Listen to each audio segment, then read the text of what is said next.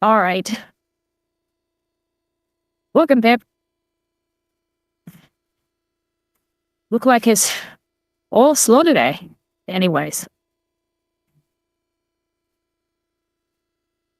what did I forget? Oh, there it goes. All right.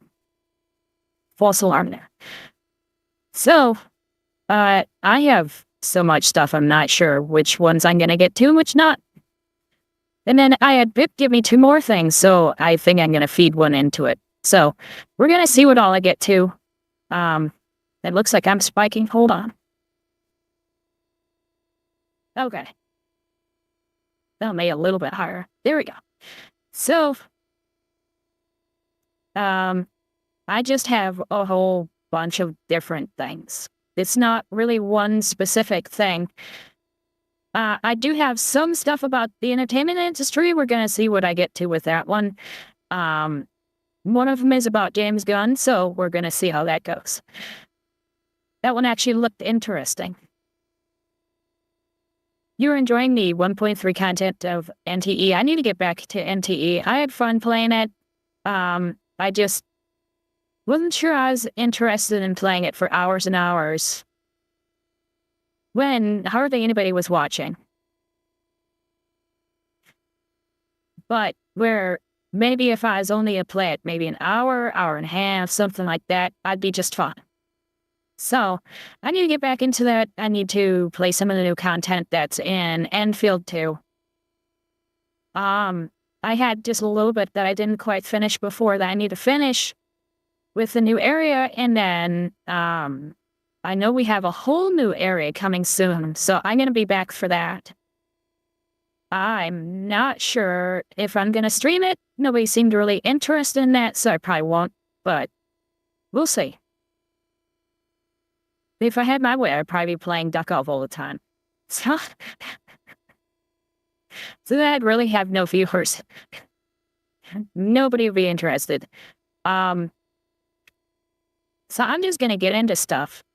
I actually have the story up for Horizon Hunter's Gathering. Because they had so much negative feedback on it, they're actually changing it, and I totally forgot I needed to zoom in. Hold on. 150 looks good. So, I don't know how many people remember how badly this went, but it was bad. We were all memeing on the fact that the one woman in there was so goddamn fat and had the peg leg. Now, I know I was going into it a little bit yesterday, but holy shit. So Guerrilla Games is reportedly overhauling, define that please, Horizon Hunter's Gathering following negative feedback from internal playtest. Weren't they not constantly having internal playtests? That's such a gimme. With its live service elements being removed from the project. Now, I said yesterday that's kind of the least of its problems. The fact that they had that fat woman with a peg leg stopped people's interest immediately. Because that was before we knew that it was going to be basically another Fortnite. Well, another Fortnite, but PvE. So according to the Bloomberg report, the rework began after poorly received testing session in June. The new version is expected to become a more traditional cooperative game with smaller overhauls, with a smaller overall scope. That's good. Guerrilla is also reportedly adding dedicated story mode while abandoning the systems intended to support the game as a continuing live service. They needed to do that from the beginning. They should have known that wasn't going to work at the beginning. I just do not think that Horizon is an evergreen type of game. I just don't. I really, really don't. I think it is way too unique. And it was way too unique in the beginning, and then they fucked it up with the second one, making her ugly. That burned a whole lot of goodwill with a whole lot of people who loved the first one, me included. So, Horizon Hunter's Gathering was originally presented as a 3-player tactical co-op action game for PlayStation 5 and PC. The project has not been cancelled, but is future reportedly dependent on the results of the reboot. Guerrilla's remaining development team has until the end of 2026 to produce a version capable of impressing Sony executives, so we're a ways off. And maybe it was a good thing that they showed all of us. Maybe it was even an A/B test and they weren't sure. The bosses said, "I don't think this game is gonna sell. Let's release it as a trailer and see what people say, and if they respond badly, then we're overhauling it." If you think they don't do that, I have a bridge to sell you. These companies do this all the time. They will release some teaser trailer or something like that and see what the reaction is. And if the reaction is bad, they'll know that they need to change something, and then they will release another one with slight changes in it and say that we upgraded it. Even better something. And then, if it's good, then they keep going with that. If not, they do another overhaul. And that's also why games are in development limbo for years and years and years. They'll say that it took 20 years to create a game because the first 15 were the game going in and out constantly. And that's just because they don't know what they're making. And I think that's why AA works. It's because they can't just start over. They have to make sure that at least they like what they're making.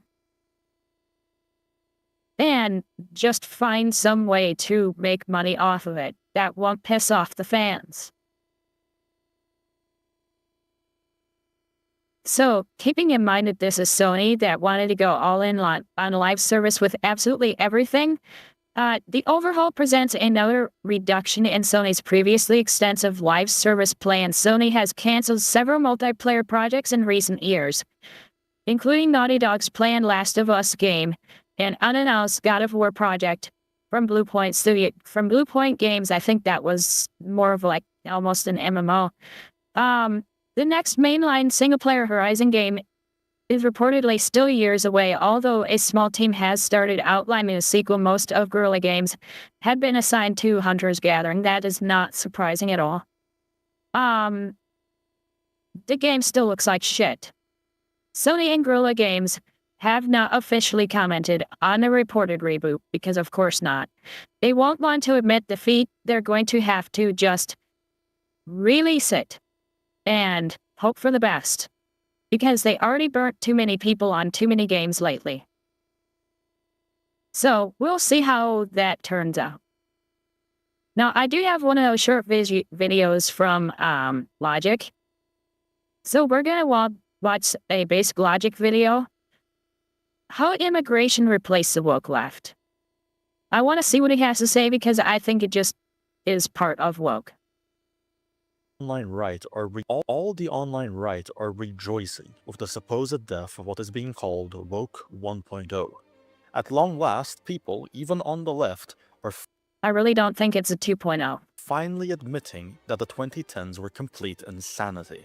Finally, we can answer questions like, what is a woman? Without having a circular definition. Finally, we can admit that putting men in combat sports against women is not wise. Men are now allowed to part their legs when they sit down, free from judgment. No more Zer Zem pronouns. No more drag queen story hours. We have the entire right celebrating, we have the left playfully reflecting on their past convictions, and we even have the LGB telling the T to be normal. Ironic. So? Well, that's because there's an LGB coalition. The Ts don't want it changed. That's why I think it's not a 2.0. Did we do it? Did we win the culture war? No. Actually, this is a sign of the right's defeat. Something that many, including myself, warned would happen if things continued the way they were going. And in this video, I go over why that is, and the actual political drive behind Woke 1.0's death. And if you enjoyed, consider subscribing, it helps the channel. I said in one of my earliest videos that a right-wing revolution was inevitable. By right-wing here, I actually mean anti-woke. My reasoning was as follows. Oh, there we go. With the left's mass importation of peoples from the third world, who, by themselves, tend to be very hostile to woke ideology, the liberals signed their own death warrant. The woke left somehow believed that these people, known for their tribalism and religious extremism, would perfectly parrot the liberal worldview. They didn't, as should have been obvious. This means that as They still are. They just don't believe it themselves. They are still parroting everything. They just don't adhere to it themselves at all. the third world population grows in the West and becomes a decisive voter bloc, they would turn on the woke liberals who enabled them and try to impose their own worldview, as, by the way, has already happened in several cities and states. We're in a Yes. situation where many Western European countries will become minority European within only 1 to 3 generations, with most capitals And before you say, well, that's in Europe, it's already happened in the US. Just look at Dearborn and other places. I know Springfield could turn that way too. That'd be Springfield, Ohio. Where they're having calls to prayer. Loudly. Outside of the quiet times. already undergoing that switch. America has just a bit longer. On screen, you're seeing some of the statistics on this, caused by a mix of low fertility among locals due to both cultural factors and economic policy, and the unrelenting immigration numbers, as well as the high fertility among foreigners due to their own distinct culture, and being the beneficiaries of the West's disastrous welfare policies. And honestly, high fertility just means they don't get a whole bunch of abortions.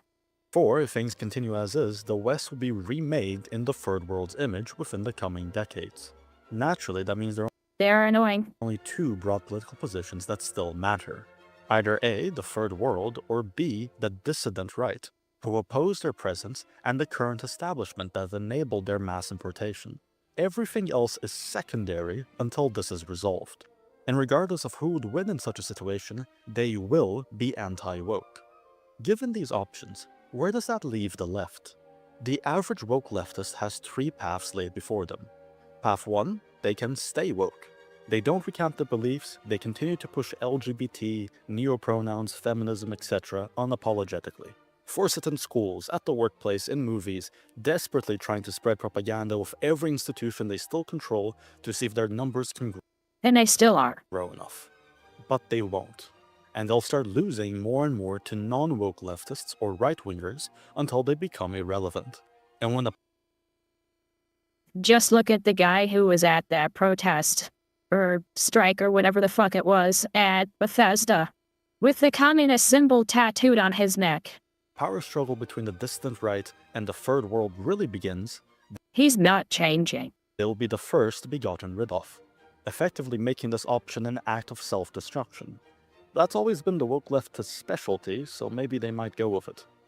Path 2, they become based. A niche but increasingly common option these days, a lot of woke leftists have attempted to rehabilitate themselves, dropping their pro-immigration stance and some of their more insane cultural values, and then replacing it with nationalism. The combination of their economic policies with their newfound nationalism But they were always nationalists anyways.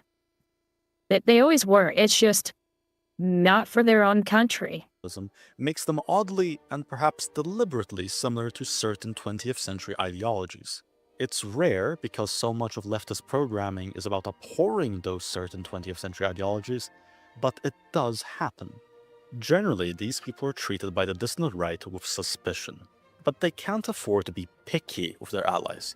So the distant right tolerates these based leftists, despite many believing that socialist policies are still innately subversive. Nationalism, however, remains non-negotiable. The moment one of these rehabilitated leftists starts advocating for something that sounds like civic nationalism, that is the belief that a nation is defined not by its people, but rather by the state bureaucracy, they're politically exiled. Path 3. They become a woke 2.0. Woke 2.0 is a term coined in recent statements by high-profile leftist politicians, and it's being marketed as a less insane version of wokeness that puts less emphasis on cultural causes like the LGBT, while maintaining the same But it is still crazy. It's just less obvious. economic That's policy all. and pro-immigration stance. That's the main They're still doing all the same stuff. They're not changing. They're just trying to be less obvious. difference between the previous option and this one. The previous option is loyal to their own nation and wants to bring about their supposed socialist utopia for their own people, recognizing that unlimited immigration makes the welfare state unsustainable. Meanwhile, this option is still globalist. Effectively, it's attempting to Yes. signal to the Third World faction that the left are their allies and that they're willing to abandon the positions that the Third World doesn't like. When people saw leftists admitting the death of Woke 1.0 and calling it crazy, they thought that the right won the culture war. That is false. The Third World won the culture war, Yes. not the right. And what does the Third World faction actually want? It's varied because they're not homogenous, but they have enough aligned interests to be They want to not be in the third world. In one way or another. That's it. considered one political bloc for the time being. They want more immigration to continue so that they can continue to bring over their communities. They want more state welfare for them, more public housing, more gifts from the national treasury. After all, it's not their money they're taking to pay for these amenities, it's the locals' taxes. Their own tax contribution is often net negative. The Third World also wants to be able to enforce their own rules in their communities, free from outside interference, which is why leftist politicians placate them by having two-tiered law enforcement and judges that are significantly more lenient with them than the locals. They want to see more of their own in positions of power and authority. Namdami? And lastly, they don't want to see LGBT flags or pride parades or anything of that sort, which is why leftist politicians have been so keen on no longer bringing that stuff up. Yeah, it's just more deception, and they're hiding it better. Like I was trying to say before, it's just... They're trying to be less obvious. That's it. They're doing all the same stuff. They're just trying to be less obvious about it. The modern And I think he's overestimating how few people there are. I don't think anybody left. I think they are all just going with the programming which says, be sneakier. day leftist campaign strategy for any place that has a large immigrant population is to simply put a foreigner from their ethnicity as the candidate and just promise all sorts of free stuff paid for by the taxpayer. That way, they get the left-wing vote and the immigrant vote, which is usually able to win any urban election. Which is why it's still Woke 1.0. And all it costs them is having to not bring up the principles they've been championing for half a century. But understand, for many, this was the plan all along. The leftist leaders knew this would happen when they imported the Third World. I find the alternative hard to believe, that some of the most powerful people on the planet were completely ignorant and blindsided by the Third World's values. They weren't ignorant, they just knew they wouldn't be affected by it. In truth, there was no culture war in the 2010s. There was a culture feint. While we were too distracted trying to argue what a woman is, or the fact that men shouldn't be competing against them in sports, one of the largest and most consequential demographic changes in history was taking place. And people were too busy seeing it as just one of a myriad of issues. This was a war won without a fight. And notice how Not really without a fight. We were trying to fight it, and the president who was trying to make sure that we weren't invaded, did the work stop them from doing it? And sure, people say, oh, it only stopped for a while. Why are you complaining? Well, it's because they had stopped it for a while, and then he'd be able to start it, and then some other judge would stop it for a while, and it'd start again, and they'd stop it for a while. And because you can't just turn it on and off, it was just a mess. And so they would stop deportations, and you can't just deport all the people in your backlog in one day. You just can't. And so it was starting all over again and again and again. This isn't 2.0. I completely disagree with that. naturally the champions of the 2010s wokeness have abandoned their causes, the ease with which they call their former positions crazy. Leftist politicians didn't stop being woke. She was woke one. She knew it was crazy, but she did it anyways. This isn't 2.0 for her. 1.0, they never were. They simply took on the facade that would get them elected and their agenda pushed, because Correct. that's what a politician is, and their voters should have been aware.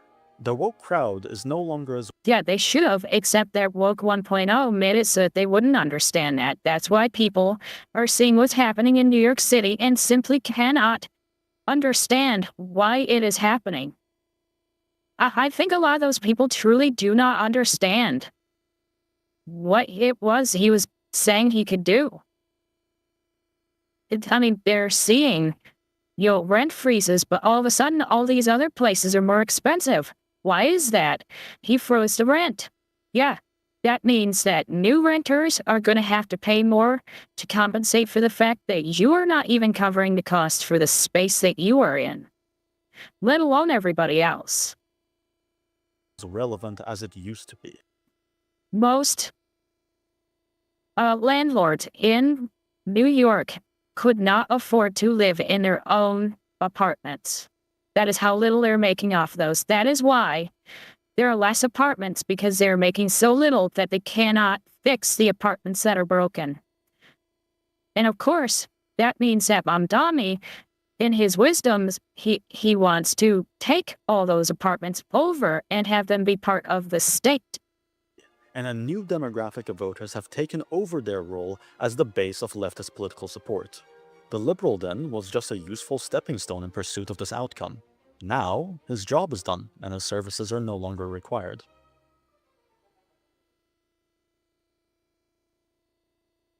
And so a little video popped up there. Required. And it was the Let Me In Bigot. We're going to watch that one of these times. That one is very good. I have seen it. I highly recommend it. And it's how the third world learned to cry racism. And they did. I mean, just look at what we're seeing happen all the time with, like I'll call it city takeovers, where the Muslims have broken all sorts of laws in their area for, like I mentioned before, the calls to prayer outside of the quiet time. You're not supposed to be making any large noise until like 8 o'clock in the morning, and they're making it 5:30. And they don't care. And why don't they care? Because they're the only people who live there now. And everybody else won't speak up because they're afraid of them. And why are they afraid? Because every time they call them out, you're called a bigot.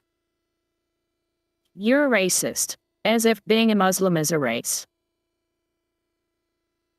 That's just what they do. And we taught them to do it.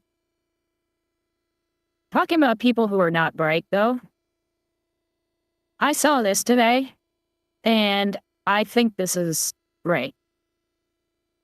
She simply does not understand what she is talking about, and she never will. I don't know why they think that they can say things like this, but they do. This is Tommy Lauren. I know a lot of Republicans don't want to hear this, but the right is on the verge of making the same mistake with young women that the left did with young men. I know some of these women are fun to mock, and she does it too. But we have to do better if we want to bring them over to our side. If we totally alienate young women, we will not win elections. We have to find a way to appeal to them. Okay. In theory, outside of reality, that sounds great. But you have to keep in mind one of the things that's happening right now, and it's going to come up. Now, I brought up her post, but it's not so much her post that's important, it's what everybody else is saying. Kangman Lee. Women have spent the past week fawning over defending and identifying with a woman who strangled her 3 babies to death. We cannot reason with the insane, morally depraved people. Janet. You're a perfect example of why we should repeal the 19th anyway. You want to go on and lecture men on how to men. What makes a worthwhile man? But the moment people see why women need to be treated with a leash instead of free range, you start to panic. That be Madam Savvy. Yes, an actual woman. Simple solution, repeal the 19th. Still haven't seen one where they are defending her. Tell me, you have a massive platform and you're a woman. Get out there and court the young women over to the right side instead of saying the right should do more. And she insists that I do that every single freaking day, my friend. No, you don't. You do not. You shit on the Republicans is what you do. That's all you ever do. You do not try and court women, ever. The closest you've ever come is try and be pro-abortion. And yes, I say pro-abortion, not pro-choice. They're pro-abortion. There's a difference. Pro-abortion would be making it available because shit happens. Being pro-abortion itself is promoting abortion. And that's what she does. Kind of women who defend a mom killing her 3 children, or women won't vote for us. Now, they can get fucked. Won't somebody think of the child killers? Yes. Tommy Lauren, a huge mistake to push to overturn Roe v. Wade. No, it wasn't a mistake. It was supposed to be on the states to make that decision. And it's the women who made it a big mess. It wasn't the guys. The women can vote to have it legal in their state by choosing the people who will make that decision. Women who support murdering children, how would you recommend appealing to the electorate that defends child killers? Phoenix ammunition. Oh, stop it. You had zero career of any substance before getting into quote-unquote journalism. Basically, they needed a hot blonde for the camera, and you supported abortion. You are actually the perfect example of the problem we've been highlighting. And women's suffrage, Nixon 19th. It has gone on long enough. Oh God, salty cracker. I did not see this earlier. Guys, we're about to lose chicks enamored with the mom who strangled her kids. Oh noes. Hi, is this you? Rant on men are trash. The summer of canceling boys. Tommy Lauren on abortion or pro-choice comments. No one is listening to you. I mean, all of these are bad. It's just one after another, and these are the people that they're referring to. These people are outside the courtroom, all in pink shirts, or white shirts, but usually pink shirts, saying that it is okay that that mom strangled her 3 kids to death. Welcome to real right-wing politics. You don't understand. The left abandoned young men in favor of voting blocs, consisting of young women and migrants because they rely on a system that they can subvert and corrupt to bend their psychotic and antisocial programs. The right does not need to do any of that because at any point we can decide that voting is no longer a viable form of power and we can just take actual power using martial force, which young men have a total monopoly on. When we organize, we won't be appealing to young women at all. They will simply follow because we will be the only option. And honestly, I think a lot of people are to that point. They're like, we're done. No more of this. And I can see why people think that. It's like we keep letting people vote, and what do they vote for? Mom Dami, Biden. You know, that they want to fund all sorts of social programs that can never be funded to a substantial amount, like writing off school debt, like being able to make Social Security actually last. But again, all those women out here, on behalf of women, can you explain why women are eager to excuse child murder? I mean, it's just one after another. I could probably just pick one at random. Here it is. For young men, the most important issue is to be able to get a job and support a family. For young women, the most important issue is to be able to kill their baby. Economy. Green is men. It's up to 17. That's the highest. And for women, abortion, 22%. How can you have an argument with those people and have it not be stupid? I mean, you're talking to somebody who was pro-choice back when it was choice.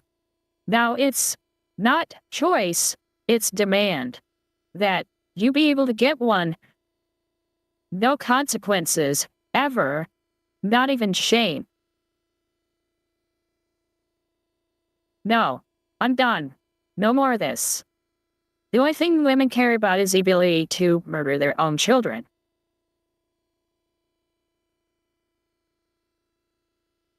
I'm just gonna keep scrolling here and pick one. Okay, I do not want to bring women who support child killers over to our side.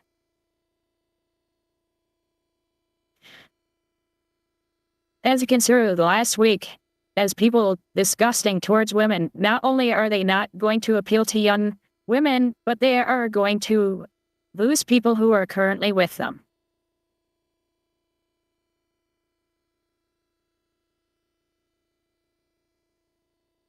I mean, you can say that.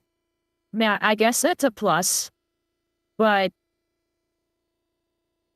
you're outside of a courtroom telling people that a woman should be found not guilty. I think they're going after women for a reason, lady. So, someone on their side, but the worst argument. This is fundamentally mistaken. You do not win women over by appealing to them. This has never worked for anyone ever. Women follow strength and perceive dominance. They're left because they perceive that as the winning side.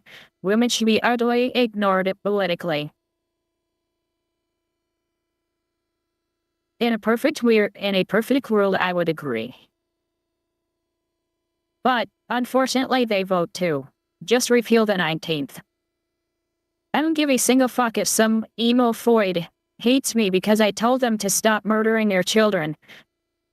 I'm not compromising with demons. 100%. I'm sure screaming repeal the 19th will win them over, though. Yeah.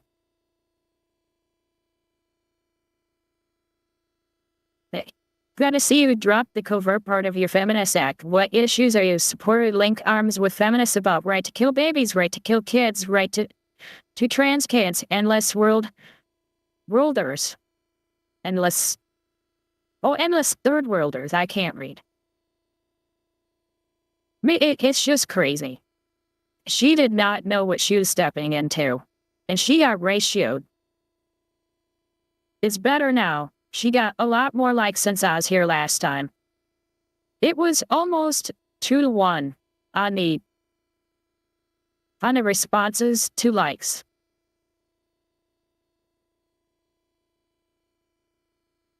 Saint what's her name? Of the child abuse. Yeah, I just don't understand. I really don't. And so I'm actually going to go into this.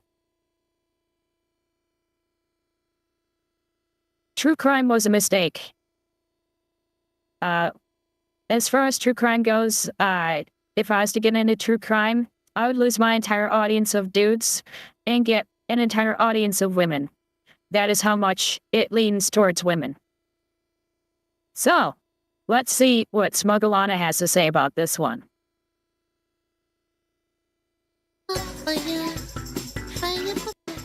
Alright, small disclaimer before we start. YouTube has been incredibly annoying to deal with in the last few weeks, so...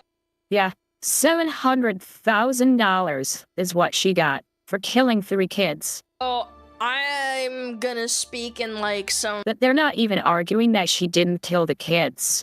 They're arguing that she had the right to. Stupid euphemisms, and be careful when I use certain words as we discuss this. Like, don't get mad at me and being like, oh, Alana's a pussy, she doesn't want to say the word, she's a fucking stupid bitch. Don't get mad at me, get mad at YouTube, okay? Just for the record. Yeah, I'm not pussy, I don't give a shit, I can use the words, it's just stupid. I was never going to be able to be successful on YouTube, so I never cared. My content was never going to be YouTube safe. But anyway. She was there before YouTube just buried everybody. So she was able to get away with it. And now that she's more popular, you're not allowed to say those things, so she had to tone it down. But her content's still good. Shu made a tweet. If you are dating a woman, ask her about this viral case being talked about where a woman, her kids to death. If she is on her side or thinks the husband did it, her brain has Them femtars are blaming the husband for the murder, yes. been fried by TikTok, and you need to break up with her now. And then it's a screenshot of TikTok of a woman with her full real name, by the way, saying, "You'll never make me hate Lindsay Clay." New theory, the kids, his was the voice she heard. He threw her out the window. She woke up and was told what she did. And then there was a follow-up post. And this went mega giga viral too. Yes, it did. Over $700,000 now raised. I think it's close to $1 million now. I think she's right. They've raised for a woman who, her 3 children with exercise ropes, and I think rubber bands too, if I'm not mistaken. Every single donation is from a woman. Hundreds of thousands of women in a TikTok true crime psychosis where they believe the husband did it because he looks mean. Enough about women's rights. And you see who that is. Tangmin Lee. Enough about women's rights. It's time to discuss women's wrongs. I follow him. I disagree with like half of the stuff that he says, but he says funny stuff like this. Is it bad that sometimes I unironically want to sacrifice my right to vote just to spite these women? Like, I genuinely, really, and truly, I hate them so much. This is just like a grim reminder of how fucking Own property or be in the military. Otherwise, fuck off. stupid the average person is. I read all of these comments from these retarded women, and I just see a montage of my head, like a Vietnam flashback. You know, the Johnny Depp Amber Turd trial. You guys all remember that? There's a lot of Asmon views, right? The Wade Wilson trials, the guy that ran over a woman, and then one of the girl's friends that passed away after getting run over. She's like, I can fix him. That guy. Luigi Mangione, that guy that fucking... Women were drooling over him. I'd say probably half the women in the world were moist for that ugly guy. Because he killed somebody. I will never understand. Maybe it's because I'm old, but I will never understand. The people and stalked them and admitted to it. And people were like, yeah, I can fix him. He's awesome. That viral Gen Z boss. and a mini TikTok, monster milking farms. Like, I've said this repeatedly. The HR lady who said that men will never be hired. Over and over and over again. That we are unironically speedrunning repealing the 19th at this point. Like, you guys think like, haha, Lana, it's so funny. What a funny joke. And honestly, at this point, I think women would still be the majority of the ones who can vote if you have to own property. So I think more single women own homes than single men do. I'm not joking. It's because men don't care. I am so serious. I still just want a micro home. That's all I want.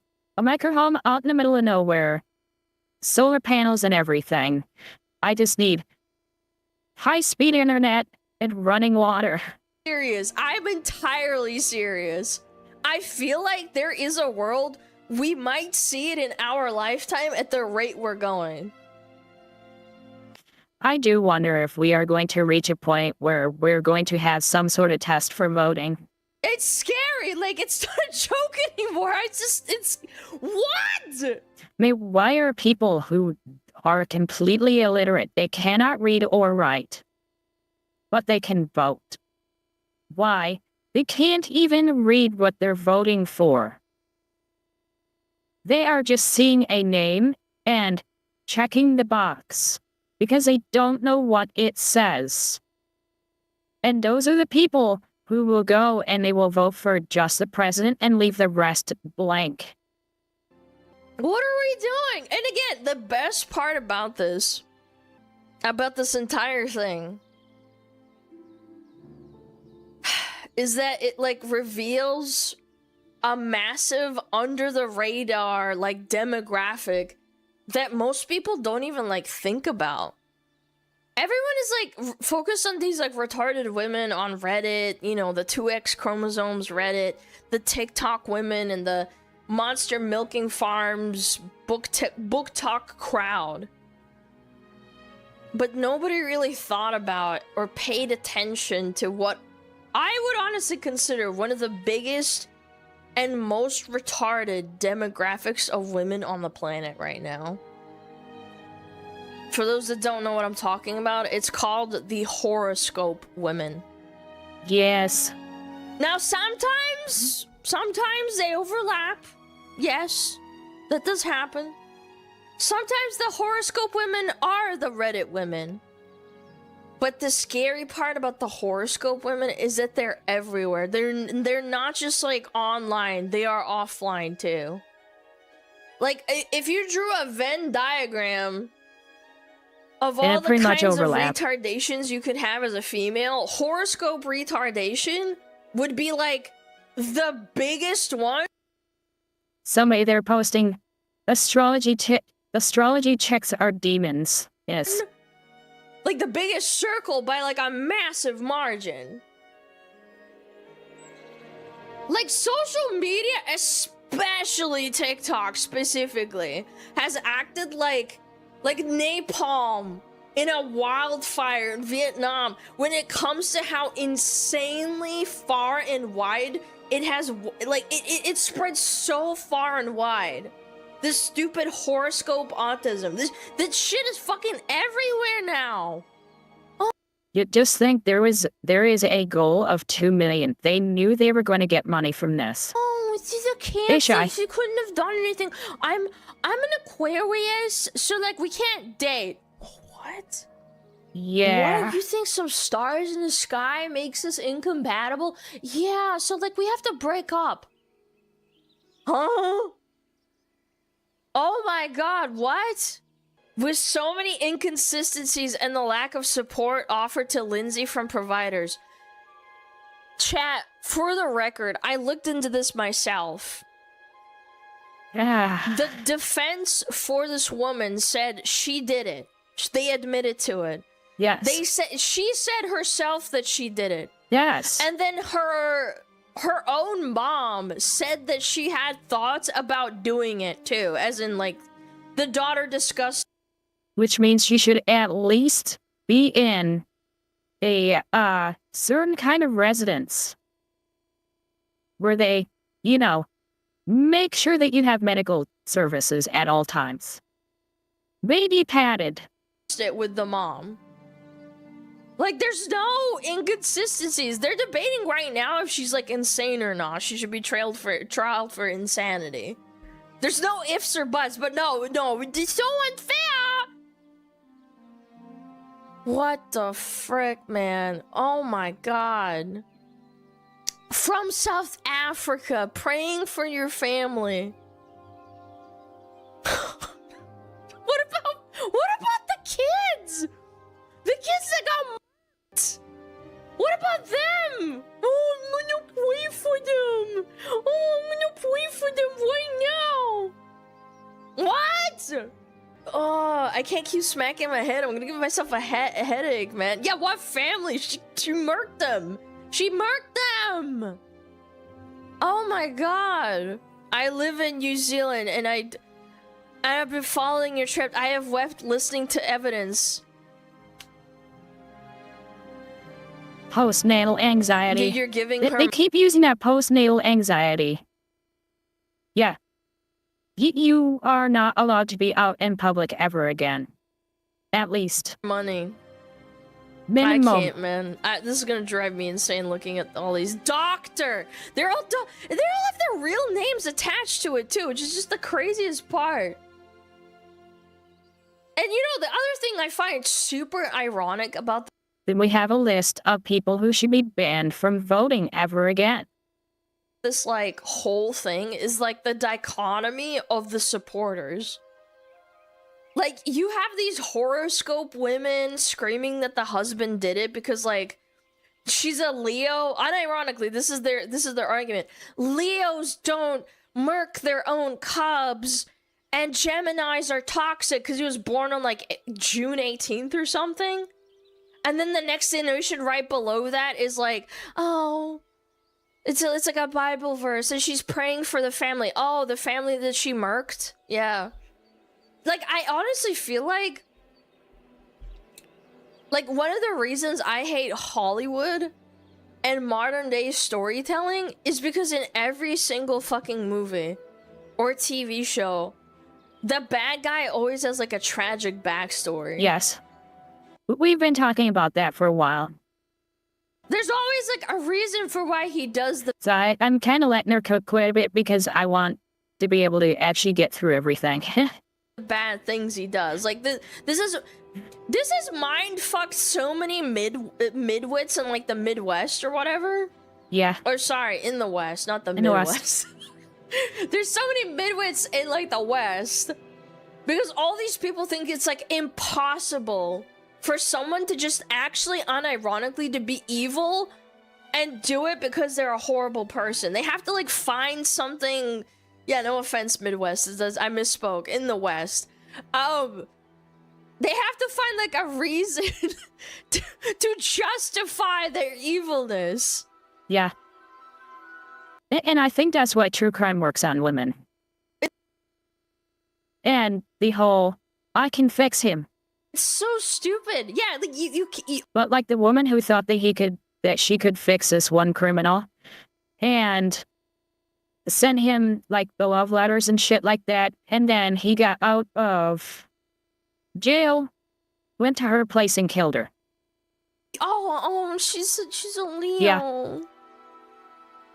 Oh, she's just a bad person. She premeditated it. She didn't have, like, a psychotic breakdown. She planned this. No, if she had just had a psychotic breakdown, she might have killed one, not all three. That is a lot of planning. You had to do a whole lot of stuff before that. You know, a psychotic break, you might rush into, like, the kid's room and strangle. No, she prepared ropes and other stuff. Like she said, rubber bands and everything. That is a level of preparing that you don't have with a psychotic break like that. He had tools. People who have psychotic breaks and murk someone, they don't pre-plan their own kids or whoever. Yeah. That's just like not how psychology works. Humans are methodical. Like they have people who study psychology. They have doctors. They have evidence at the trial to say, hey, they had multiple psychiatrists testifying and saying like, hey, so did she like talk about this? Yeah, she had a few thoughts, but she never said anything to me. BTW, all this money goes to her parents for traveling and legal fees. Their money does nothing for her defense in this case because she already admitted her guilt. The current case is if she should be criminally charged or mentally unfit. That still doesn't change anything. They're still donating Right. millions and millions of dollars, and all these retarded women are donating thinking that it's gonna go to her. That's the fucking sad and pathetic part of it. Yeah, it is the fact that the donations were even happening. I'd be just as pissed, even if she wasn't getting it at all. Because it was a scam. I'd still be pissed. Because it's the fact that people are donating at all that's the issue. This. Turn off alerts. Yeah, sorry. Just kind of throw. It's not your fault. I'm bad at turning it off, and it's TTS. What was I talking about? Fuck. Right. People being I would never remember to turn TTS on and off, so I will never even try. I'm too dumb. evil and like it has to be justified. No, she's just an evil, fucked up individual. Oh, there has to be a reason why she's doing it. Like something, like Yeah, because she wanted to kill a kid. That's why she did it. something made It's not that hard. you this way. Unless you're a man, of course, then you're inherently evil, and all men are bad, and they just they grape and they murk people and for no reason. Like, now I'm not saying that's the case here. Like, I'm not looking into it that deeply, but the fact that everyone thinks there needs to be like a reason or a motive for every single bad action in the world is honestly, it's a product of modern Hollywood. It is. And social media and overconsumption of entertainment, in And YouTube. I'd say even more YouTube than anything else. my opinion. And again, that's the heart of the issue. All the I know that she says TikTok true crime, but it started on YouTube. retarded women are like racking their brains and searching for like the one big like vindicating reason that she could have possibly murdered her 3 kids in cold blood. Like, there has to be a reason. And this thought process leads them to like either the husband did it because he's a Gemini. By the way, total thoughts and vibes. Oh yeah, we should put him on jail based on vibes, my dude. Like, it's literally impossible in their minds that she might just be an evil psycho. That's the feminism of the past decade and a half, speaking. I mean, that's just where we are. Basically the early 2010s on. There has to be a reason, and that reason is probably a man. Why'd she murk the kids? Because she was mentally unwell and she had postpartum depression, and that's like the big reason that they're all saying this. They said she was over-medicated and that her husband didn't help her. He did help her. Apparently, he took time off of work after she was pregnant. And then he found a stay-at-home job so that he could be at home to help with the kids. And that was not good enough, apparently. And that was the reason I guess he was supposed to quit his job and stay there so that they ran out of money instead. she murked them. Because that's the argument they're giving. He wasn't there. Well, he couldn't have been there any more than he already was, without them just going poor. By the way, very privileged to have your husband helping you with anything at all at this point, because everybody's so fucking overworked and everybody's expected to provide and go and work and everything, right? Postpartum psychosis, which is fair, but also she needs treatment. No, it's not fair. No, there's It is not postpartum psychosis.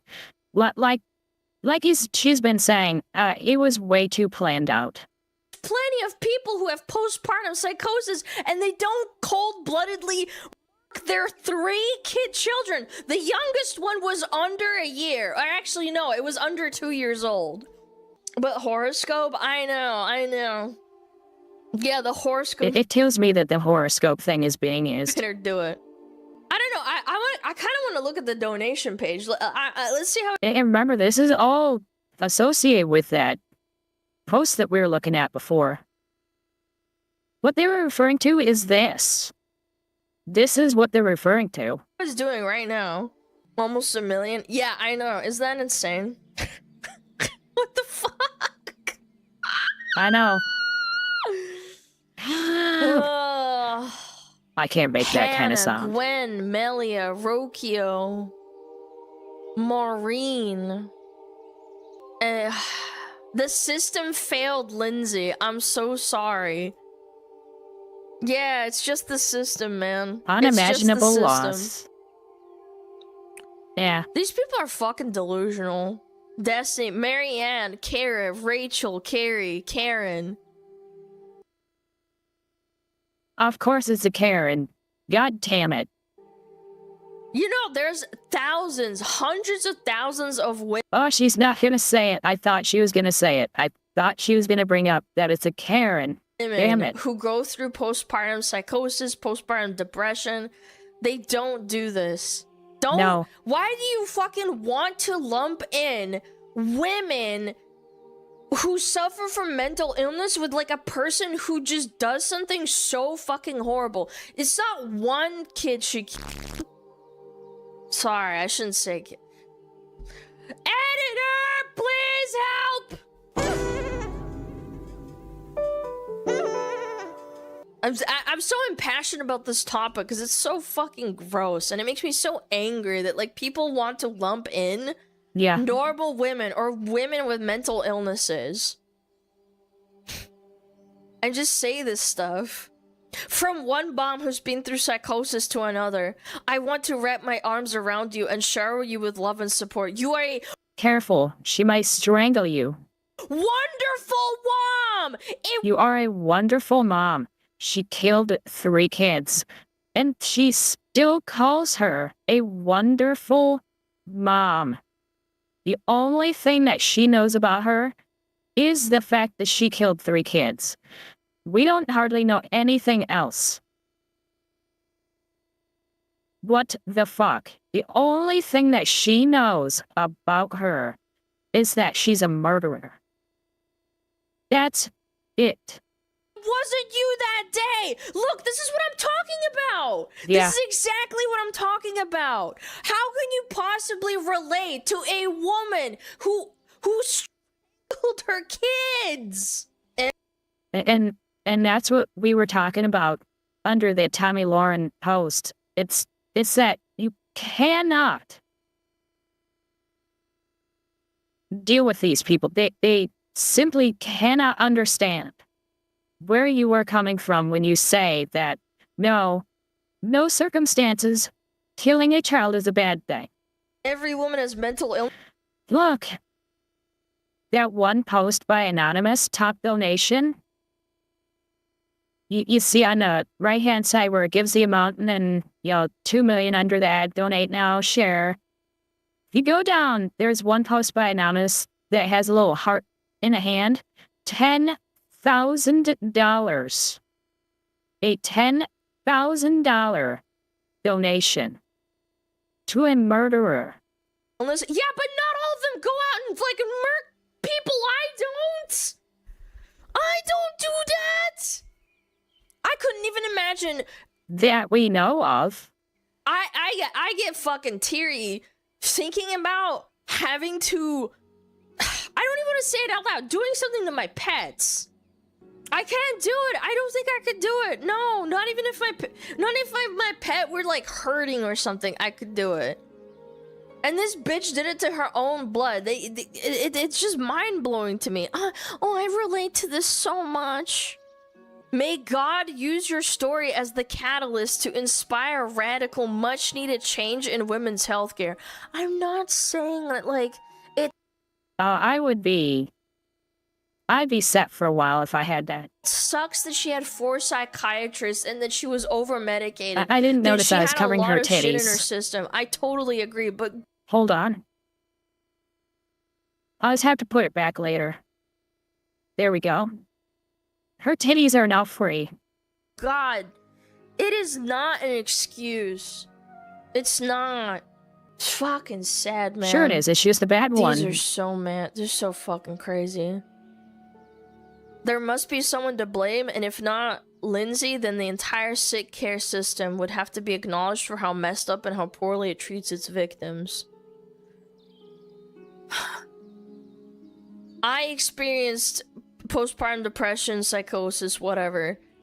Lindsay, I stand by you. I'm here for you. You're not alone. I stand by a murderer. I stand by a woman that... Yep. I just can't. I'm going crazy. Like, I'd rip my own... I'm with her on that one. I simply cannot even talk to somebody who thinks like this. hair out, but it kind of hurts. I shouldn't do it.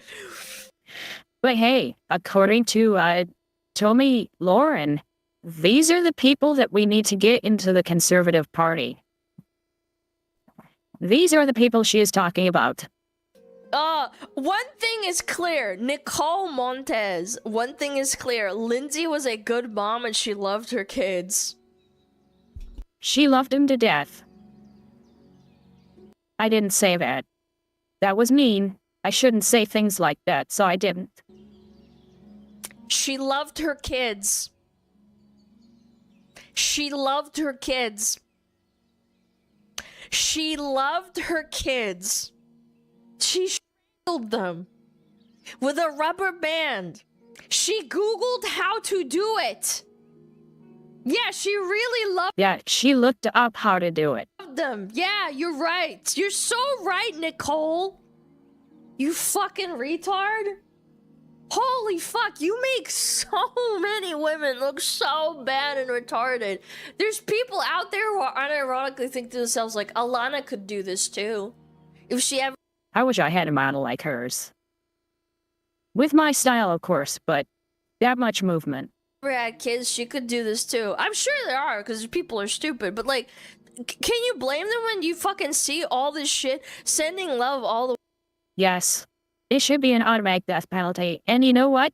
We saw that the video on the last multi-stream, and God, Shy, what are you thinking? Anyways,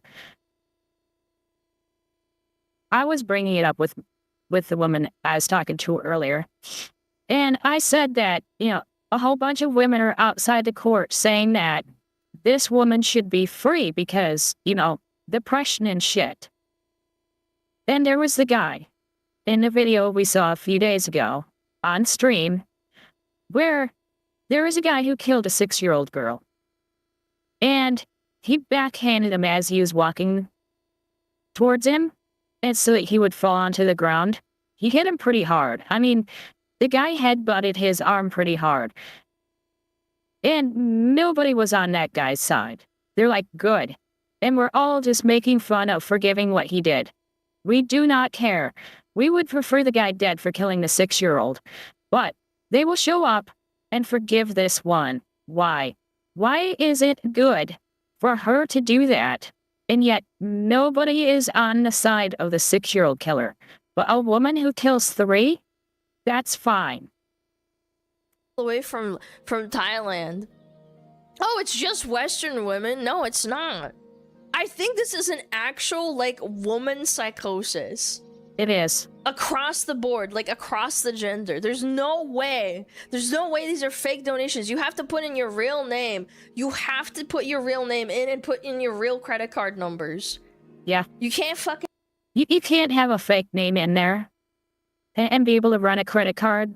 When you run a credit card, the name actually goes through. So your names have to match the credit card. Now, does that mean that that's the name that shows up? I mean, we have anonymous there. No. It doesn't have to show up. Can fake it. I'm just. We should ask for the names of everybody who donates to this and revoke their right to vote. As a mother to another mother, I stand with you. What does this From Lindsay work at Planned Parenthood. Ew. even mean? What does this mean? Explain what this means. I stand with you as a mother to another. What are you gonna do? Your own kids? I am so sorry for your loss. No matter what, you have my support. What? Loss. When you kill somebody, you didn't lose them. It's not a loss. I can't! I don't even have kids. I have a niece. That's my own blood. What the f? What the f? What the f? What? What are we doing? I've been scrolling for so long. And they're all You are like not that. It's alone. crazy. I believe in you. I stand behind you. Our entire mental health system failed you. Pray for Lindsay and her devoted family and friends. Making this donation in memory of the 3 beautiful lives lost to mental illness. Right. We believe in you and we believe in you. She admitted to it. It's not like there's a dispute in the guilt. I'm going insane! I can't do this. Okay, one more. God bless Lindsay and her. God bless Lindsay and her beautiful children. God bless Lindsay and her dead children. Beautiful children. Oh my. Dead children. Her beautiful going insane. dead corpses. The beautiful corpses. You fuck nuts.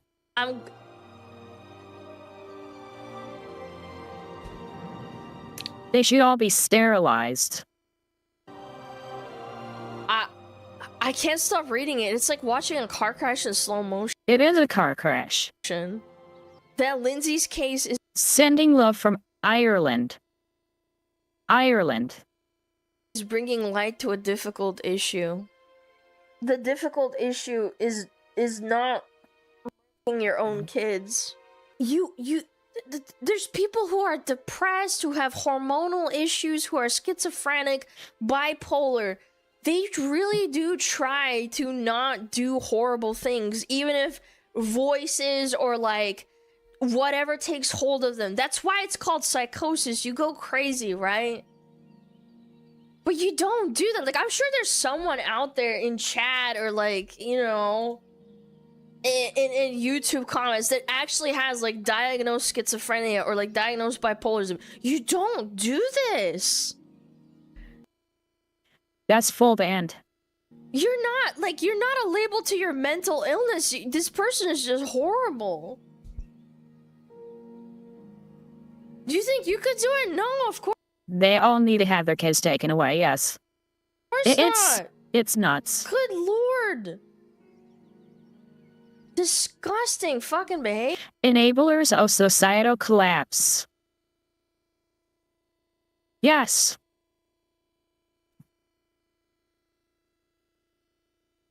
Dami Quixote. Nice. So, enablers of social collapse. I love that comment that she got. What is this? Is this a fucking Instagram reel? Oh boy, here we go. Alright. Lindsay Clancy's astrology. Thousands of women are saying Lindsay Clancy could not have possibly murdered her 3 kids because she's a Leo and Leos don't murk. That was really crazy. Lindsay Clancy's birth chart. It's so crazy. Now, I don't have the time of birth, so really, you can disregard the ascendant, descendant, IC, MC, vertex, and all the houses. I need the birth time. So, like, not all of these aspects are necessarily true, because all those points, we don't really know. I just put it at noon. But, first of all, I need to show. Chat. Imagine you astrology checks. Oh my god. Stop it.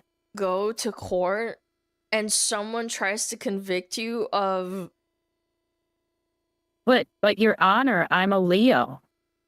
I would never. I mean, just look, I'm a Leo. That's the argument that they're trying to give.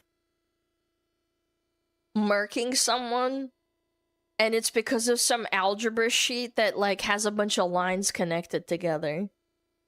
You know, like I will never understand it, Pep. Never. I don't know, even like 200 years ago, people would throw you out of like a courthouse for like even presenting this. And these women unironically think this is like actual evidence. And they all convince themselves of that. Ah. Okay, so notice anything here? She's got her North Node in Aquarius, South Node in Leo. She's in her Bro, what are we talking about? Are we learning trigonometry? return right now. It's been a while, but I have to pop on here just to say that I've been following this Lindsay Clancy trial, especially as a mother of two who This is the one I showed you guys earlier. dealt with a lot of postpartum mental illness, and you know, just following all their birth charts and birthdays and zodiac signs. He did it. He did it. Because he had the right zodiac to murder kids. He did it. He's a Gemini man. His birthday is June 15th. I'm a Gemini woman. My birthday is June 14th. Okay. Let me give you another example of who a Gemini man is. Also birthday June 14th. Men and women are different. Keep that in mind. Please don't judge me. Donald Trump. There you go. So Donald Trump killed all three of those kids. Just Man, that's how dumb that argument is.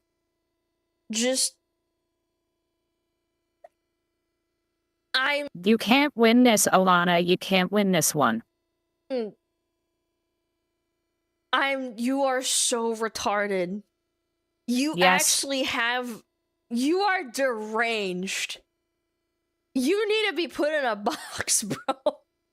Yeah, exactly. You need to just put you in a 4-padded cell and just give you like one meal a day. Oh my god, what are we saying? Yeah, you know who else who breathed? Literally Hitler. You know who else shares a birthday with Hitler?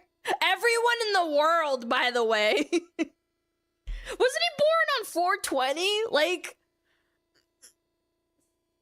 I have no oh my idea. God, I think my but blood that would be pressure's going funny. up again.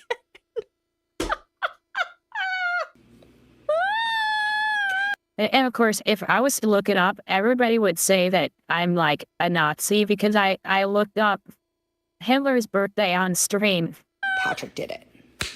Thank you for coming to my TED Talk. So if you're watching the Lindsay Clancy case, I've already gone over the forensic astrology charts that show What? that the perpetrator The forensic astrology charts. is a male, the perpetrator is having an affair, and that the victims, specifically Lindsay, was drugged during this. And I've also gone over with the theory and the lie detection. I'm telling you all right now, when the South Node goes into Cancer in March of 2028, the South Node is going to transit over Patrick Clancy's moon in Cancer. He's going to be having eclipses over his natal moon, which is home, What the fuck? family, emotions, his emotional life. And then it gets better. 2029, all the way into 2030. Remember, these people vote. They have as much of a right to vote as you people. She votes. And she's talking about natal moons, whatever the fuck that is. He is going to have eclipses over his Gemini placements. The South Node is going to move over his Sun, his Mercury retrograde, his Venus retrograde. It's about to get real interesting in the next, 3 to 4 years for him. I'm grabbing my popcorn. I can't wait for this man to be humbled and for karma to do its thing. She thinks the stars are gonna create retribution of karma for convicting his insane wife for murdering his 3 children of his own blood that he made with her. I genuinely, I don't know what to say. I don't know what to say. And these people can fucking vote. Repeal the 19th. I think there needs to be like an IQ test. Like you say the words astrology unironically, like not as a joke, and how stars align and like bad things are gonna happen. You should just get like you get thrown out. You get thrown out. Okay, check this out. It's really Okay. Oh my god.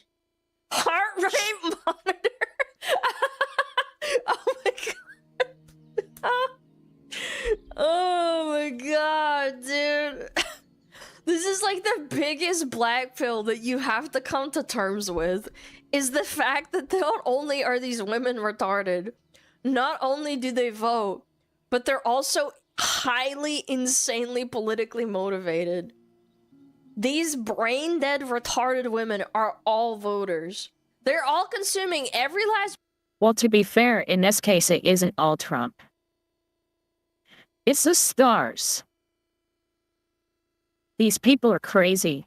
bit of their news from TikTok or Instagram or whatever, and the horoscopes and the moon and the solar eclipses and Jupiter's gravity fondling the moon's balls is like the primary mechanism they use to determine who they should vote for president of the United States or whoever the fuck. Like, chat, we have a really big problem on our hands. We really do. Like, you guys don't understand. I really want you to understand. We have a massive problem. And it's human women. Imagine how actually infertile women feel seeing this. Actually devastating. Yeah, like, it's just blowing my fucking mind. I am not human, by the way. I am exempt from this. I am not a woman. I'm a slime. But I am not one of these. Yes, even idiots can vote. It's not right. It's not a left-wing political thing. They'll tell. Like I was saying earlier, that if you cannot read and write, you shouldn't be allowed to vote. Because you can't read the ballot. Then you can't vote. Sorry. Learn to read and write. And no, I don't mean just knowing how to read the politician of your choice. I mean actually being able to read. Tons of conservative women are supporting Clancy as well. Yes, I totally agree. It's an actual all-gender fucking psychosis. I've seen it too. I have. Or women that are like apolitical. They don't talk about it. I've seen podcasts talking about like how he's done it because he looked mad at the trial. You're supposed to look happy at the trial. You're supposed to be smiling. What? That's the reason. I'm not even kidding. I'm not even kidding. And he has to sit in You're supposed to have a neutral face. the trial and relive his nightmare of finding his children. And then his psychotic wife is like, I had to do it. I had to do it because I went a little cuckoo crazy and I had to do it. After, like, and I would say, like, oh, there's a factor. Maybe he was a shitty dad. He wasn't, by the way. This is another factor. You want to know something really sad? Because this happened, like, a while ago, right? After his kids passed away, and again, I have to use coded, vague language. After his kids are gone, he created a park with his own money dedicated to his kids. And I know what people are gonna say, oh, well, you know, it's fake and stuff, but like the pattern of behavior of quitting his job postpartum after she had kids to help her, okay, that's one thing. Second thing, finding a job working from home. She had a nanny. They were rich enough to have a nanny. They had a nanny and she still killed them. So it's not like she was stressed that way. She wasn't stressed because she had too many diapers to change. That she had a nanny. There is evidence of him taking out the kids outside so that she could have a break from her children, which is fine. That's totally That I did not know. normal. Everybody says that, right? Everybody needs a break. But he would take them out, spend time with them. They had a nanny. They would go out and do stuff so that she could like rest her brain. And then you tell me he took out his own money and made a park dedicated to his children that's like near wherever the fuck they lived or whatever, right? Like, there's patterns of behavior where it's like, was he really a bad guy, though? I don't know. I feel like paying for a nanny, and then they also had their parents nearby. I feel like you had a lot of support. You really did. There's a lot of women who don't go into psychosis that have far less privilege than you do. And again, I hate using the word privilege and whatnot, but genuinely, if you are rich enough to hire a nanny, you have your parents nearby, and all this bullshit, right? That's like, I would argue that's very privileged. You are a privileged human being.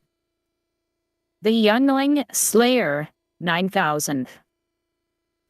I like this guy. To be granted that ability to, like, help you. And it wasn't enough. Yes, correct. It was not. It was not good enough. He was a piece of shit. It's like, what? Oh, it's the solar eclipse in the March is gonna make him have karmic retribution. He was a Gemini, so he did it, you guys. He did it. A Leo would never hurt her kids. Oh my god. I'm just... I need like a blood pressure cuff monitor. I get it. I get it. And funnily enough, I didn't know this went like viral.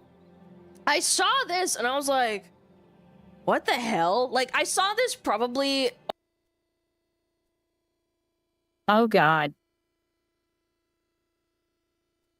The government, you have the right to a jury of your peers. The peers. Leos don't kill. Leos don't kill their cubs. Even if he's a Gemini, then and she's a Leo. It's toxic between them. He did it. Oh, he's a Gemini. August 12th or 13th, because this went like kind of viral, and then Shu made the post like 5 days later, right? I was confused as to what this was initially, so let's read this together. Government, you have a right to a jury of your peers. This is clearly someone who's following the case from the get-go. The peers. And this is TikTok comments. That explains everything. Leos don't murk. Geminis do. Leos don't murk their cubs. Nope, not buying it. And it's all female profile pictures. Yep. If he's a Gemini and she's a Leo, it was toxic between them. He did it, and that's all I need to know. Yo, was he a Gemini? Did he do it too? Did he... I'm sorry, it sounds so retarded when I read it like that, but you know what I'm saying? They're Indian LARPers? No, retard, you don't get paid to fucking comment on TikTok. They're not Indian LARPers. I know we're like, aha, look, it's bots and stuff. These are real people. There's no fucking way that bots are inducing this much of a psychosis. Aries actually, yeah, Aries are super mega evil. Everyone who was born near his birthday, you're also all guilty, like, hereditarily because of when you were born, by the way. Like, imagine that's like your case. Do you know who else was a Gemini? Alana. Well, actually, no, I'm a Cancer. Never mind. What the fuck? Oh, he's a Gemini? I just reinforces I think he did it. Like, what? God, I don't even know what I am. I'm gonna take gas station sex pills and fucking choke myself out. Ah! What are we doing? I saw these memes a week ago and I didn't understand what they were about. I thought like, oh, well, this was just fucking retarded. Who gives a shit, right? But I'm literally like the Incredibles meme. I thought women were just being retarded. I did not understand like the full story. Do you guys know what I'm talking about? The Incredibles meme? Like, people who don't know? I'm literally this meme right now. I'm like, oh, haha, stupid! Woohoo! And then like, oh, I get it now. I understand what they were talking about. I did not get it initially. I was like, what is this crap? Oh, it's just like a bot farm or something. How do we factor it in your in-between charts? I don't know, man. Maybe I'm a schizo Gemini mixed in with like bipolar Cancer. I don't know. I don't believe in all that bullshit. Oh, get me off this planet. It's so insane. Get me off of here. Ah! For the record, only humans were this stupid. God. And I almost watched this other one. And maybe we will watch it some other time. This one's older. It's by the Advocate. She's really good. And maybe I'll just save it for later. And so, remember when you saw all the posts on here that were referring to all those people, all these people, that's the case. It's the case that we just saw. That's what it was about. Now, for something a little bit lighter, because that was a bit much. First of all, I don't think everybody should be allowed to vote anyway. I can tell you Okay. the moment I came to this conclusion. Okay. I was at a Verizon. I was getting a new phone, and it was me, some other dude in a dirty high-vis shirt that clearly just got off of work. It's like 6 o'clock in the afternoon. I'm getting my photos and stuff transferred onto my new phone, and it's like, I got the Verizon guy helping me, Verizon guy helping him, and a third Verizon guy just kind of standing there, and we're all chatting while things are getting done. And this 60-year-old woman comes storming in Verizon with a fucking attitude. She's holding a surge protector, you know, like the power strip with like 7 plugins on it. She's holding that and a fucking phone charger in her hand. And she walks up and is like, you sold me this yesterday and it doesn't work. I'm watching. Like, I'm engaged now. And the Verizon guy's like, what do you mean it doesn't work? Like it won't charge your phone? I do have the whole video for this, but it's like 3.5 hours long. So that's not happening. And she goes, no. I can't even plug it in. And you know how the fucking phone chargers now, the prongs fold in because some asshole stepped on it one time, so now they have to fold in so you don't step on them. She grabs it with the prongs folded in and just smacks the two pieces together like a fucking caveman that doesn't know how fire works and looks at him and goes, see? And he folds the prongs out and plugs it in. And then she realizes that she's a fucking moron and goes, thanks, and walks out. So yes, not everybody should be allowed to vote. It was a fucking 2-piece puzzle with one moving part. First of all, I don't think There's who in the UK? The one who killed her kids? No. Alana? No. I don't know who else.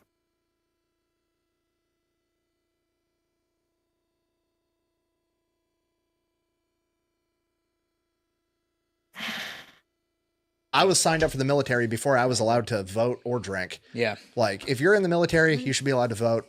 I think if you don't want to go in the military and you still want to be able to vote, absolutely. I think you should have to pay X amount of taxes. Yes. Have some kind of, like, you're invested in society. You Property. have a track record of performance and being a productive member of society. I was signed up for the military before I was allowed to vote or drink. I'm with him on that one. We have got to fix who is allowed to vote in this country. This is nuts. There is no reason the people who are donating that woman money should have any right whatsoever to vote. Sorry. No. Just no. So I'm going to go from all that to Gen Alpha being so fucked up that teachers are quitting. I've watched another video like this before. We're going to watch this one now.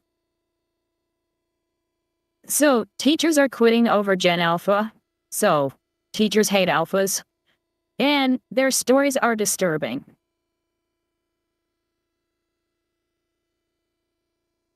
Yeah, I know. I don't agree with that.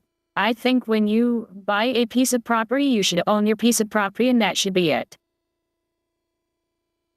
I don't think that you should in any way be renting your property from the government. And for anybody who says, I don't rent my property, I have a house. What do you think taxes are? What do you think property taxes are? All right, those are rent for your property, and if you don't pay those, the government not only gets to keep the property, but they get to keep your house too. Granted, it takes like 5 years for that to happen, but still. I am completely against property tax. And I think that parents should be obligated more to have to pay for their kids to go to school. It should not be everybody else's responsibility through property tax or income tax to pay for your kids' schooling. You had a kid, you pay for it. It's that simple. And schools shouldn't be spending so much money per kid.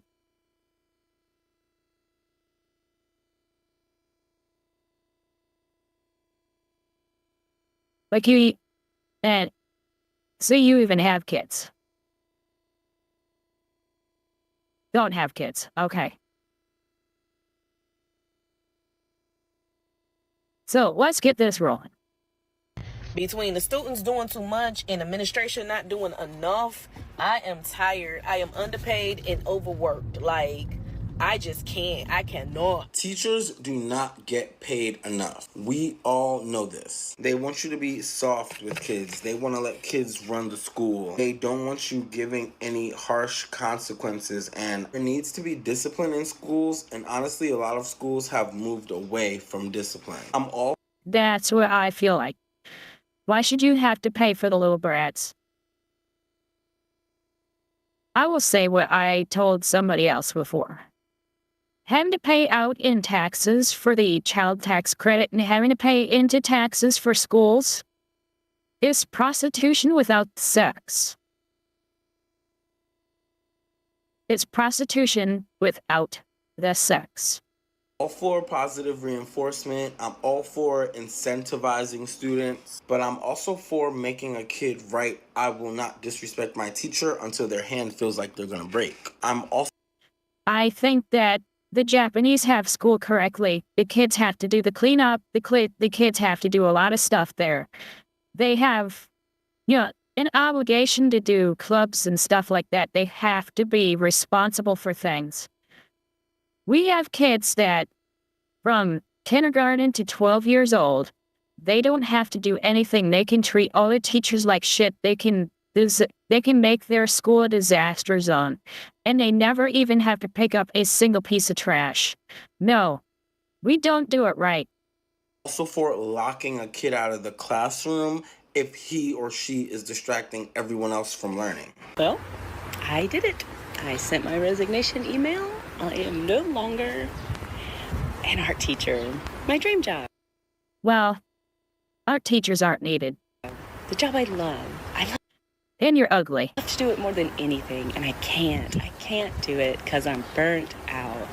Because my nervous system is dysregulated. Because I'm losing my mind. Over the past 5 years, more than 1 million teachers.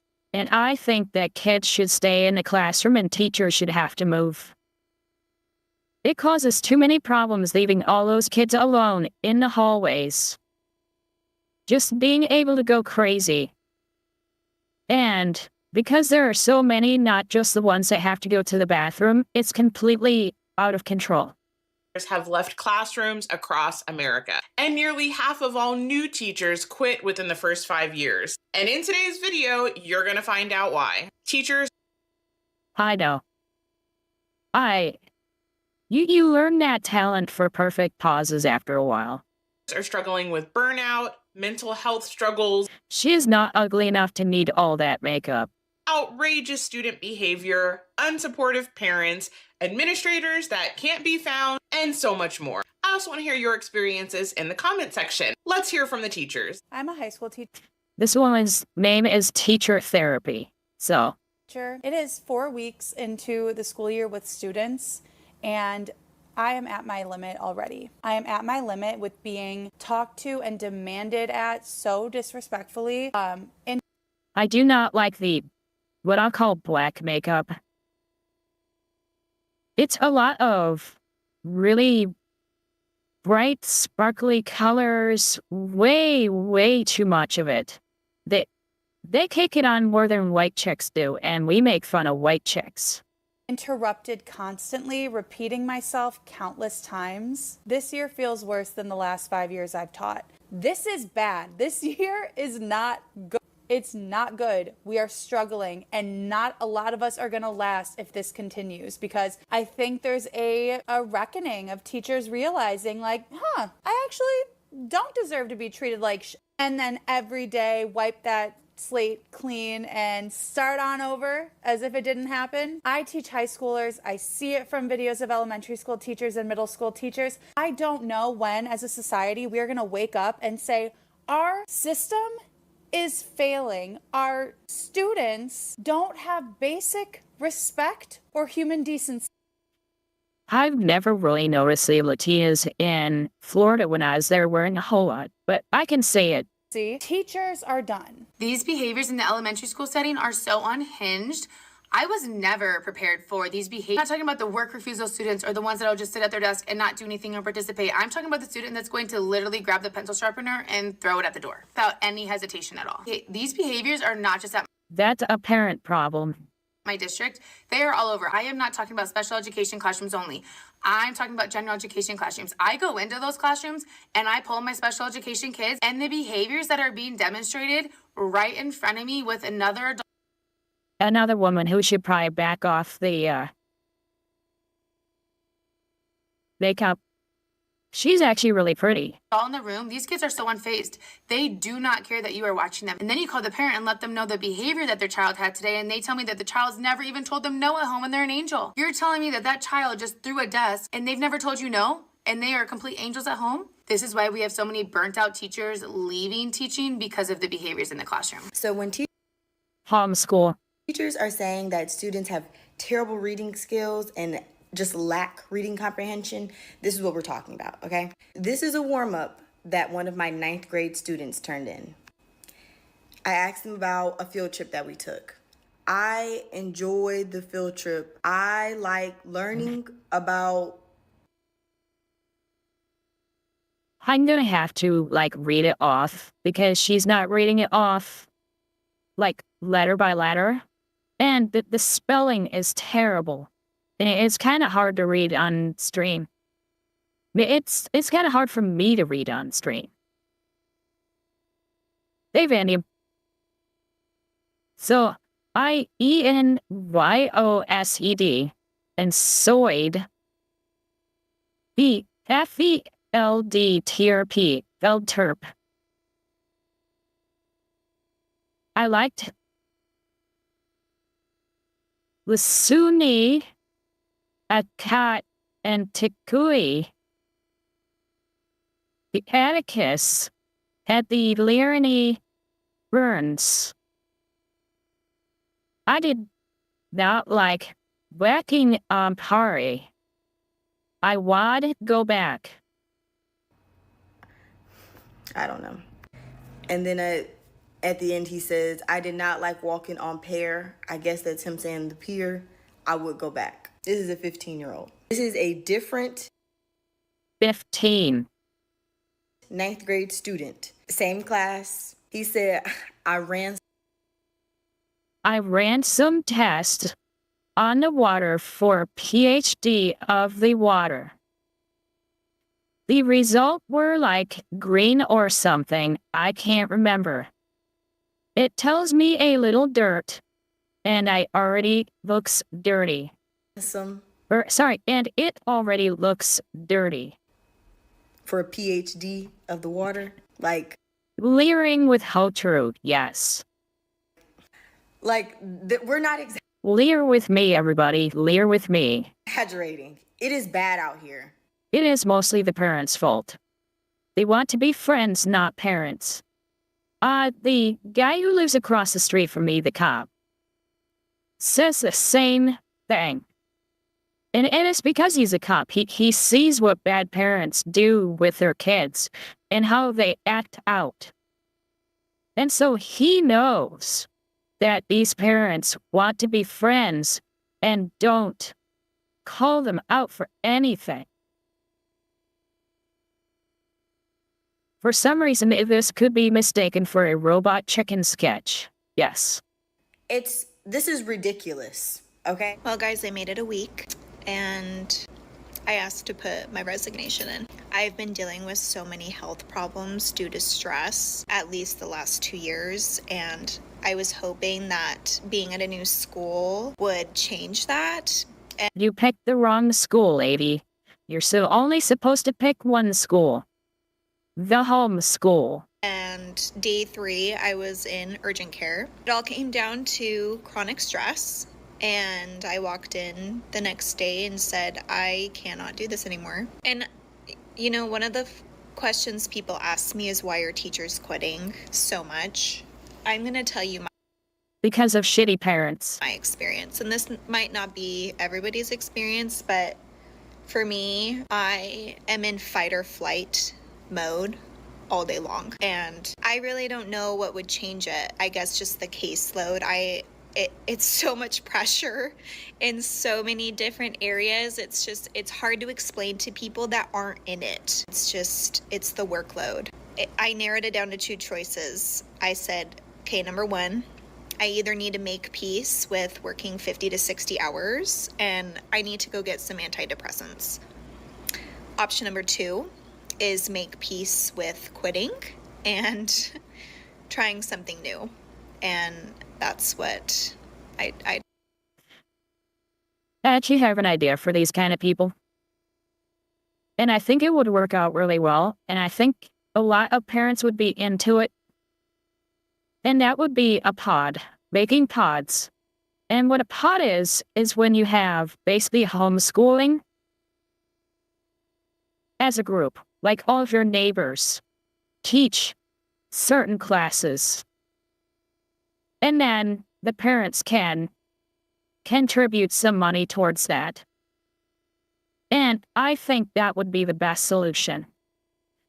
It's not profitable, but maybe if enough students aren't in school, maybe they can not take so much in taxes, and that tax can go towards your schooling.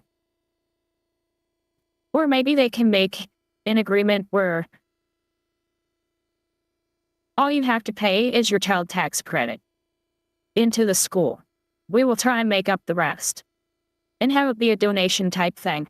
I think if we were to start doing that in big enough amounts, I think it would make the schools change. There was actually one point when I was in Florida, and I actually thought about it, up here as well. It wouldn't work up here. But I thought of it like, when I try to explain it, I talk about buying a floor of a skyscraper in New York.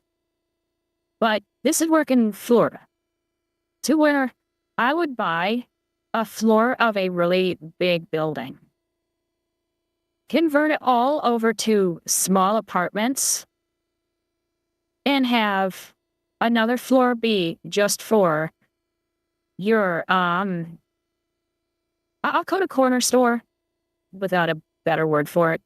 You'd have your own little store that would have your basics, only your basics. And so it'd be tiny, tiny. And then somebody who works there could get a reduction in how much they pay for their apartment to teach kids a certain subject. It's mostly public schools that are the problem, yeah. And so all these kids would be learning, and they would be there with other kids, and they'd be learning from just one person, and it's not a school with 1,000 students in your grade. It would just end up being a lot better.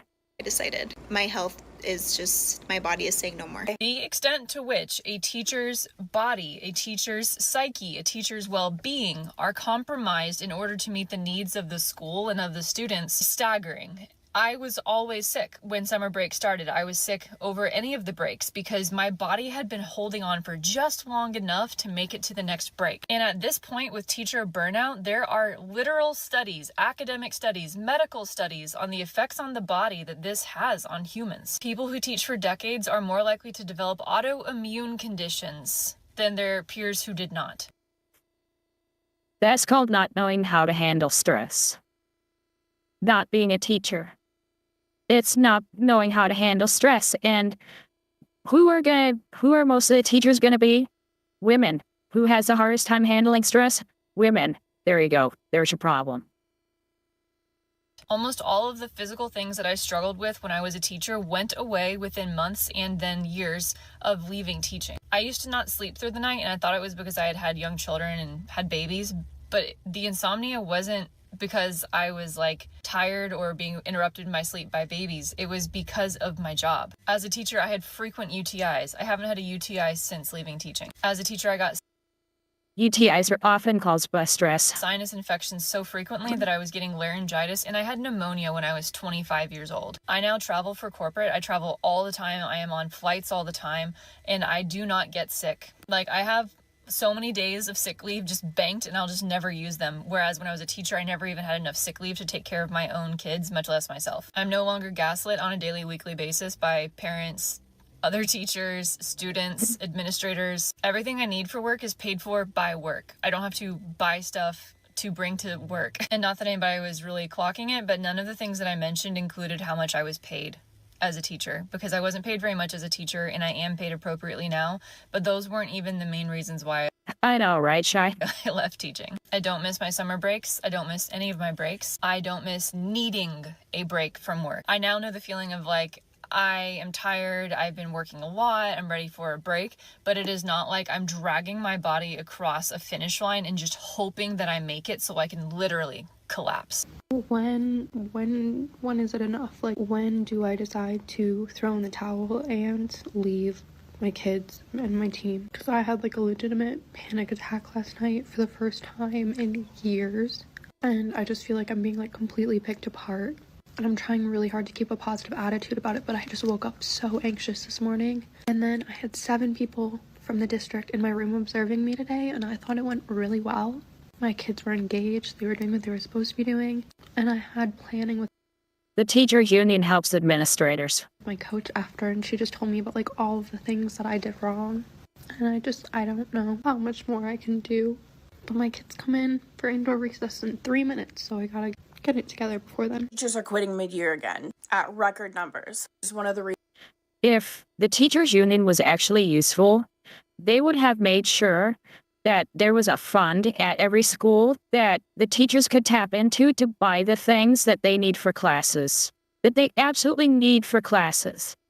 There would be a fund for that if the teachers union did what it was supposed to do.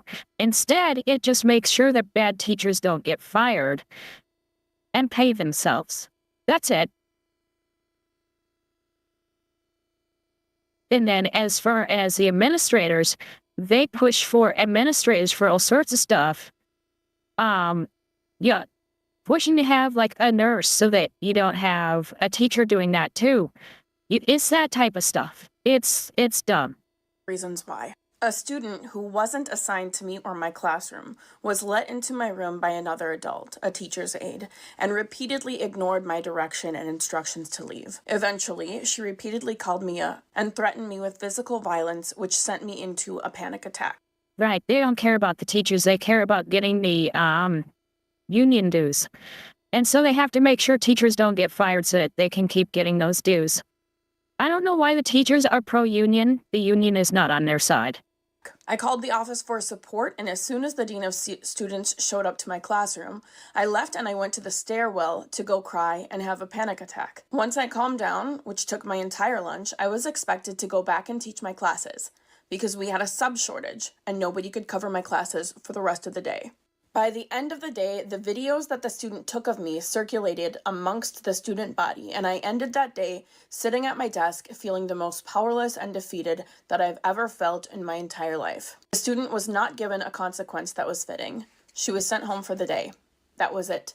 I received So she was given a vacation, nice. no apology, no restorative circle from the student or the adult who let them into my classroom, and the paraprofessional received no disciplinary actions. He stood in my classroom and allowed his student to speak to me in a degrading, violent, and disrespectful manner. After that class period was over, I had several students come up to me and say that they wanted to jump to my defense, but they were also afraid of that student and afraid of their own safety. That's when I knew the As they should be. profession I once loved was no longer the profession I needed or wanted, and I left a month later. And that story is not unique. Teachers aren't leaving because they don't care about the kids. They're leaving because the system no longer lets them teach kids. They're not allowed to teach self-management. They're not allowed to teach respect or accountability anymore. We are told to keep the peace, keep the bodies in the room. Some are even told to pass at 20%. Just get the kid the diploma. Pass them along so that the data looks good. But when we do that, we're not protecting the students. We're doing them a disservice because they are walking into a world that will hold them accountable. We could have taught them how to handle that with grace, empathy, and reflection. But instead, we're told to look the other way. Teachers quitting mid-year There's a lot of looking the other way in schools. every single year is not an exodus. It's self-preservation. And deep down, it's heartbreak because they want to stay. The system is just making it so that staying is at the expense of Yeah. Take the can down the way. Yep. Take it down the road. yourself and your own. Let the next teacher deal with it, and then that one, probably she can take it further down. Family. Nope. All of a sudden, they're leaving high school unable to read or write, and then they don't have to take an SAT to go to college, and the college is finding out that their students can't write. And that's why they re-implemented the SATs at those colleges. They found out that all these students were illiterate, literally illiterate. Not like, they can't read, as in they can only read, dog jump high. No, they can't even read that. As in what you see in the yellow on top there, some of these kids literally could not read. Nobody talks about that. What one unsafe student does to the entire classroom, they cannot read that. They're that incapable of reading. Nobody ever talks about what happens when a student is destroying a classroom or having explosive tantrums every day and how everyone in that classroom pays for it. You're the teacher who's walking on eggshells, bracing. Yeah, a student who does that needs severe punishment. There is only one thing they can understand, and that's punishment. For the next explosion. Consequences of some sort. The ones whose little bodies are going to fight or flight mode. Every time a chair gets thrown or someone starts screaming. And the learning, come on, let's be honest. There isn't any happening. You cannot teach in chaos. Here's the part that makes everyone uncomfortable. Ignoring it or pretending that it's just part of our job, that's not helping that child in crisis. And it's definitely not helping all the other kids and you, the teacher, who might have had to start high blood pressure or anxiety. You are also teaching to the dumbest kid in class. You're teaching to the most retarded person in the room. And there is no way around that. That doesn't work. You have some high-functioning student in there, and they are just bored to death and can't pass the test because they're not even learning.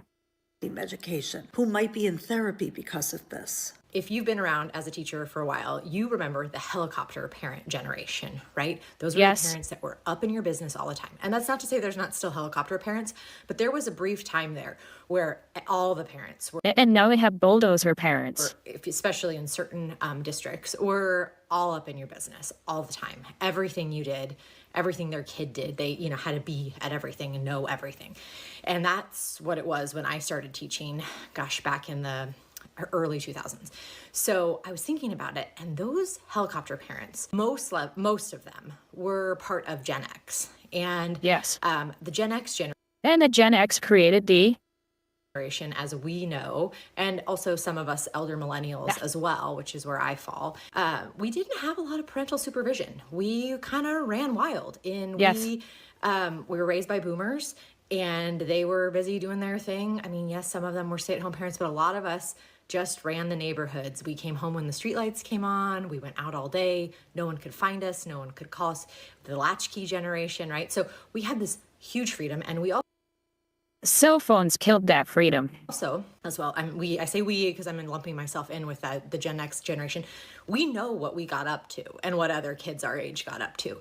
And so I think that shift in parenting was this helicopter generation, right? Like, oh my God, I have to be involved in everything my kid is doing because otherwise my kid is going to do the things that me and my friends were doing or the other kids in my grade were doing. Yes. Kind of thing.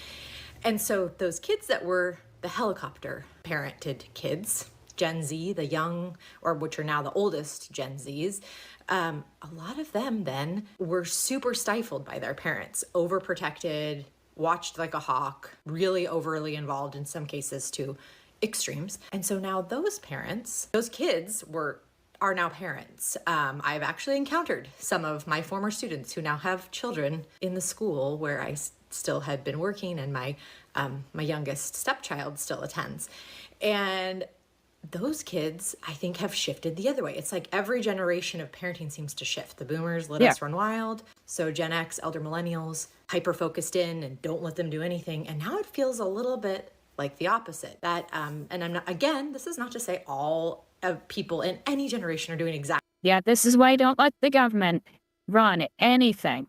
The same thing. But what I have noticed in my experience is that the current younger students, we kind of thought it was just the pandemic. Like, okay, once we move past these kids who had interrupted preschool, interrupted K through 3, like they didn't learn how to be in school when it was really necessary. We thought that was a big part of it. But we're seeing these younger kids that are maybe were infants in the beginning of the pandemic and did not miss preschool and did not miss kindergarten. And they are, in some cases, quite feral.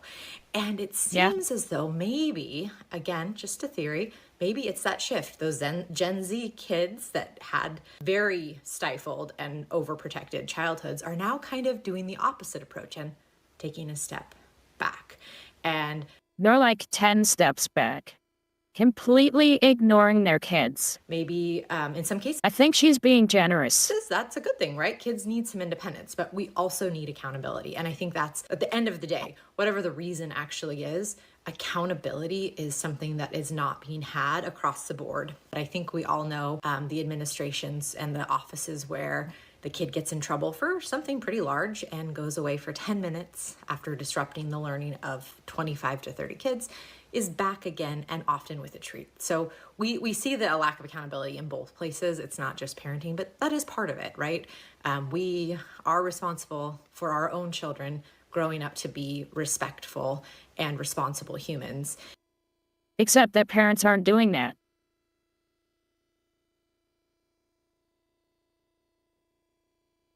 Yeah, in your day, if you couldn't read, write, or do your math, you didn't graduate. Gen X could.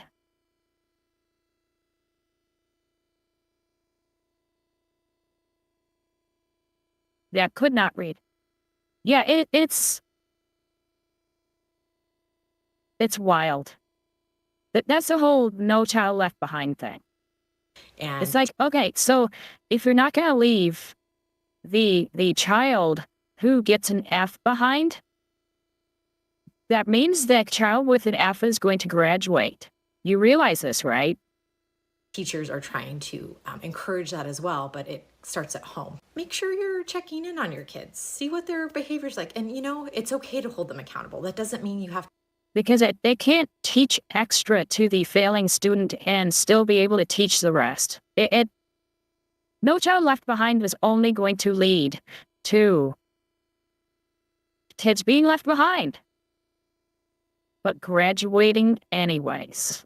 To punish them in some horrible way, but it's okay to have appropriate consequences when kids are not doing the right thing. They actually thrive with some boundaries and some expectations, both at home and at school. So it's the last day of school, and I'm sending out emails and calling parents to tell them that their child did not pass my class. And I get an email from a parent that's like, hey, actually, can you call me? I want to talk about my child's grade. And his mom is like, I'm confused. I don't understand how he's failed. And I said, well, his final grade is a 30. So all 4 quarters averaged up from January, it's a 30%. And she's like, I don't understand that. How could it possibly be a 30%? Like, well, to be honest with you, he doesn't do much of anything in class. He sleeps. He has to be told to put his phone away. He has to be asked to leave the classroom because he's not listening. And his mom was like, "But that's just ridiculous. I've never heard this before. Like, this is the first time I'm being told about any of this." And I said, "Well, that's not true, because I've emailed you twice. And I've told you that his grade is below a 64. That's what he needs to pass. And I never got a response." And she's like, "Well, I work. Okay, I don't have time to check an email. I have other Then why'd you check the email this time and get all pissy about it? children. I don't check my email every day. That's not what people who have jobs." And she's telling me that I should have never emailed her. I should have been calling her, because she's an adult. She needs someone to call her to tell her. Unless she responds back to your email, she didn't see it. So a call would have done better. And I said, "Okay,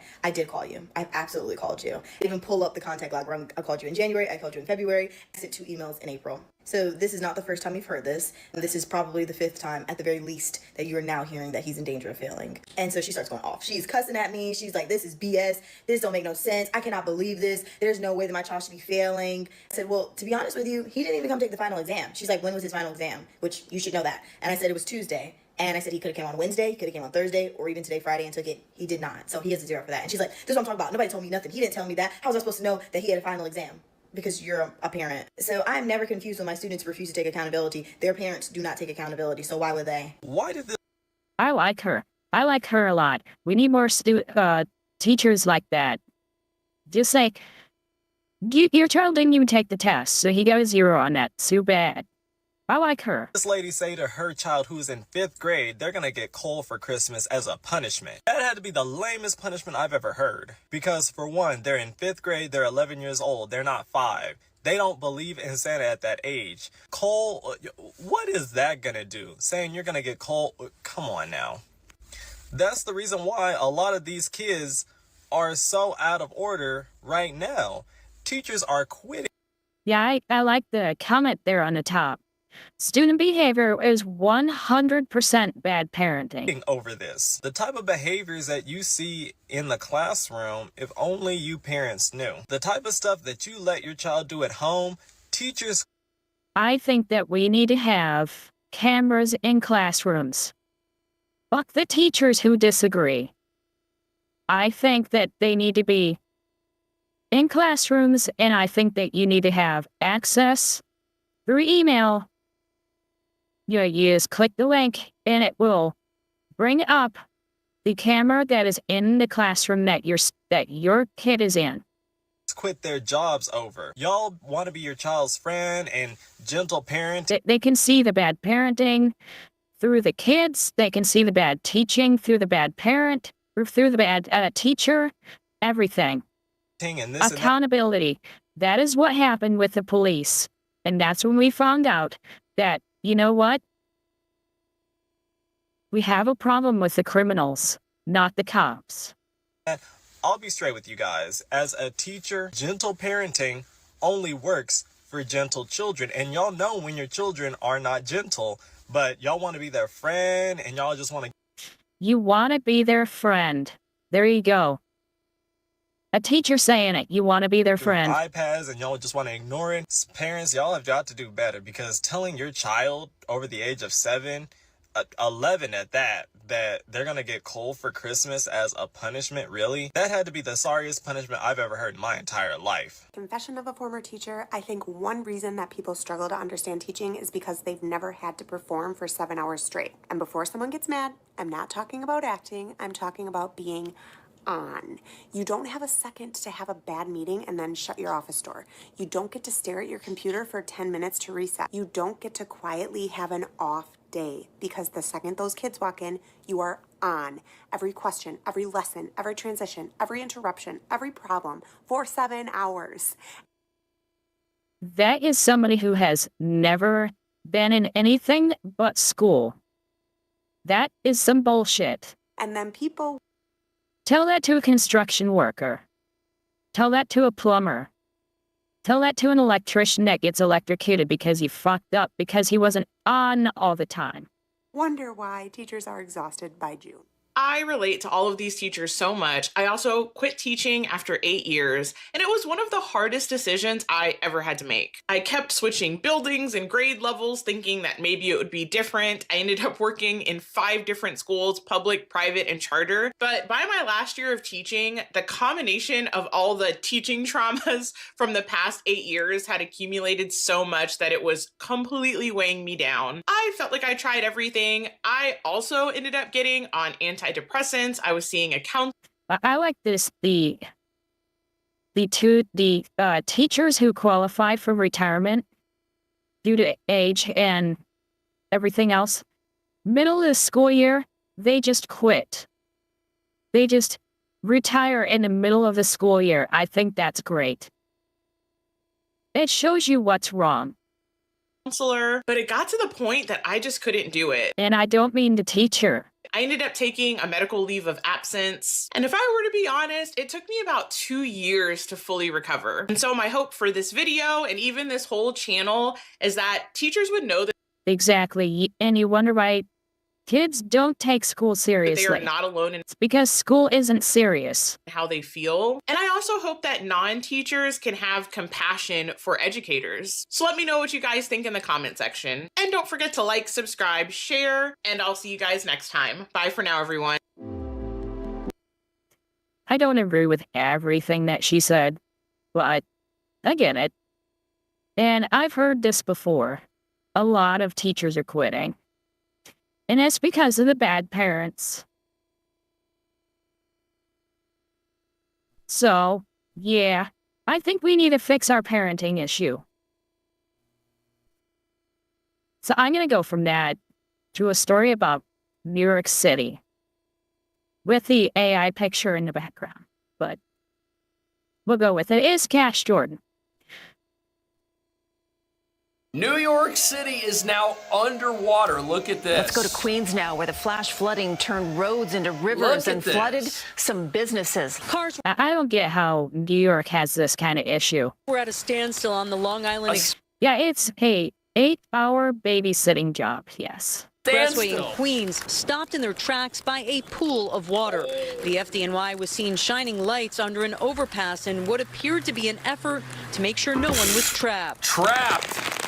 In Bayside Terrace, cars drove through floodwaters and buses trudged through too, with water coming up to their tires. The rain looked more like ocean waves on 180. I think they meant their wheels. 8th Street, where passengers bring back spanking. desperately tried to push a car that was flooded out. Well, if you can't drive anywhere because we don't do sewer maintenance, maybe you should try taking the subway. Let's do that. Yeah. Whoopsie. On second thought, that looks like a bad idea. Apparently, the subways also need a lot of help. Look at these poor folks. Here's your communist affordability. Go to work. And they make it so you can't have a car, so they have no choice but to go this way. Either in the subway or taking a train God damn it. A bus where you're standing in the water. In this. Go home in this. Look, these people are evacuating. Some of them don't even have umbrellas. But maybe those are just isolated problems. Maybe this is not the entire subway system, right? Keep in mind that Cash Jordan lives in New York City. Nope, it's the whole thing. It's also Midtown. This is 34th Street, Madison Square Garden. Look at this nightmare. First of all, take a look at the water gushing out of the building. Take a look at the manhole. The manhole Look at that. is overflowing. The That is sewage on the street. Whole side of the block is flooded. So when somebody takes a shit, it goes in there. It's a flake. We can't even go through the underpass. Me and Logan. That car's gonna stall. That's crazy. And this is affordability, folks. We're spending money on everything except the stuff the city needs to run. New York is I love how the brand of that truck is Battle. spending money Just on saying. attorneys for people who might be kicked out of the country by us. Yeah, and subway trains run on electric. They have a lot of stuff so that even if it gets wet, there's not a problem.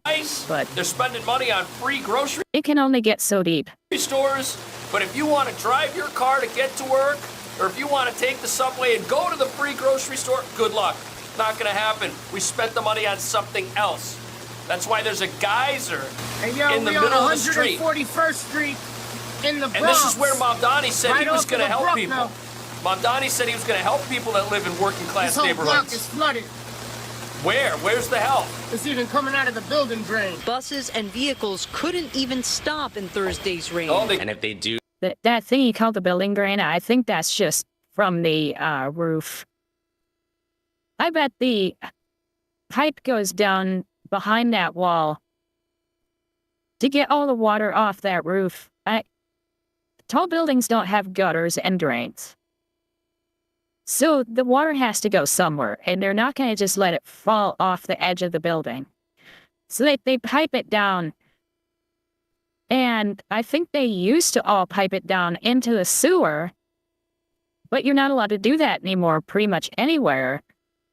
So they pipe it down and out onto the sidewalk. It'll cause like a little Just like a downspout would. wave that'll come up to the sidewalk and into the stores. Oh, it's On destroying Broadway, businesses. across from his store, sandbags could not prevent the water from getting into a furniture Wow. business. An employee gestures at how high the water went. Up to your ankles at least, and manholes were open, flooding from the local halal places. He says Thursday's flooding in the neighborhood is what they're seeing every That's how you end up with somebody falling into a manhole. It's that type of stuff. time it rains. He said a local martial arts studio had to close early. Every time it rains. Think about that for a second. Things are so bad in New York City that every time it rains, the local businesses get wiped out, get destroyed. But you know what? That's not a problem because the free grocery stores are going to come along and you're going to be able to shop there and they'll never get wiped out because we're going to tax these greedy business owners to keep them open in spite of the fact that we're not doing sewer repair anymore like we should. In spite of the fact that we're not keeping the streets clean and the roads clear. Oh no, it's almost like the... Well, keeping the roads clean is actually part of keeping stuff out of the sewer. So, yeah. They need to work on getting everything cleaned up. Weather in New York is now doing the work of the communists. If it destroys all these businesses before they have to, well, I guess they don't have to. Our neighbors, they own a jiu-jitsu, Muay Thai place. Their gym always floods. Then we go down to our local bakery. Their basements floods. Normally, when we meet with DEP, they tell us that nobody's ever reported as a flood zone. But it makes sense because we are an immigrant neighborhood, and when we talk to our neighbors, they have no idea how to report those things. Oh, but I thought Mom Donnie was just so proud of New York being a city full of immigrants. I thought that this was something that he was committed to protecting and committed to working towards and preserving and elevating. Where is all of this? We'll see more ICE agents you ever seen in New York City, and it's coming. We've heard threats time and time again from the federal administration. We want to be very clear about the It is looking more and more like India, isn't it? fact that our values, our laws are non-negotiable. We are proud to be a sanctuary city. We are proud to be a city where of 8.5 million people, more than 3 million are immigrants, and we will fight any of these threats tooth and nail to ensure that this keeps being the city that we love and the city we live in. It's almost... Or you can get rid of all the illegals. Your rent goes down in all those apartments. People can actually afford to live there again. And maybe you can clean up other stuff because you're not paying for illegals to be there. You can pay for sewage to be fixed. I'm just saying. Yeah, I've heard that all of New York just smells like rotten eggs. It's like communism doesn't care about who you are or where you're from. Just if you have something somebody else doesn't have, its goal is to take it away. A rep for the Department of Environmental Protection says it's planning a meeting with local businesses and did a tour of the area August 11th. And then they'll probably blame the businesses for having a mess. So, in a statement, it said in part DEP is investing in flood-prone neighborhoods. The agency is advancing a multi-layered approach to stormwater management, combining sewer upgrades with underground stormwater storage. When's that The gonna DEP happen? rep adds that this approach will help catch and hold rainwater before it enters the system. The city also says it activated its flash flood plan this evening, deploying crews to catch basins. So the city's going to have a meeting about what to do when it catch basins are not going to fix New York City's sewers. rains to protect neighborhoods full of the very people the mayor said he was coming out to take care of. Isn't that nice? It's almost like there's an emergency in New York. Wow, that's a lot of water. It's just nobody wants to talk about it. Also, Remember, all of these buildings have basements. Now, some of these buildings are elevated, but this is not That car could stall. everywhere. And if you're below ground and the streets look like this, that water is coming into your property. And some of these Wow. stores, like that jujitsu place that always floods, these are places where they lose all their inventory. If you got a bunch of food in the basement of some convenience store, it's over, man. Look, we got emergency vehicles. They can't even get down the street. This is crazy. The streets are clogged. This is so bad and so dangerous. Look at this person And it's not like these cars can pull over to let it through either. on their delivery bike, on an e-bike. That is dangerous, man. You are riding. You are that is crazy. I would not do that. I would not ride an e-bike through a flood. It's not going to work out. And actually, riding the e-bike through a flood isn't the issue on its own. It's the fact that you don't know what's on that street. This is just You could end up in a manhole. That's basically what I'm insane. saying. And if any of these cars stop, they're cooked. Like they're absolutely finished. I cannot believe look, subway train stopped above ground. Look at that. Yeah, of course the trains don't work. No one can Yeah, the subway's stuck. get anywhere. When it rains, this is normal weather. And that's what's so abnormal about New York City. They've literally spent every cent they have on something that is bad for the city when the basic stuff doesn't get done. And I'll tell you why that's happening. If I lived in a city like that and we had water like this, I would modify my car so it got air from above. That's when you see like a Hummer and you see that pipe going up on the side and you're like, what the fuck is that? That's for air. That way they can go through something and not have to worry about the engine being stuck without enough air to run. They need air from somewhere else. With cars, they get it. Cars used to get it through the grill in front, but they don't anymore. They actually get it from under, and then the air goes up and into the engine bay. And that is where it sucks in that air. That's not good enough if you are going to be in a Hummer and the middle of a desert and stuff like that is just gonna wreak havoc. So they grab air from higher so that you can actually have your truck or Hummer or whatever go damn near underwater and still be fine. The communists, they need an achievement, a monument, something visible that's going to be around for a long time that they can point to and say, I built that. They need a massive statue. They need a $30 million grocery store built in the middle of a city-owned parking lot in Harlem. They don't want to take over a grocery store that's already exists and turn that into the city-run store. No, because they didn't build that. They need some crowning achievement. That's why they're all about things like that, and if somebody still has that building, they still get tax dollars. If they put it in their area that isn't getting tax dollars through, property taxes, then they're not losing out on any money. That's why. restoring and renovating even though they don't want to fix anything. Look at this. And congestion pricing is paying for it. Oh, yeah? Chambers Street Station is over 100 years old. This restoration will rebuild crumbling stairwells and broken doors, fixes to the ceiling and to the underlying issues that cause regular leaks. And it will That is nasty. restore the ceramic tiles and marble bases that make this station so unique. Oh, yeah?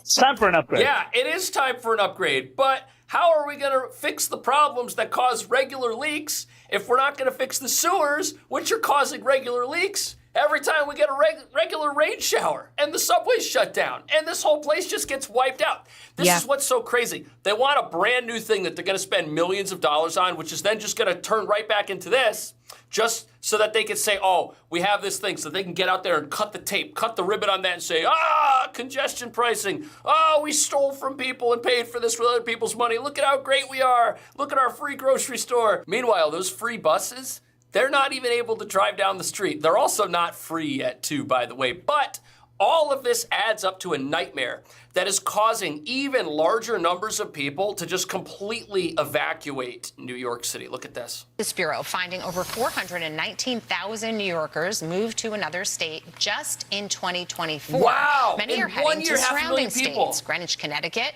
just recorded a $12 million luxury condo sale. New York gubernatorial candidate Bruce Blakeman was on this program yesterday. He told me about his plans for the Empire Yeah, how State. you gonna fix that? This. We've got to How get good? back to common sense and good judgment and economic principles. Common sense and good judgment. That is just something New York will never understand. That will grow our economy rather than contract our economy. Right. So I will be very forceful in making sure that we roll back things like the pied-à-terre tax. Think about this. Every other state in America is trying to lure high net worth individuals into their state. We are basically asking them to leave. Rich people can go wherever they want. And who gets stuck holding the bag?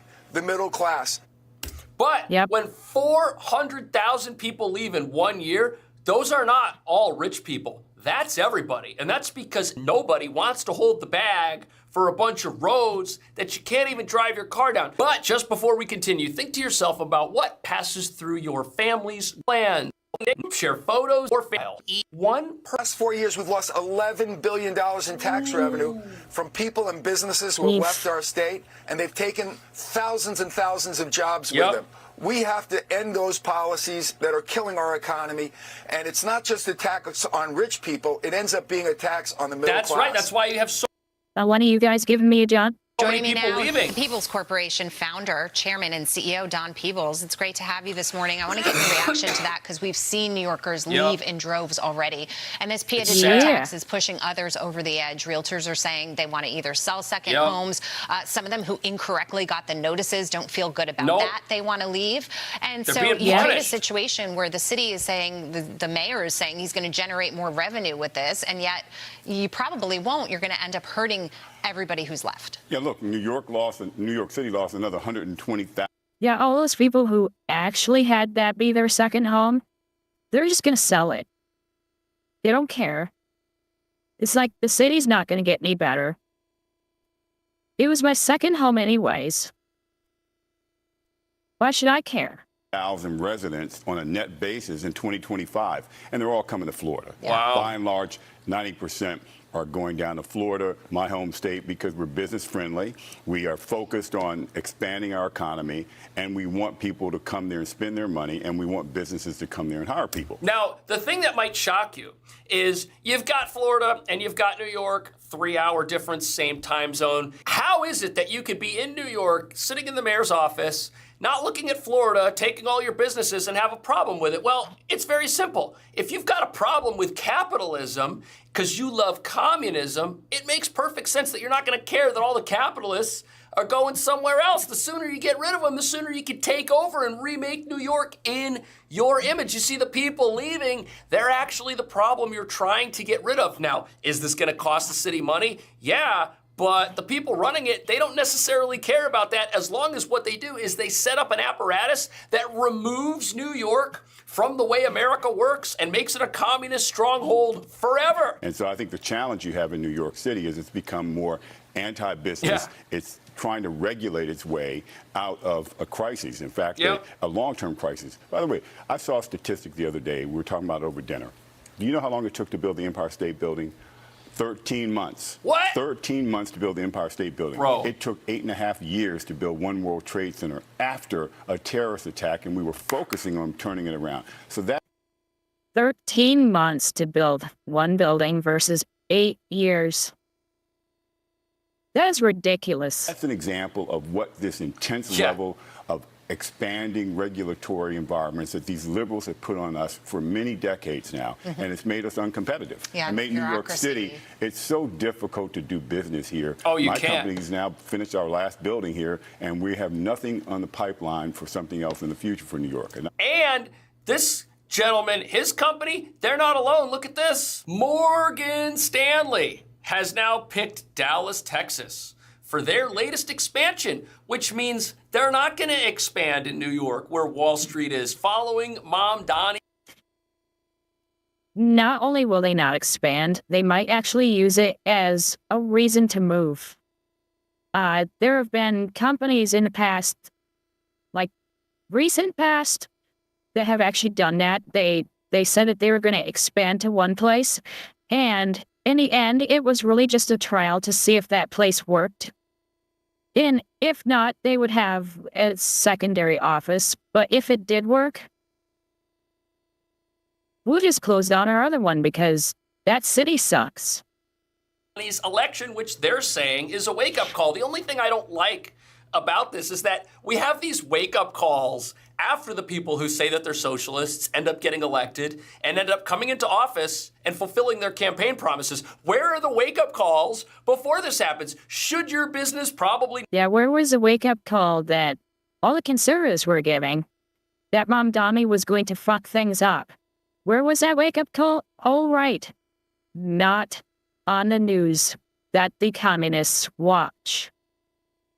They think that when we say that Mamdani is going to be horrible, that we're just conservatards, that we're just maggots and all this other stuff. And it's like, no, we already know where this is going to go. All the stuff that he's said that he's going to implement in D.C., it's already been done before, including in the U.S., and it's always failed. Not invest in New York if the mayor says he's going to punish you? Yeah, I agree with that. That's why this is probably a smart move. But the stupid move is, where were these people? Where were they? Why weren't they speaking up about this when the mayor said, look, I'm a socialist, I'm going to tax the rich, here I come, vote for me? He didn't lie. He didn't hide the fact that this was his agenda. The financial giant plans to relocate up to 4,800 jobs. They will anchor a new 1.3 billion, 700,000 square foot skyscraper. Thankfully, I was young enough to not have to live through that one.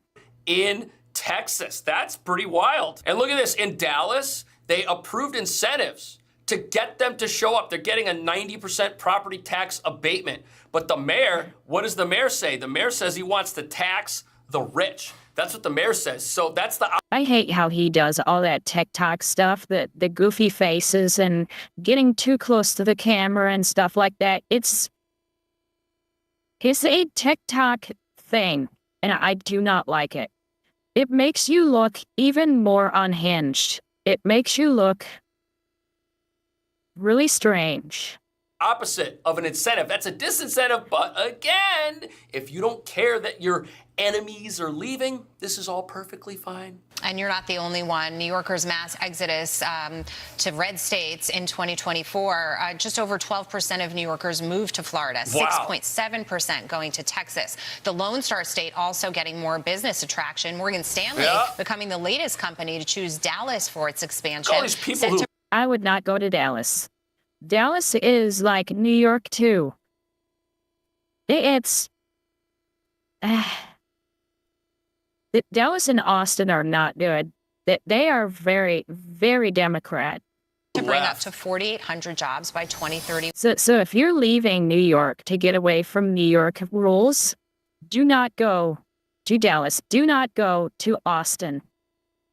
Because they are just one more vote away from implementing the exact same thing that you're running away from.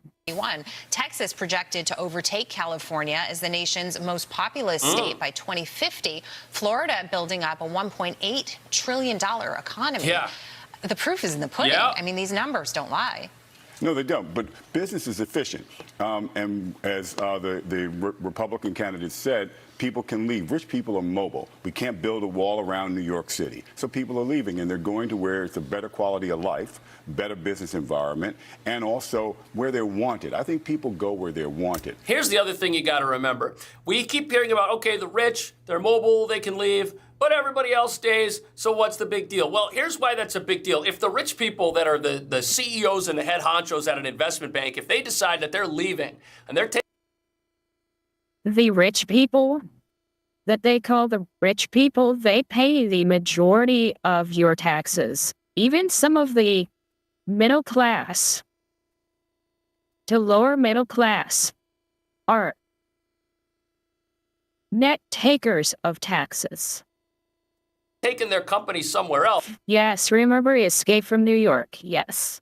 Where are the people who work for them I like that movie. supposed to go? They're going to relocate these jobs, maybe even not immediately. The Morgan Stanley relocation, that relocation of jobs is going to happen over time. And what that also means is you don't just have these companies that say, okay, I'm going to move from here to here, and this is where I'm going to do my hiring, and this is where I'm going to have my employees. That creates economic conditions here that are conducive to more economic growth, while that economic growth doesn't happen over here in the city that lost everyone, which means future jobs are not going to be created in New York at all. And those are future jobs that we don't even know about yet. Why?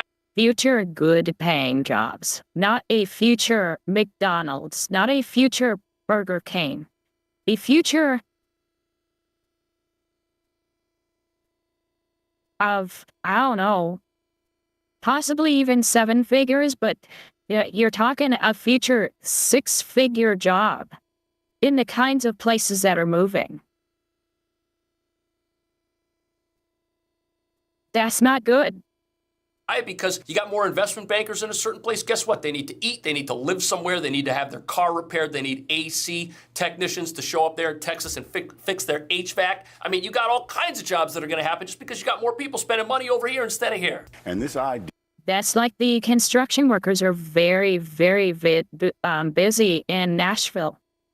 They can't build buildings fast enough.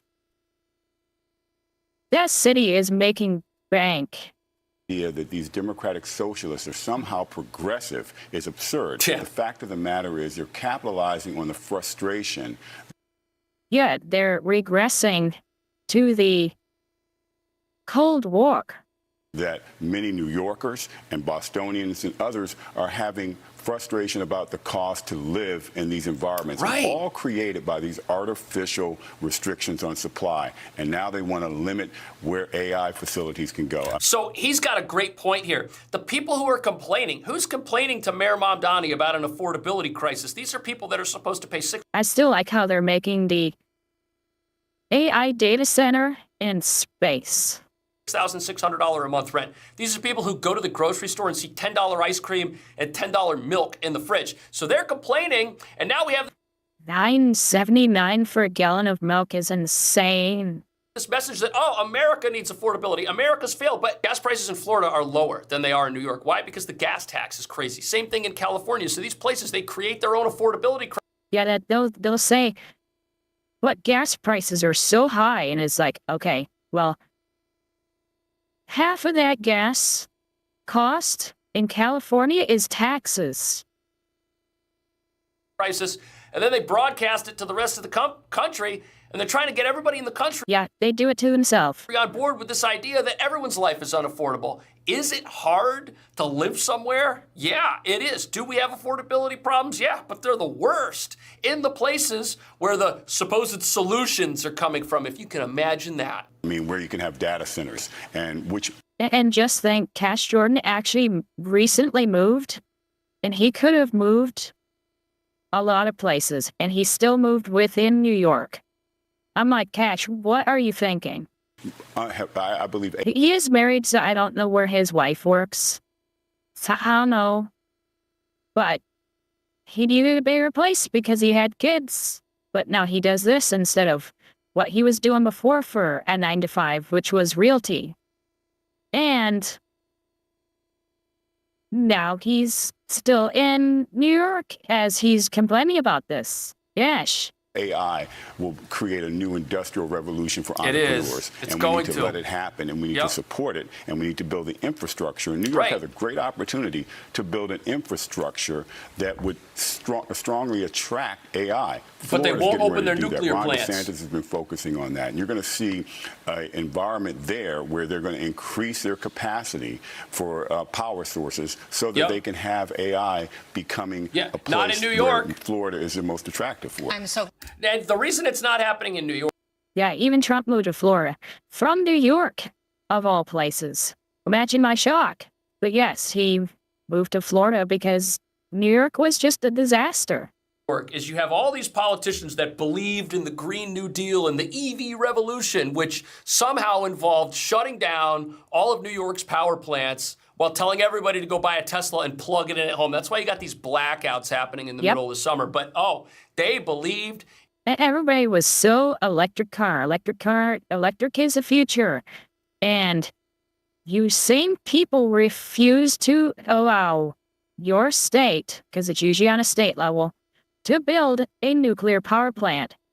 And you simply cannot get the kind of power that you need from all these alternatives on the same amount of land.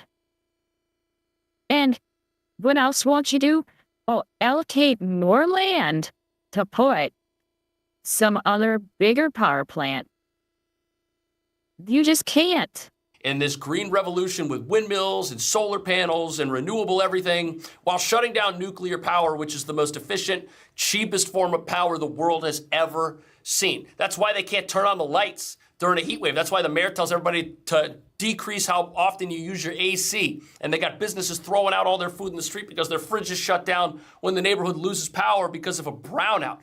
This whole place is ridiculous, but you have to tell yourself that, look, it's not ridiculous because the people running it are unsure of what they believe. No, they know exactly what they believe. They believe that if you have something, you're the problem. They believe that the capitalists are the problem, that the rich people are the problem. So if those people go away, if they take all their jobs and all their industry with them, that actually makes these communist strongholds better and actually puts them on a path to success somehow. That's what these people think. But what do you think? I'll see you in the next video. California never stands a chance. And that's because they refuse to have their own power plants. California could easily build a nuclear plant, a brand new nuclear plant, the Gen 5s. They are so good, they're so safe that if they start melting down, it basically collapses into itself to the point where it actually gets less possible for it to keep melting. I mean, it doesn't get any better than that. Though it still kills me. If you really think about it, we are in the steampunk age. Almost all the electricity that we produce, whether it be gas, coal, nuclear, all of that is just a different way to boil water and make steam and turn a turbine. That's it. We are in the steampunk future. There's still steam. Even nuclear is still just steam. They just got very, very convenient, very, very efficient at boiling water. That's it. And that's why nuclear is so cheap to make. Like power with. It gets, like, self-produces its own heat. And it gets really hot. Our problem is keeping it cooled down enough.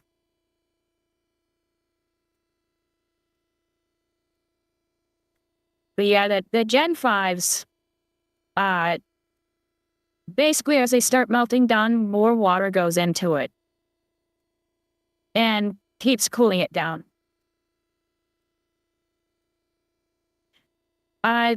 The Gen 5s, I believe the waste from a Gen 5 is 50 years. They can even reuse some of the old stuff. The Gen 5s are nice. And they're small.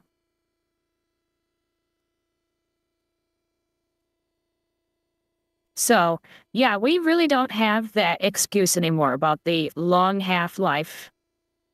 We could dig up the old stuff and use it as fuel in the new versions. That's how much more efficient we've made all that stuff.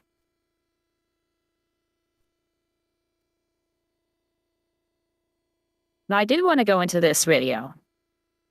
So I thought this would be interesting given all the, nobody can boil water like we can, yes.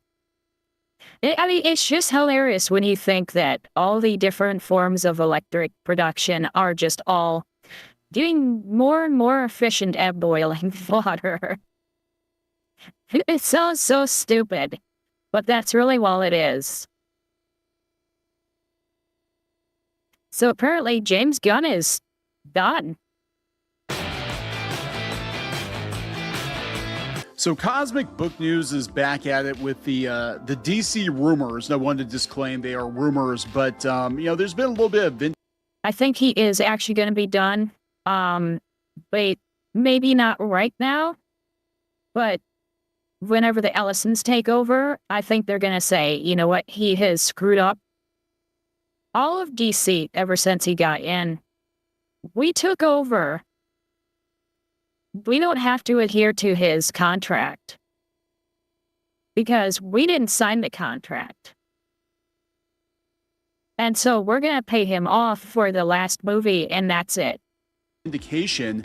Matt McGloin said that the first episode of Lanterns would see the unaliving of Hal Jordan, and that actually did happen. I know that they tried very hard to shut him up when he leaked this plot point. Now, whether or not Hal Jordan stays unalive throughout the entire series, that's, yeah, we'll see about that. A conversation for another day. But he was correct.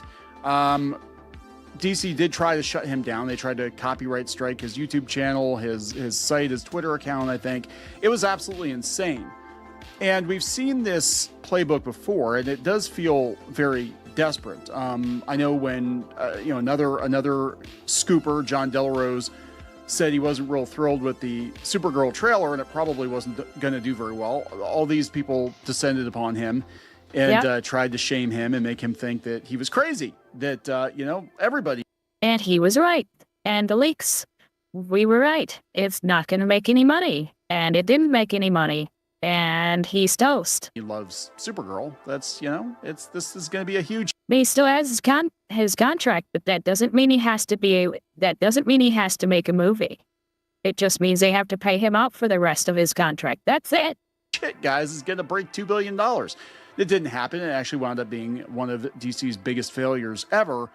So Cosmic Book News, McGloin is back with another rumor. Again, this is a rumor, not my rumor, but it does track with everything that's going on right now with Paramount and Warner Brothers. He said that they've already... I mean, he probably only has like a 1, 3, or 5 year contract. Written the farewell letter. That Warner Brothers Legal has already written the letter announcing James Gunn's departure, or rather his contract not being renewed. And honestly, the feeling is probably mutual, I think, at this point. I can't imagine that James Gunn, being as political as he is going to want to work with the Ellisons. Yeah. I'm just saying. And they don't want to work with him because Supergirl was a massive failure. And Man of Tomorrow probably is not going to be a huge hit, not a Spider-Man level hit. However, a Zack Snyder Dark Knight Returns probably would do pretty okay. I'm just saying. So let's talk about all this. Yeah, that doesn't mean we need Snyder back, thanks. Before we get into it any further, please subscribe for more pop culture news, views, and rants, guys. If you're looking for more podcasts and you're looking for more.clownfishtv.com, it's moved. We've moved. So we're out at clownfishtv.com. We decided to just get rid of the standalone blog and just post the podcast over there because Google has destroyed the internet, guys. Google's completely destroyed the internet. So we'll probably have a video coming on that later this week. A lot of people calling out that Google has ended small sites, but you can check out our podcasts and paywalled content at clownfishtv.com. So thank you very much for that. All right, let's get into it. This comes from Cosmic Book News. James Gunn's DC farewell is already written per insiders inside the WB Exodus. Exclusive. All right, so the culture gap behind the Exodus is now visible on screen. Gunn's Lanterns mocks the Taylor Sheridan audience Paramount is banking on. When the time comes for James Gunn to exit DC, we're told the goodbye is already Taylor scripted. Sheridan. Man of Tomorrow framed as his farewell love letter. There we go. Taylor Sheridan is the one who made all those really good shows for Paramount. Was it like Landman and Yellowstone and stuff like that? That was him. Fans as he chooses. And they lost him. They didn't renew his contract. Chooses to return to his true passion, writing and directing. The letters are already written, one of our insiders tells us. I think this is a given at this point. I think after Supergirl, there's no coming back. Now, apparently Lanterns is doing pretty good. I haven't watched it. I don't really care one way or the other. What I cared about was the fact that we had a corporation going after an independent journalist, independent blogger, and we've been there ourselves. And we see how the machine works. And I do think it probably was James Gunn's people, Peter Safran's people. I think they hire these firms to rough up bloggers, rough up YouTubers, make them think they're crazy, right? Roll out the bot accounts. But they said, the letters are written. 2 high-level Warner Brothers Discovery executives are out the door in a month, and both exits arrived gift-wrapped. One went to Netflix, another went to Amazon. Yeah, they're all going to jump ship because they don't know what's going to happen to Warner Brothers. I mean, honestly, if it were me, I would too. I'd be like, once Paramount and Warner merge, which I do think will happen, I don't think there's going to be any job security. I think you need, especially if they move. If you're putting out one of the worst performing DC movies in history, I don't think there's a whole lot of job security.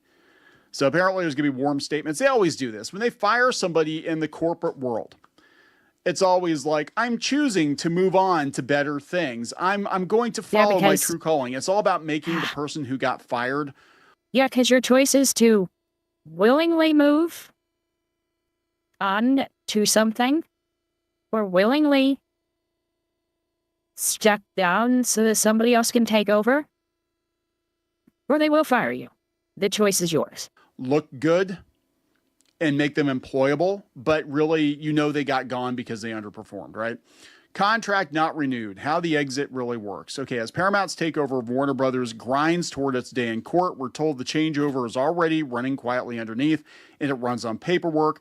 Contract not renewed, one of our insiders tells us. Lots and lots of Warner Brothers staff are in that position, including Gunn and Safran. They all know it's over. That's why they're jumping ship. How it plays out from there follows a script. Most will be allowed to quit in a dignified manner. If they don't, the contract runs out and they're out. So technically, they're not fired. Yeah, they always do this too. It's always semantics. When somebody gets pushed out of a position, and we get people in the comments all the time, it's like, they weren't fired. They weren't fired. It's like, what did you think they were going to do? Like say, hey, put your shit in a box, James. Get out of here, James. That doesn't happen. That's not how it happens in Hollywood. That's not how it happens in corporate America. That might be how it happens. That doesn't happen in any big corporation. To higher ups, you're never fired. You always step down. Happens at like McDonald's, but when you're a certain level, it's like there's a difference in how they terminate people, and you never know where your next meal is going to come from. So you try to part ways on the best terms possible because the person you fire today might potentially be your lifeline later on. So you don't want to burn that bridge. Yeah. Second source independently backs the pattern, according to Matt McGloin. A lot of contracts were not renewed, so some of this is spin from the people themselves. They tell us, adding, there are people already in the process of leaving, so expect more people to exit. Public record backs it up. You don't need to take the source's word for it. WBD's own legal department drew a map. So Pia Barlow, the EVP of Originals Marketing for HBO, jumped to Amazon in July, and Warner Brothers sued within days because Barlow's contract ran through October 2027. She left mid-deal, so there was something to enforce. When Katie Martin Kelly left for Netflix this week, there was no lawsuit. Her contract was up, nothing left to enforce. So yeah, that's the thing too. They're trying to play keep away, like they don't want them going to the competitor, but I could totally see James Gunn going to Netflix, or they hire James Gunn for particular projects. Like I like James Gunn movies with certain characters. Superman, Supergirl are not characters that are in his wheelhouse. I think he was fantastic on the Suicide Squad. I think Peacemaker is fun. I think he'd be great with a Lobo movie or something like that, or Doom Patrol. But just, Superman is definitely outside of his purview. So yeah, the letters are supposedly. You can't write Superman if you're a communist. Written. What else has he got here? Supergirl fallout hits the executive suite. Warner Brothers comms boss exits. Insiders say it was no surprise. Yeah, I would leave too. Like I said, it's the writings on the wall. Like all these people are going to get fired, right? Deadline reports Martin Kelly is heading to Netflix as VP of Communications Film, where don't don't believe when they try and tell you that they didn't have truth, justice in the American way because of overseas. The overseas know truth, justice, and American way is Superman as a whole. They would have been just fine with it. It's because he didn't want to say it because he hates America.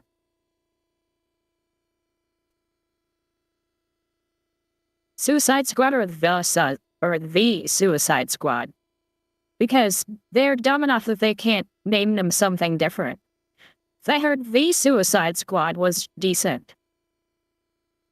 I didn't watch it because I didn't care. But Suicide Squad, yeah, that was pretty bad. She will oversee the comms operation around Dan Lynn's feature slate. So James Gunn will probably wind up there. She starts September 8th, and there's a lawsuit, I guess. Her contract is up. Oh, no, she's the one that didn't get sued. It was the other one that got sued. It's not clear whether the role gets backfilled while Paramount sits in front of a judge. Warner Brothers' Martin Kelly led media relations and corporate communication for Warner Brothers Pictures, New Line, Warner Brothers Animation. Clockwork. Why does Clockwork? Supergirl is a DC Studios production under James Gunn and Peter Safran, a separate operation at the time from DeLuca and Abdi's motion picture group, which had nothing to do with making the movie. It says it's not a sudden exit. Yeah, it's like, look, I mean, we don't have to go through the whole thing here. It's very obvious what's probably going to happen. Now, the word is Lanterns is doing very well on HBO. I don't know how many people were hate watching it or what, but I think there is a lot of hate watching, but hate watching doesn't give you enough numbers. And I might check it out one of these days. I don't know. But apparently it has not gotten a season 2 because I think everything DC is up in the air. I mean, there's some other DC projects that have been canceled outright. It's up in the air. Yeah, I think they're going to avoid announcing season 2s and sequels for a while. They're going to want to make sure that what they have really truly is successful before they make announcements so they don't have tons of cancellations. Like Star Wars. With My Adventures with Superman or whatever, that Tumblr cartoon, that's up in the air right now. Everything is up in the air until they get this deal nailed down. And then I really do think there is going to be a massive change at DC because it needs it. Even though they occasionally get it right, I don't think they're pulling the numbers that the Ellisons want to see. So it's going to be very interesting to see what happens. They need the Ellisons to come in and fix their shit. Because they cannot fix it themselves. Whatever they do ends up being worse every single time. They have got to go at it differently or drop it. It's just too late.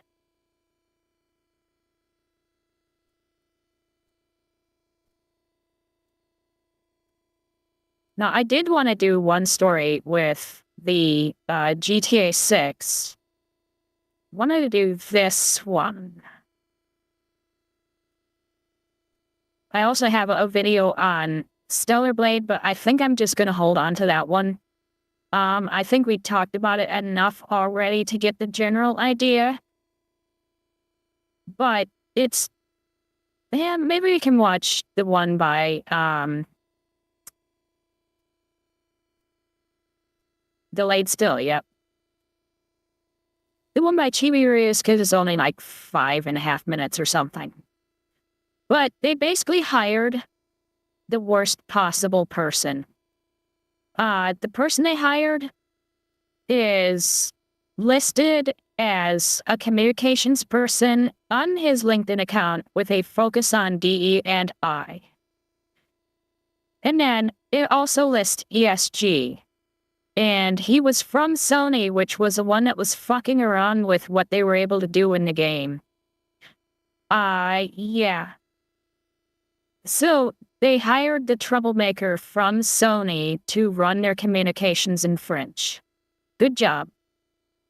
Grand Theft Auto 6 is people losing their minds. I don't think I've ever seen anything like this before. Frankly, it's starting to make me feel a little bit uncomfortable. Now, leaks aside, though they still have a part to play in this entire story. Man, AAA, you never fail to surprise me. It seems like even just getting a whiff at what this game could potentially be is driving people out of their minds. They're throwing caution to the wind. They're pre-ordering this game in mass numbers without even seeing what it is. They don't even care at this point. To the point that it's actually surprising the CEOs of these companies. Not to mention the fact that they're lining up to pay for a Netflix subscription to watch a trailer 6 hours early. Oh, God. Yeah. That they can watch a trailer that is on Netflix 6 hours before it goes onto YouTube. And so they're going to pay for Netflix for a month. Look, man, I get it. I really do. I understand that for a lot of people, Grand Theft Auto 6, it's their game. And Rockstar, for them, has always delivered. And honestly, that's probably pretty true. And, you know, on top of that, this industry has failed a lot of these people. AAA games have just been not very good. And this might be the first game in a long time that might actually be worth their time and worth their money and worth them getting excited for. Hell, it might even be the last in some cases. But those expectations have basically kind of taken things into irrational territory. Grand Theft Auto 6 is no longer just supposed to be a game or the next game in a series. It's supposed to be the game that's going to save the AAA gaming space and also somehow deliver on 13 years of imagining what this game is going to be. And when you have that many people that are that excited about something, that are that desperate for something, they are the perfect lab rat. And man, does that excite a lot of these companies. There's been a lot that's happened since I've been gone. And one thing that I was not going to let go of was the fact that I saw content creators and journalists and players and basically everybody trying to come in and defend Rockstar, putting their new gameplay trailer, their reveal that they're going to do, behind a 6-hour paywall on Netflix. And they said that it's inconsequential. They said that it's nothing. It's nothing for you to pay attention to. And these people are either lying, they're either covering for the industry, or they just have no idea what any of this means. Because it's not the trailer, it's not the 6 hours, it's the precedent, it's the experiment. They're trying to see how much they can monetize. And even more so, they want to see how much you are willing to spend without giving you anything. So today, we're covering all of it. We're going to be talking about the absurd pre-order numbers, the insane expectations around this game, what Take-Two's own numbers say about this entire situation and where all of this is heading, and how that stupid little 6-hour Netflix window matters a hell of a lot more than people think. GTA 6 isn't just trying to see how much you're going to pay for a game. They're testing to see how much you're going to tolerate before you even get one. Before that, a word from today's sponsor, Helix Mattress. See, I've been sleeping in my new Helix mattress for about a month now, and I also toss it. I'm not needing it. Instead, if right now, ones, I'd probably just do the neck doesn't hurt. I don't have it. HelixSleep.com. They're labor to sleep on. Every bit of news that comes out around it either shifts my expectations or just my fundamental understanding of reality into places that my brain can barely even comprehend. Grand Theft Auto 6 is just not behaving like a normal game launch. Hell, it's maybe not even the launch of anything at this point. We're still 3 months away. Rockstar opens pre-orders for a game that they still haven't even shown a single frame of actual gameplay for, and somehow...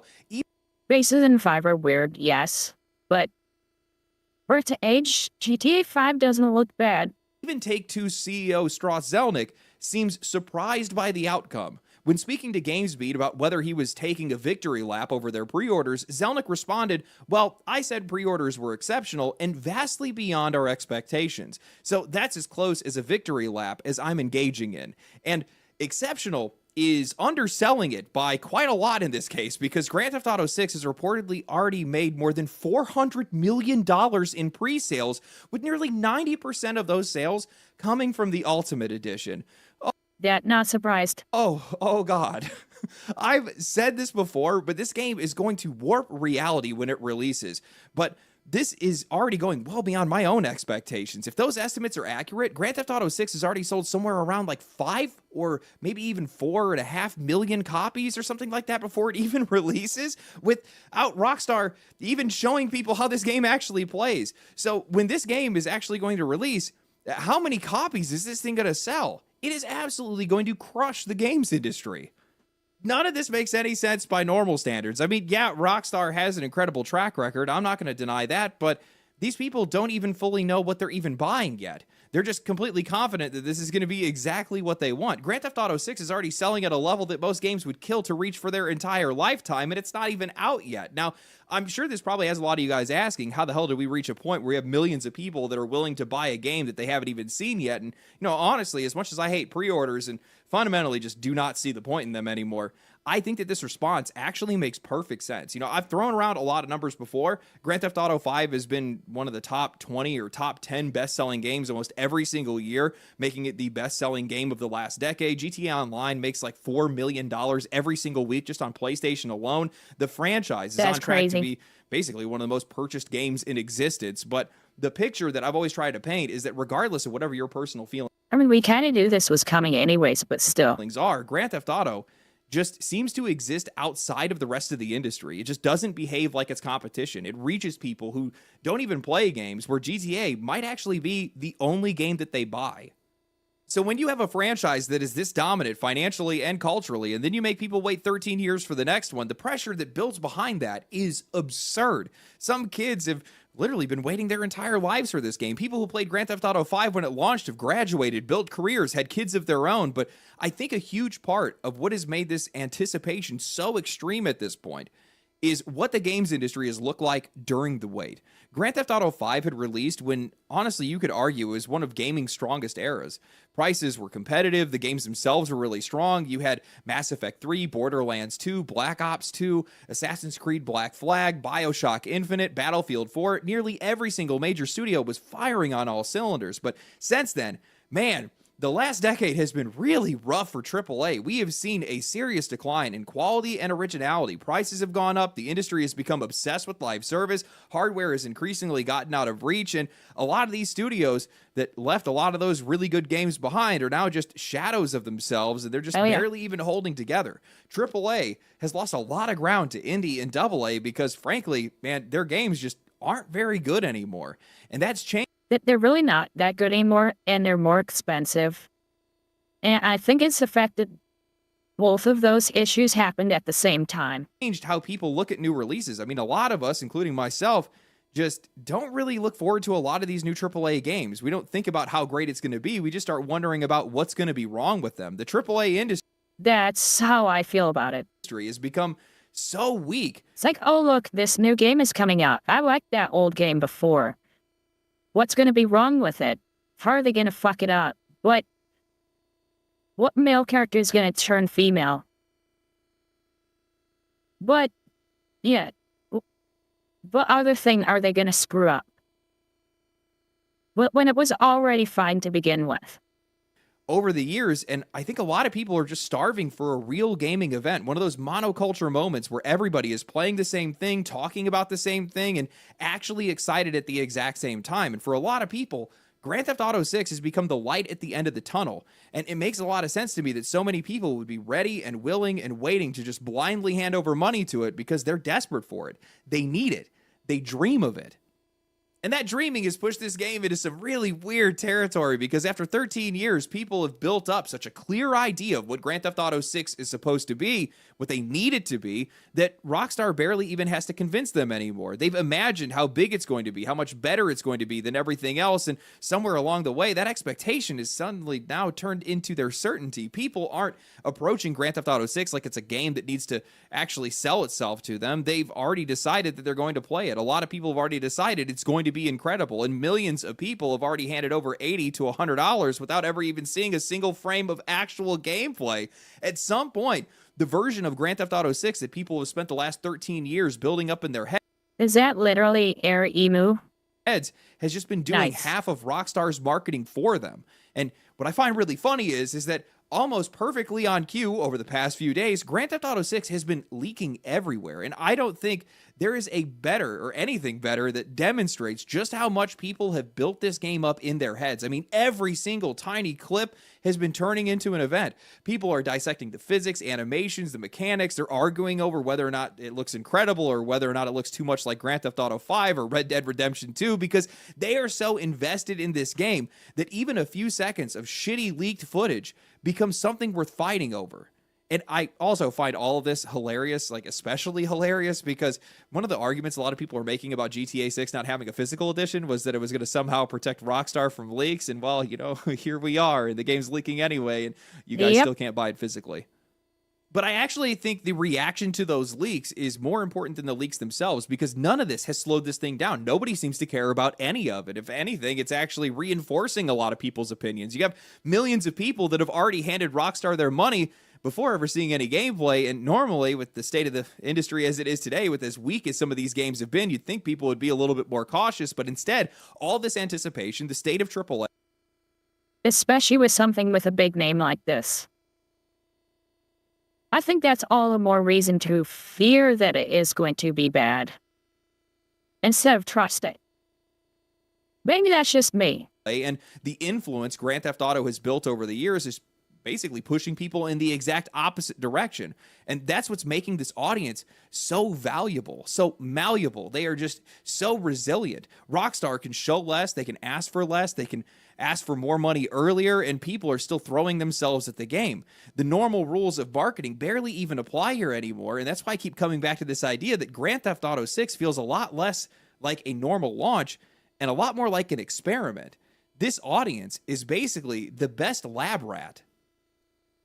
I remember back in July seeing somebody say that Grand Theft Auto 6's marketing cycle was absolutely horrendous, and I had responded saying that I wouldn't call it marketing, I would call it a social experiment to see how much money people will spend without knowing what they're actually buying. And at the time, I was joking, but man, I think I accidentally hit the nail right on the head, because only a few days after I had said that, Rockstar had announced an extended look at Grand Theft Auto 6 on August 27th, except for the first 6 hours would be exclusive to Netflix. And just think about how weird that is for a second. This is an advertisement for a game that people have already spent hundreds of millions of dollars pre-ordering, and now they're putting early access to that advertisement behind another company's subscription service. They're essentially betting that people are so desperate to see more of Grand Theft Auto 6 that some of them are going to be willing to pay more money just to be advertised to 6 hours earlier than everybody else.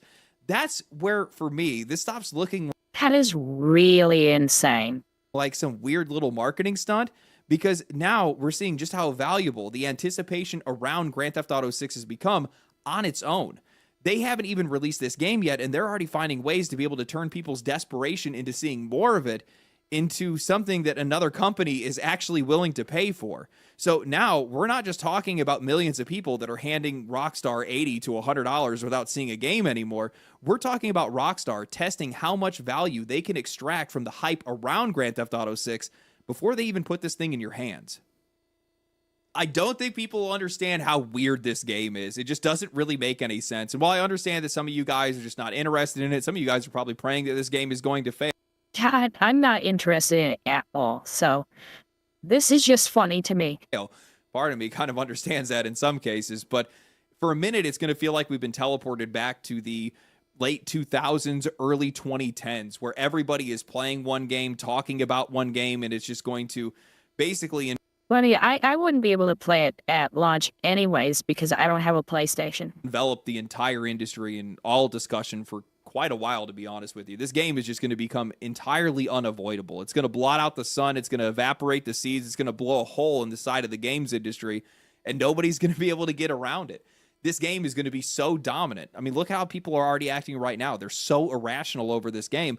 Nobody's going to be paying attention to anything else. It's already sucking the oxygen out of the room. It's already one of the most highest selling games this year, and it's not even out yet. It's still 3 months out from this point. It's crazy, man. You know, I think what's really weird or uncomfortable about this, and this is probably the one thing that I don't think people have probably taken the time to really think about, is that we just don't see this from AAA anymore. This is how things used to be. These companies used to have this kind of level of trust. We used to see this lack of caution from players. And yeah, anytime a Squaresoft game came out, I was like sold. All of the time. They used to all have this kind of... Then it became Square Enix, and I didn't give it shit anymore. Reputation, but they lost it over time, and I think now, today, Rockstar might be the only one that still has enough pull to be able to do something like this. The problem is that we're in a different era of the games industry, one that is far darker and more exploitative than it has ever been before, and that trust and goodwill that players are easily and very readily handing over is very easy to manipulate. And that's exactly what these companies are doing. Rockstar and Take-Two fully understand the position that they're in right now.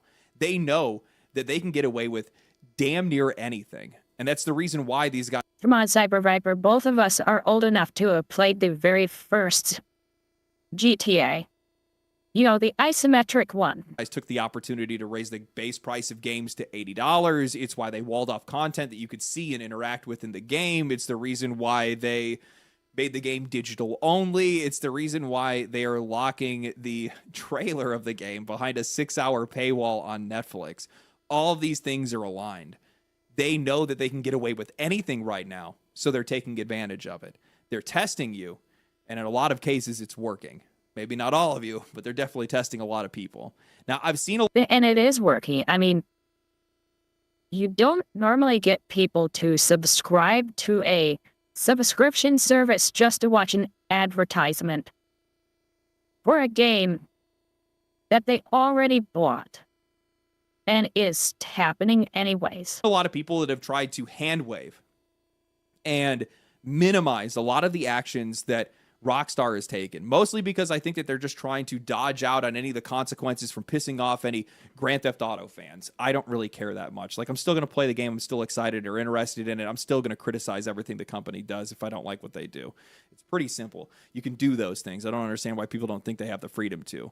But I've seen a lot of people that have been trying to make others feel embarrassed by saying that the 6-hour Netflix window is not consumer friendly, that it is somehow anti-consumer, or that it's a bad practice. And these people are either covering... It's just an ad. I wouldn't read too much into that. Except maybe it's not the best way to advertise. The games industry, or they simply just do not understand exactly what the effects are. And they're not even trying to take the time to ask the most obvious question: why would you do any of this at all? And when you start looking at the wider industry and the direction all of them are going in, all at the exact same time, it becomes pretty obvious. They're looking for ways to monetize you in the game and out. Yep. I've already seen people arguing back and forth about the Netflix exclusivity deal. Some people are absolutely torching Rockstar for it, adding it to a growing list of anti-consumer practices alongside the $80 price tag, selling the game digital only, or seemingly paywalling some of their content and mechanics behind missions and stuff like that in the Ultimate Edition. For the trailer itself, though, I think it's pretty obvious that this is some kind of promotional deal. Netflix and Take-Two likely have some larger partnership that's planned around Grand Theft Auto or Red Dead Redemption, whether that's a series or a movie or something else, and they're using this reveal to be able to promote it. Now, beyond that, there also has to be some financial benefit. Netflix gets to attach itself to one of the biggest gaming reveals in years and potentially pull in some subscribers because of it, while Rockstar is also undoubtedly going to be pulling in some money of their own because they're giving them some of that exclusivity. And while I think that... Yeah, exclusivity just means that, they licensed it. They license the advertisement. On the surface, the 6-hour exclusivity itself doesn't really bother me nearly that much because, while it's honestly, just a 6-hour exclusivity, it's going to be on YouTube soon after that. But what really bothers me is what this could mean going forward. Now, that doesn't necessarily mean that I agree with the people that are defending it. I've seen some people say that if you want to subscribe to Netflix or watch the trailer early or pre-order the game, you aren't actually contributing to any industry bad practices or the death of physical media. You're just excited about a game that you love. Man, that, guys, is a cope. What are you doing? If you want to... You don't know you love the game yet. You know you love the series, but what happened to Star Wars? Yeah. Financially support the behavior, then yes, you are contributing to it. There is nothing to defend here. You are getting absolutely no benefit at all while the company is finding another way to monetize your attention before they've even handed you a game or provided you a service. Now, you are completely within your rights to say, I don't care. I want what I want. And I'm actually fine with that. We are selfish and indulgent creatures by nature. We work for our money. And if pre-ordering Grand Theft Auto 6 or watching that trailer 6 hours early makes you happy, then more power to you. But that means you can't complain later. You can't do that and then pretend like that decision has no effect on whatever there you go. else these companies are going to try next. Now, with that said, I am rabidly pro-consumer. And I recognize that people are not sitting around analyzing the games industry or thinking about the long-term consequences of every single purchase that they make. So ultimately, I don't blame the customer for most of this. The burden is on these companies to create fair conditions for their consumers, it's not on the consumers to be the ones that constantly have to protect themselves from the companies that are trying to sell to them. That's why regulation and consumer advocacy groups exist in the first place. That's why you got people that are out there that are suing companies like PlayStation, or you got Stop Killing Games that have organized against, some of these companies and games ownership. That's why those things are out there. Now, I've seen games journalists also weigh in on this topic. Most infamously, Jason Schreier, who had posted a video where he was talking pretty excitedly about the Netflix partnership. But then there was something that he said that I can't let slide, because it either shows how willing these people are to cover for the industry or how little foresight they actually He is such a fucking weasel anyways. have for where these things go. I think that anyone who complains that it is like consumer unfriendly or hostile or whatever, like bad practice, anti-consumer. There is a reason why we make fun of his voice, all right? There is a reason. And here it is. To have a piece of marketing footage available on Netflix for 6 hours before it's on YouTube, I think pick your battles, man. If you're complaining about that one, so there's really very little downside. You seem Well, okay, that shows exactly whose side you're on in this case. It's only 6 hours. If you think it's anti-consumer, you need to pick your battles. It's not a big deal. Those are some famous last words. Yeah, it's not a big deal until it's 6 days or 6 months. I think I've heard some version of that argument before almost every terrible industry practice that we have normalized over the past 10 years. Guys, it's just horse armor. It's only $2.50. It's not that big of a deal. Guys, it's just a couple of missions. You don't need to pre-order the game. Nobody needs to buy those. Guys, it's just a couple days of early access. Anybody can wait, right? It's just this one game that's going to end up doing something like that. That's how this stuff always starts out. It always gets introduced as some small form of what it is, so that anybody that objects to it just gets made to look unreasonable in a lot of cases. The issue that I have is not with the 6 hours, because everybody's right. It is negligible. It's not that big of a deal. And honestly, I don't even think this specific practice is going to be able to spread across the entire industry. I mean, I still don't care so much about it because, again, it's just an advertisement. It's not part of the game. About any other company or any other game that could actually pull something like this off. If watching it gave you a code that gave you horse armor, that'd be different. But it doesn't. It's just an ad. I don't really think there is one. Rockstar can only do it because Grand Theft Auto is Grand Theft Auto. So the problem isn't the action itself, it's the motivation behind it. This is a company that is looking for every possible way to monetize its audience outside of the traditional sale, to the point that they have found a way to be able to turn fan anticipation, your hype, into value for a third-party subscription service. The takeaway here isn't Netflix. It's that this industry is clearly looking beyond its current monetization models and searching for new ways to be able to make money, both inside the game and outside of the game themselves.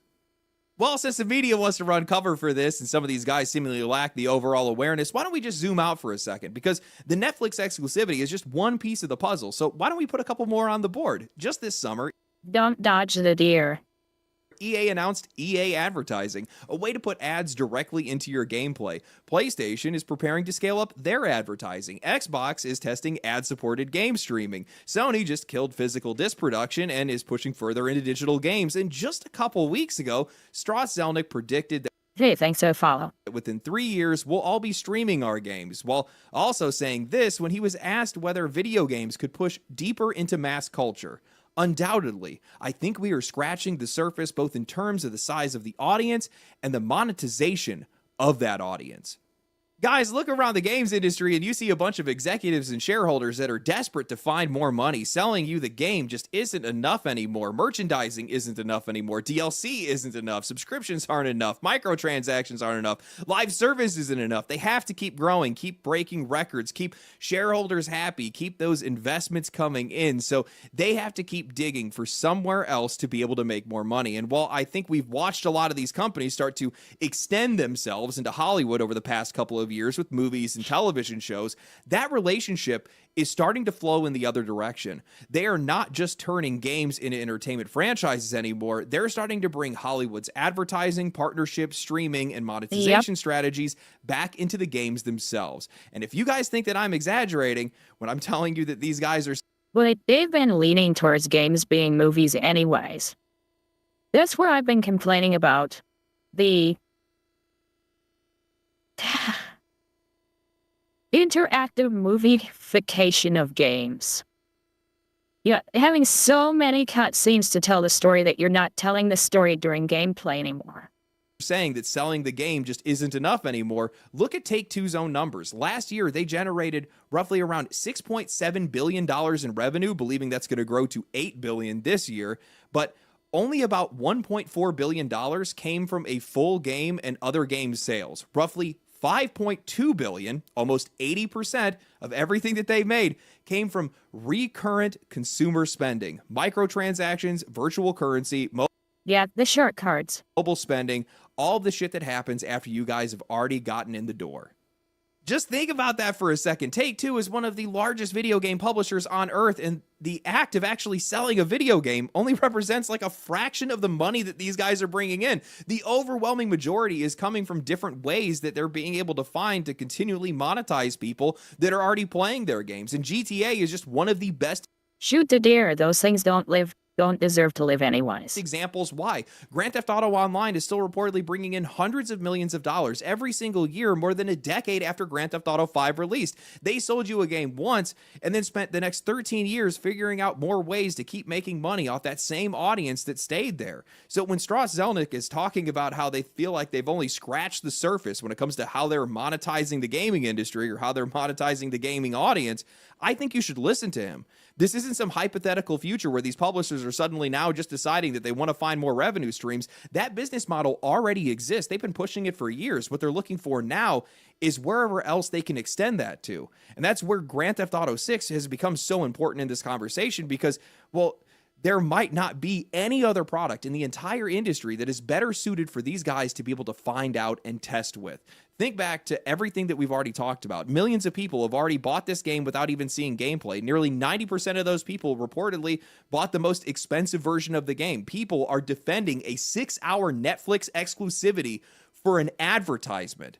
That audience has spent 13 years building this thing up into something that they believed that they needed. You could not design a better market test if you tried. What I think a lot of people are missing here is that Rockstar can attempt things with Grand Theft Auto 6 that most people could just never do. I mean, every other publisher would get laughed out of the room for a lot of this stuff. Imagine if Ubisoft tried announcing that you need a Netflix subscription. Oh, that'd be funny. Subscription to watch their next trailer for Assassin's Creed. Nobody would give a shit. Imagine if EA tried asking millions of people to pre-order some new IP for $100 and they don't even show them how it plays. They'd get crucified for it. GTA is different. It's living outside of the industry. It's living outside of reality in a lot of cases, or at least outside of normalcy. And that's what makes this game dangerous, what makes their actions dangerous, at least for us as consumers. People need to be paying attention to this because not every single one of these publishers is going to be trying to come out and get their own Netflix trailer for their game tomorrow because they can't. They don't have the audience for that. What Grand Theft Auto can do instead is it can show these guys how much of the relationship around a game can be turned into something of value. And once these companies start realizing that there's another part of the relationship that can start making money, they're not just going to forget about it. They're going to go all in. Rockstar is a trendsetter, and these guys have been setting trends for years, and the trends that they're setting now are things that people are not going to like. That is why I keep calling this game an experiment. Grand Theft Auto 6 is not testing whether or not you're going to pay $80 for a game. They already know you will. That's old news at this point. It's testing how much value can be extracted from the audience before, during, and long after the sale. I still expect this game to be massive, and weirdly enough, I still expect the game itself to be pretty good. I am holding out hope that at least one of these AAA companies can still deliver at this point. But, none of what I'm saying means I want Grand Theft Auto 6 to fail. Though I will say that if it did, it would be very interesting because it would just collapse the entire industry. I don't think people realize how much is riding on this thing. They need it to succeed. A lot of people need this game to succeed, but I hate the actions of the publisher and how much that publisher has influence over the rest of the industry. When these guys jump, the rest of the industry jumps with them. And with the way that they're talking, with the things that That's what we kept talking about with the increase to $80 on the standard or like base game. a lot of these other companies are doing right now, I do not like the direction that these guys are jumping in right now. And I think that it's fair that you can criticize these, like the actions that these companies are taking, the direction that they're trying to take the games industry in, but still be excited for games that come out. I do try my very best to be able to separate the actions of the publisher from the developers, because they don't necessarily have the exact same priorities in a lot of cases. Now, with that said, I don't like any of this. I really don't. I don't like the direction that a lot of things are headed right now. Ads are coming to games. It's over, man. Like, I'm not going to say it's over, because I think largely people are going to reject it in mass, and it's going to be really hard for these guys to be able to. People were pretty much okay with it in Final Fantasy 15.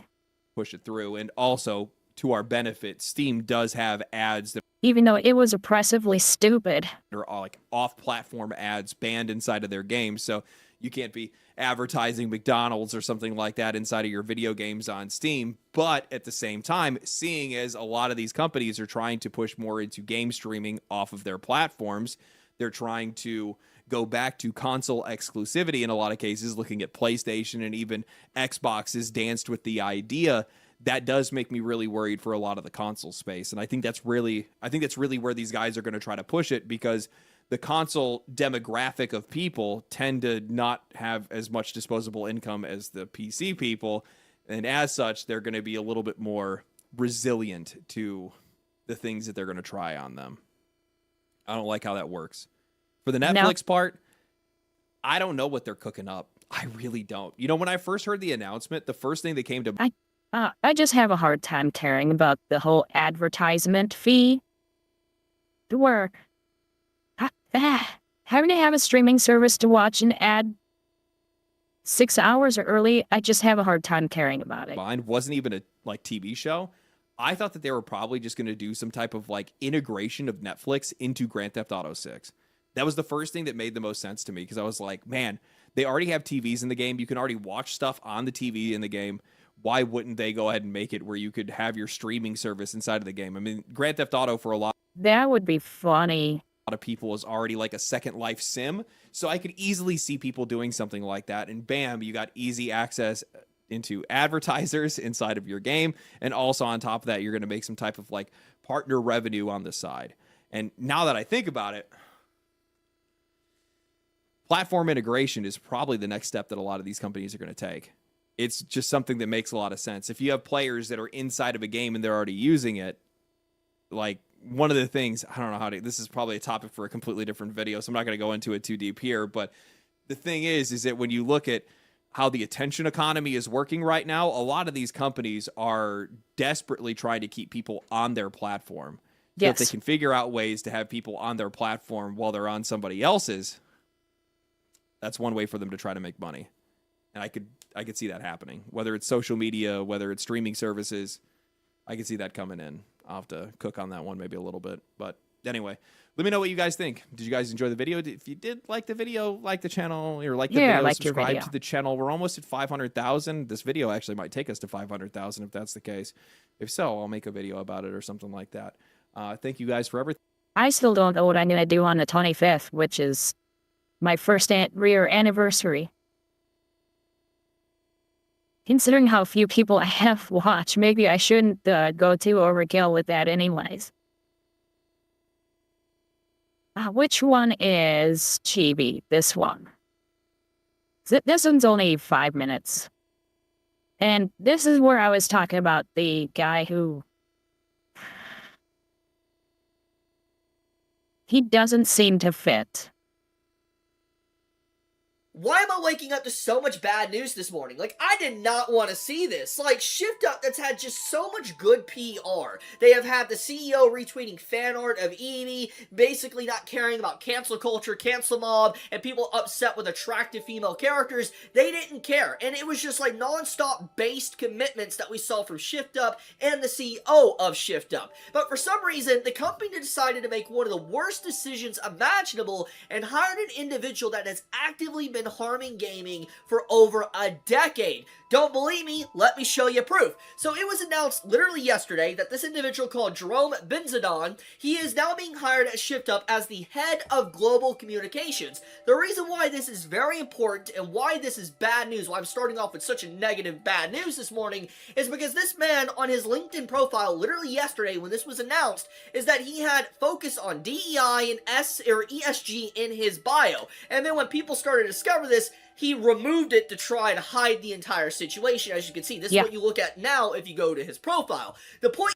Well, I went to him and I said, you know, you do understand why we are concerned, given this company that you are at, or that you say that you focus on DE&I.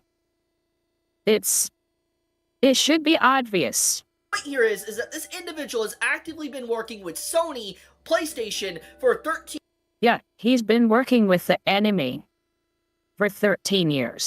This man has also been working with Ubisoft and THQ, companies that have been actively pushing different agenda, narrative, and watering things down, making it dumbed down, all sorts of different stuff like that, really ruining gaming for a while now. And the point here is that for some reason, ShiftUp, that has been all about good PR, they've had non-stop good PR, they have been on basically the OG gamer side and everything, they decided to hire one of the worst people imaginable that has actively been pushing these type of things to cause different games to be censored, to force politics into it. It's just like, why would you do that? Like, it's a big red flag. Now, I need to make sure I clarify this before I go any further. Obviously, at this time, there is no direct mention of censorship and all of that, but the point here is that this is a canary in a coal mine. When you put a canary in a coal mine to see if, it's safe or not, and then it, just dies, this is kind of like that situation. It's like you're releasing a canary in a coal mine to see if something bad's gonna happen. And in this case, that is what this is. This is a red flag, because it's like, out of anyone that ShiftUp could have hired, that could have been a part of this job to be head of global communication, why would you hire an individual that has been non-stop about DE? Yeah, they should have forced him to delete that stuff before they hired him and had the announcement. But you know what? They just had a character's ass get flattened, and then they announced that this guy's here. And you know what? He would have already been hired when they flattened that chick's ass. They don't announce these things until much later. So, this isn't good. And yeah, hopefully they fire him and make a scene of it, because otherwise people are just going to assume that he's still there. And ESG. Like, I don't even understand why you would do something like that. Because it's like, let me put this in perspective of what head of global communication means. It means that they're going to be basically all about the marketing of Stellar Blade and Nikkei. It's going to be about them communicating with people overseas, basically trying to cater to people and make sure it's like inclusive and everybody likes the product and all like stuff like that.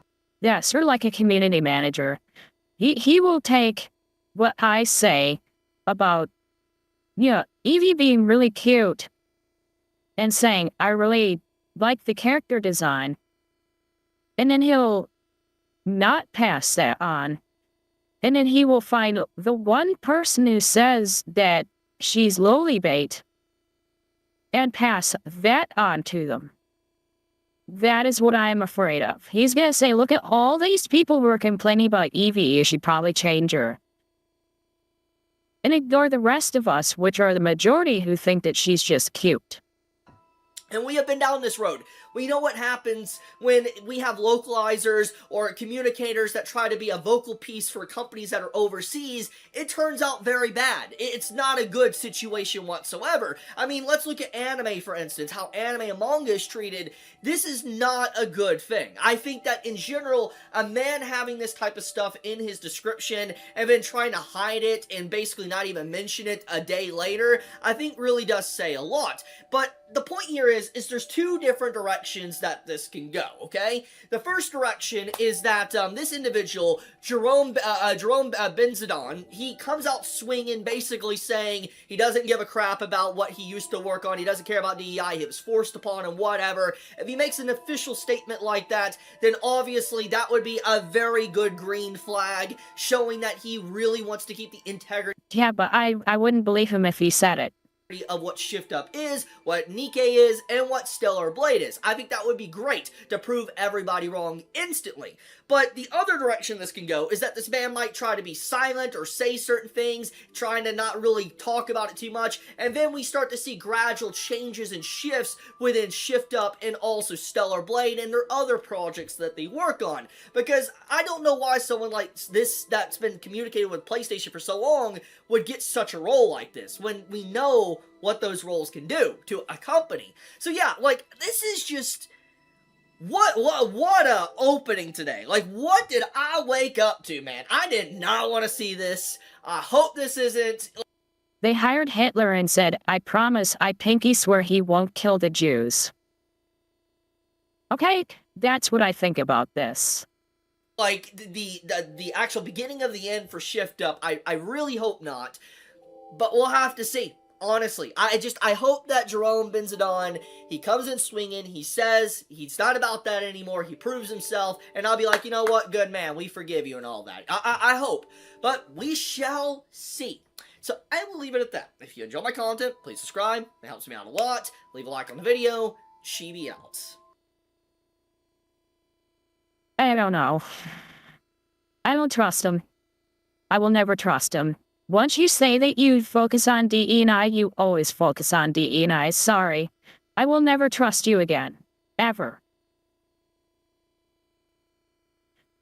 People who are communists will never not be a communist, and communists should be killed. Okay? How about that? How about that? Are you okay with that? You're good with that, right? Right, Twitch? You're fine with that, right? Because you're allowed to say that, you know, blood running in the streets is okay on one side, right? Hi, Piker. Yeah. So, fuck that guy. Fuck the horse he rode in on. Fuck Sony. And I hope you all die in a fire. I am not going to give him a chance. I'm never going to give him a chance. I will never, ever give anybody like him a chance. And I think that he should never be able to work in communications again. He should put the fries in a fucking bag.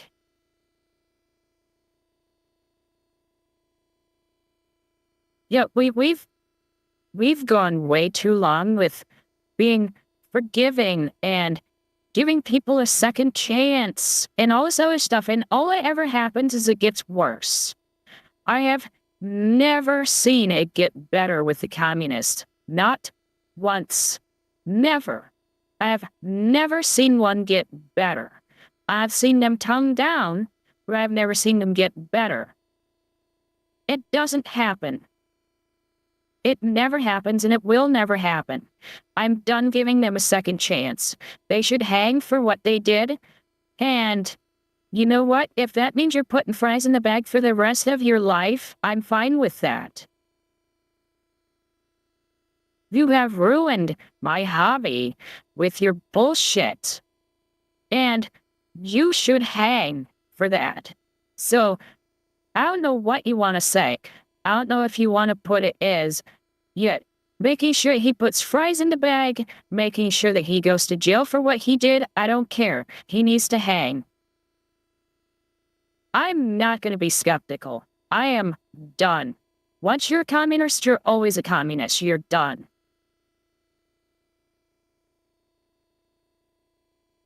We have been forgiving, and that's why we are where we are now. We forgave our way into Momdami, okay? We forgave our way into communists taking over our schools. I'm not going to be skeptical anymore. And I'm going to be actively hostile towards him. If you do it once, you'll do it again.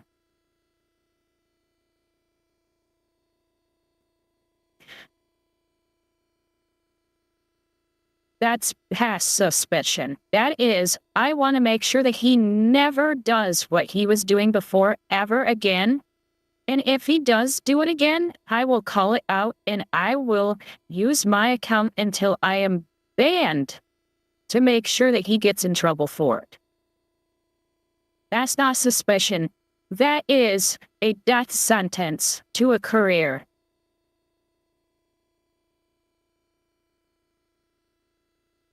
I will actively call him out on it, even if he doesn't do it again. I don't care if he's reformed. I do not care. We forgave these people too long. We need high-profile people to lose their jobs permanently. I do not trust him. I will never trust him, and nobody else should either. And the more of these people who lose their jobs permanently, the more of them will stop doing it publicly. The more of these teachers that lose their jobs for doing the whole trans things for the kids, the less of them that will do it. Because they will realize that they will be putting fries in the bag because they screwed with the kid's head, and the parents won't take it anymore. And so they either have to shut up and just do their fucking job, because it's what they got themselves into, or do something else, because that's it.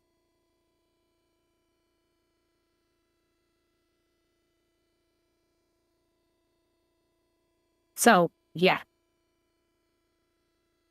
I'm just completely tired of all this stuff, and I will never give them a chance. Actively hostile is the only option.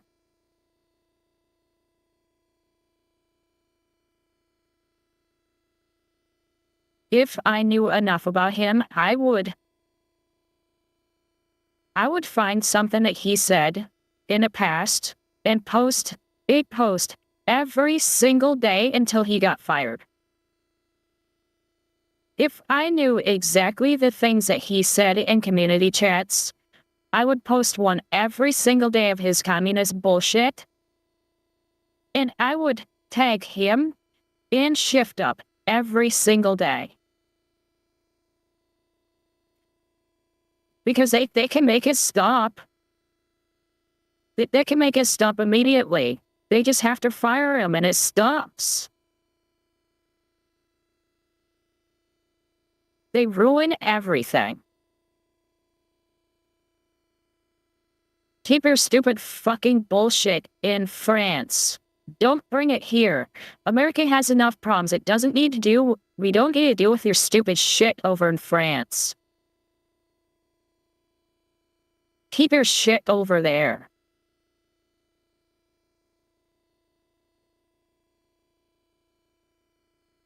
You're the country that likes getting invaded. Keep your shit over there. There is nothing good that can happen from him joining. Nothing. Not one. He's obviously not good at it because it hasn't helped Sony one bit. Has it? I haven't seen anything that has helped Sony with any release. He's obviously not passing on the right things because they're not adjusting anything to the way that fans want. The censorship has only ever gotten worse. Nothing. And instead of getting rid of him, he just worked his way up. And now he got hired at a company that is one of our last bastions.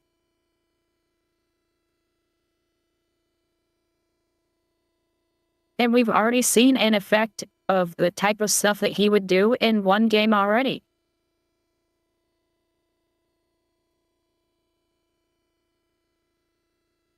Who's to say he hasn't done things already? And that they're just finally announcing it? Are they going to start censoring their games? It seems they've done it once already with Mickey. So if they're going to start censoring their games and hire a guy who censors, then you know what? Shift Up is done. They're done. That's the only thing they had going for them. Is goodwill with the gamers.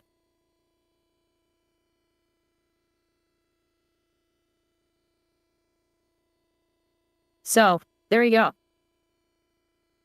I hope he gets fired. I hope he puts fries in the bags until he's 90 years old.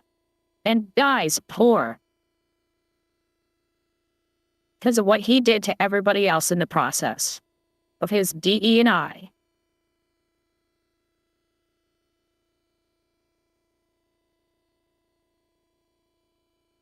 So we're going to look at a couple cop things because I need a break from that.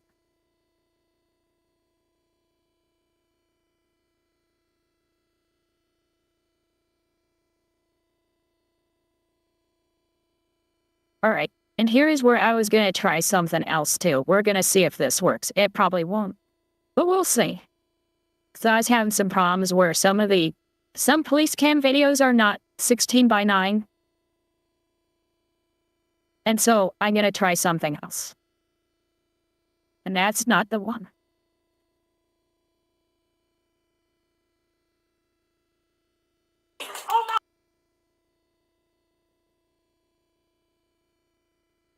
I'm gonna kill you and your friend.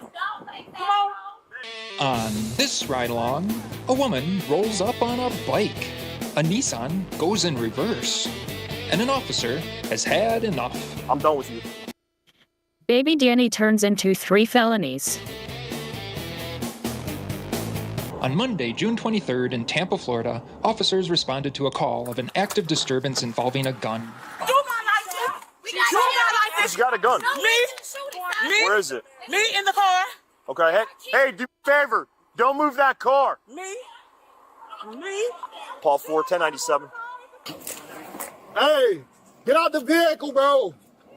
Hey, watch that guy up there in the driveway. I saw a black male, no shirt, holding something in his hand.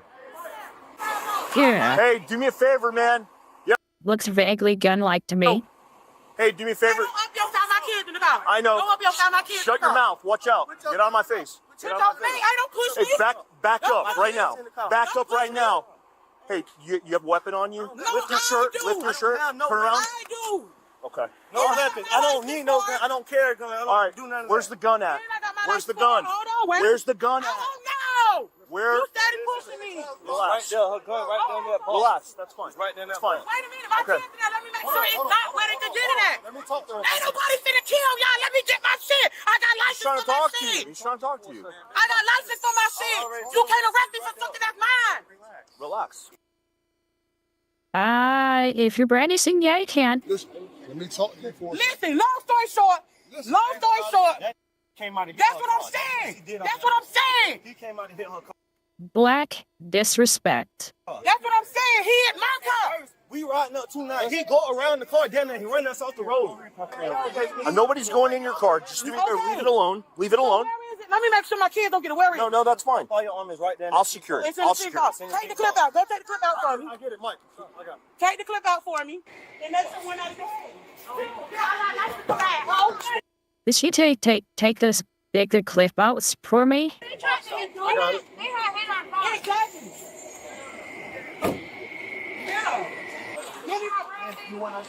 Paul, slow anybody else down if they're on their way. An officer would put the gun in his car, while another broke away from the commotion to talk to a woman who seemed to have been involved. I don't know what's going on with your friend. Okay. What's going on? Goddamn bugs. My baby daddy. She stay way on Bushy 56. Is that him? No, that's my brother. Her baby daddy right there. Which one? Why does she have her phone there? That is so gross. With the yellow shirt on. Okay. Get your ass in the mug. We got to get table. Oh. Not yet. That phone was right by her cooch, and she's gonna have it up to her face. I'm her baby daddy. And she back by called her UCF on me cooch. yesterday. Found That is so disgusting. false allegations. I have text messages. Well, allegations and not facts. Oh wait, Wrong person. We've been going back and forth. She told me to come on 2-9. I told her I'm not meeting her nowhere. I can honestly tell you, we going back and forth verbally. She's talking about my son. She sent DCF here. She keeps sending them. That's my baby daddy. Back up. I'm trying to stick your head. Oh, wait, let's Now you just assaulted me, spitted on me and everything. let's hang out over here. That's not gonna help. Oh, she's not being sensible, dude. Yeah, She's not. She's tripping, I got screamed at, and what a nasty person. Yeah, she came over, man. She been coming over here, bro. This is your house? You live here? No, I don't live here. Okay, who lives here? My girlfriend lives here. Is that your girlfriend? Yeah. Did somebody shoot a gun? Well, get better taste. That's gross. Yeah, she did. She shot a gun. Yeah, she shot it. The shell somewhere right in front of her car. Okay, who did she shoot at, or did it hit anything? I don't know. It probably Which way did it go? Probably went in the dirt. Yeah, we on the way to the library, you feel me? We getting ready to go to the store because I need me a Black and Mountain shit. So we finna go to the store. As we riding down 2-9, this white car right here, I don't know where it come from, but they shot around us and then almost ran us off the road. So she go to follow in the car, and then when she follow the car pulled straight up in the yard. The dude hop out with the red shirt. He come up to the car talking about all this extra shit. What y'all got going on? She trying to figure out how you even know what they got going on, because don't nobody even say nothing about it. And like, where the hell did you even come from? Like, where you following us from? You get what I'm saying? We on the way to Not really, but keep going. the store, and this car just came out of nowhere and just down and ran us off the road. So she pull up, you feel me? And then she trying to follow him. She try to get the license plate. That's when he pull up to his house, and all this extra shit go to transpiring. Okay. What do you mean she tried to hit him? She tried to hit my brother with a car when he flew up in here like this. God, she's nasty. What you got going on? This is my mama house. This is my mama house. You said she flew on here? She flew. My brother, as he drove his car up in here. Which car is this? This car. He jumped out of his car. He said,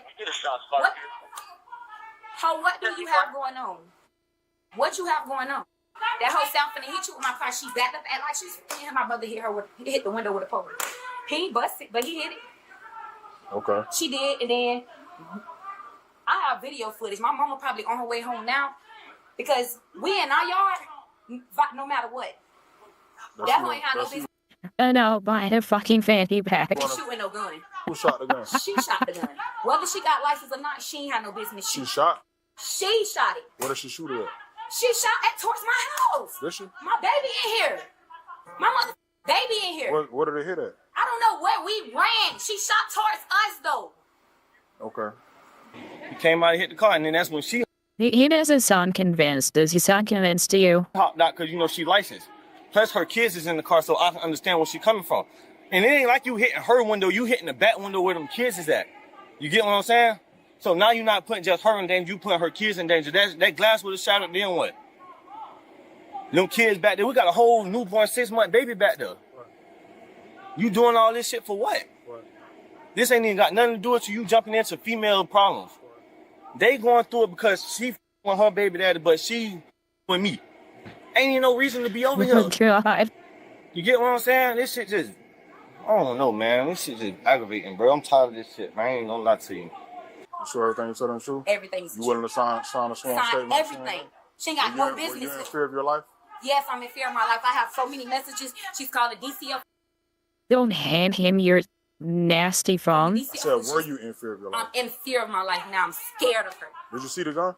Yes, I see What kind the of gun gun. was It's small black. It's a small black handgun. Where's the other guy that drive? Yeah, where the other dude at? No, Can you get him just so I can talk to him? Yeah, he do. And they got cameras. I can say you got cameras. Run it bike. Just listen, maybe we could work this out as a basic traffic crash. Just get him to come out to me, please. She need to leave. We're gonna get her out of here. Have her come out to us, please. Can you have him come out? No, you don't got nothing to do with this, bro. You don't got nothing to do with this. It wasn't no traffic hit, no nothing. So when y'all hit me, did you come out? That been cracked for the longest, bro. That been cracked. I used to be with her. That been cracked. He zoomed around me and hit my car. So I'm looking like, what the? Then he. Oh, God. And now she's reaching down there and pulling that nasty thing that she's wearing out of her cooch. Keep going, so I'm trying to follow. Keith, what do we even have here, bro? Just tell her to leave, bro. Come on, too. So basically, I'm sorry. Fat black women. I'm sorry. 41, obviously. Oh my God. That's what she's filming. that the brother was inside the house. The brother was pulling into this car right here, this Buick. Yeah. He was pulling in. She was riding around looking for her to fight because she's. That hoe got one more Oh, time. God. You know that I know police. That hoe got one more time to say something about my kid. Oh my mama, I'ma kill you and your I'ma kill you and your son. That's the threat. Oh, now you're yelling threats. Come on. I'ma kill her and her son. That they should have her in cuffs. I'm sorry. She should be in cuffs. The way that she's walking around could be a threat. And it's like, there you go, good enough. We are in cuffs. You better hope. I say 10-15. Yeah, that's a assault right now. Yeah. Definitely gonna have to do an RPO on her, for sure. We're doing criminal mischief. Are we gonna 10-15 her right now? For that? Okay. Oh, wait, for what? What did he? What is? I don't know. I'm just. What do you got, sir? Tell me. So Oh, God. Nobody wants to see you smack your own ass. You're fat. You're an ugly woman. she was Oh, my the driver God. of this vehicle. She said the other guy. I don't believe the one. She said he intentionally. I think what happened was they were playing with each other, going up and down the road. They hit. It's a traffic crash. Later, the officer would write in his report that the woman had intentionally hit the Buick. But despite that, court records don't show that anyone was criminally charged for what had happened that day, except as it related to the gun maybe possibly being fired. What about the gunshot? Yeah, I don't even Maybe, did that even possibly. happen? To figure that out, It's not that hard to find out if a gun was fired. the officers went back to asking some questions. What made you come here? I followed him. You see what I'm saying? After he hit me, he go around. He didn't go this way. You go this way. You hit the side of my car. So you didn't know who it was? No. Did you call the police at all? No, as soon as I they put up, well, I guess they called the police. When I put, yeah, boo, I'm good. You seen it, right? Yeah, I was coming up. Thank you. What did you see? That when she was coming out, he threw a blue ball at her. A blue ball? At the window. Come here. So, a guy with blue balls is involved. Okay. Come here. And to talk to her. And she's gonna just go? I don't know. Well, I was coming this way to go see my baby daddy. As I'm standing right here, he chased and attacked her. And then ran back that way, and the garbage truck got between everything. He also said that he had a gun that was in there that he was going to shoot. And she was actually getting in her vehicle. Okay. I seen it. Did anybody talk to you ladies? I seen it. No. I seen it. You willing to be a witness? Yep, you need to arrest him. Did You need to arrest her. Oh, she does not have friends. Did anybody hear a gunshot? Yeah. You did? Yeah. So How many? What they say? They said they heard a gunshot. Yeah. Yeah. I just want to confer with them. So, you know. I told them already. Because they What is she ranting about now? did too. The neighbors over there as well. Okay. Y'all need to Did you hear any type of gunshot? Hell yeah. You heard a gunshot? Where do you think I ran? Where'd it come from? I don't know. I ran that way. The garbage truck was in the way. Another officer would arrive and get tasked with talking to those in the neighborhood to try to determine whether a shot had actually been fired. Oh Could y'all my hear God. anything of what was going on down there? I just walked off. I came by and I was going to come by, but I seen the street was blocked in the Mhm. And then I heard the gunshot, so I just turned around and went that way. You heard a gunshot? Yeah. Did you see any guns involved? Yeah. Okay. She did shoot it once. I saw a little bit after I heard the shot. After you heard a shot? Eventually, the officers would just See that the older black guys were just fine. It's the younger ones that are the issue. straight up ask the woman if she had shot her gun. Did you shoot your gun today? I don't know. I don't think so. What do you mean you don't? I don't think so. But I did put it out. I understand that. Would you be willing to get a gunshot residue thing? You could do everything. But it's still a gun. It's still my gun, so it don't matter. Yeah. No, it's okay. Yeah. But what I'm saying is, if you shot your gun Yeah. today, you would have gunshot residue. Okay. Would you be willing to submit to that? But do I have to submit to it? Well, here's the thing. Then I could apply for a search warrant. What I'm trying to do Yeah. is this. Listen, and I'm going to be straight up and honest with you, okay? I'm not interviewing you right now. I'm just talking to you strictly. We have two parties saying that a gunshot went off. Okay. Whether you intentionally did it. Two parties from in that house. No. And then, from over there. Okay. Independent people across the street. Okay. so I can tell you this. If it did, if it was intentional, it was intentional. If it was accidental, just let us know. Yeah. But if I get the gunshot resident who comes back, judges are probably not going to be as happy as if you just told us the truth. Yeah. I understand. But I'm not going to do the residue then. Gotcha. But no, not Somebody that didn't fire a gun today. Yeah. But no. But Somebody that didn't fire a gun today would probably be like, yeah, as much as we need to investigate, we like to exonerate you too. Correct. Cut you loose and be done. Correct. We're going to document this regardless. Correct. No, it's going to get documented. I know, regardless. Have you ever been arrested before? No. Okay. I understand you said you have a license or whatever. I do. And that's fine, and it's your right to, and I'm all about people having guns. Have you ever had your rights read to you before? No.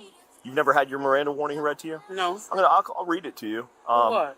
Because we're conducting an investigation at the end of the Okay. day. This doesn't just go away. Just because you don't want to doesn't mean that we don't do it. Yeah. I'm gonna grab a card real quick and I'll read it to you because I want to talk to you. There's video. There's video. I didn't have it. I never said I didn't have it. I do have it. I'm not questioning whether you had it or not. You were straight up with me and you let us secure it for you. Correct. Fine. But I want to get, before I ask questions to protect you. But see, now check this out. This is the reason. This doesn't mean you're going to jail. I can read it. I know. Well, I have to read it to you. Okay. You have the right to remain silent. While that was going on, one of the officers was having a hard time verifying whether the gun was registered. I can't even read them numbers, bro. There's numbers here just... she need to clean her junk.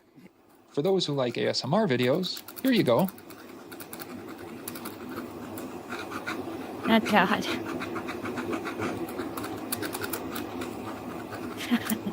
Now, back to the action. Okay, so you're willing to make a statement? Okay. He does joke a lot. I do like right along for that. All right, so now that I read these to you, okay, so there's no question on whether you had a gun or not. Correct. You advised you're a law-abiding citizen with a concealed weapons permit, right? Correct. How long have you had that? I had that for a long time. Have you done a gun training class Yes, before? I did. Okay. You have to do that in before order you to got get- the license, correct. right? Just like I don't think you should have to have a license to have a gun, but I do think you should be obligated to have a safety test. And I think you should have to take a safety test for each gun that you get. Just something simple. I mean, seriously, just really simple. You know, what are the rules that you have to follow when handling a gun? It's a list. But it's like, just don't point it at people. Don't have your finger on a trigger unless you're ready to shoot. That type of stuff. Don't aim your gun at anything that you don't know what is behind. So, if you see somebody up against the wall and you don't know what's on the other side of the wall, don't shoot. Because you might be shooting through a wall into a classroom of kids or something. I don't know. like I got to ask you these questions. I know it sounds silly. So there's terms and conditions, and there's a way to go about things if you feel in danger for your life. You felt in danger because you had. I think needing a license is bullshit, and that is definitely against the Second Amendment. Had your gun out. No, I felt that. I pulled my gun out because that's for number one, safety. I can't help somebody else if I get hurt. Correct. So I'm trying to keep everybody safe. Correct. That's why we're here. I never even pointed my gun at anybody. You did. You did. No, I did not. You did. Hear me out. Okay, I'm I definitely did not. Okay. It's on camera. Which we can review right now. And from the looks of it, he did not. Maybe she saw the radio and thought it was a gun. In any case. Okay. Girl, so you steady coming out and recording. Girl, you are delusional. Look, my you- camera's on. Right? No, not you. Her fat ass. Okay. So Her we'll get fat her ass. Oh, God. inside. Yeah. The kids are safe. He's safe. Hey, I gotta talk to her real quick. You know it? It's at home. No. Shit. Why? No, we're not. Hey. No, no. Roll up my window. We're not doing that. Ma'am, I want to ask you something. Okay? No, we're not. Roll up my window. DCF is getting called on this. I don't give. Roll up my window. Well, you know. If you need any information, you get it from me. Don't ask my children nothing. I'm trying to ask you. And talk to you. No, he trying to be slick about some shit. You ask me, don't do that. All jokes aside, don't do that. So I wouldn't go to your house, do that to your children.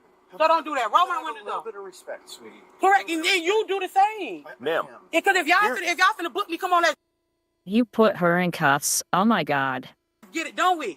But I'm trying to afford you an opportunity to talk. You're trying to be a loudmouth, and I'm treating you like a lady, okay? Okay. I don't want to be nasty with you, but I got a job to do, and I'm not going to keep doing this. Okay. Okay. So we know you had a gun. We secured it. Okay. Correct. Did you fire your gun? Yes or no? Because there's video.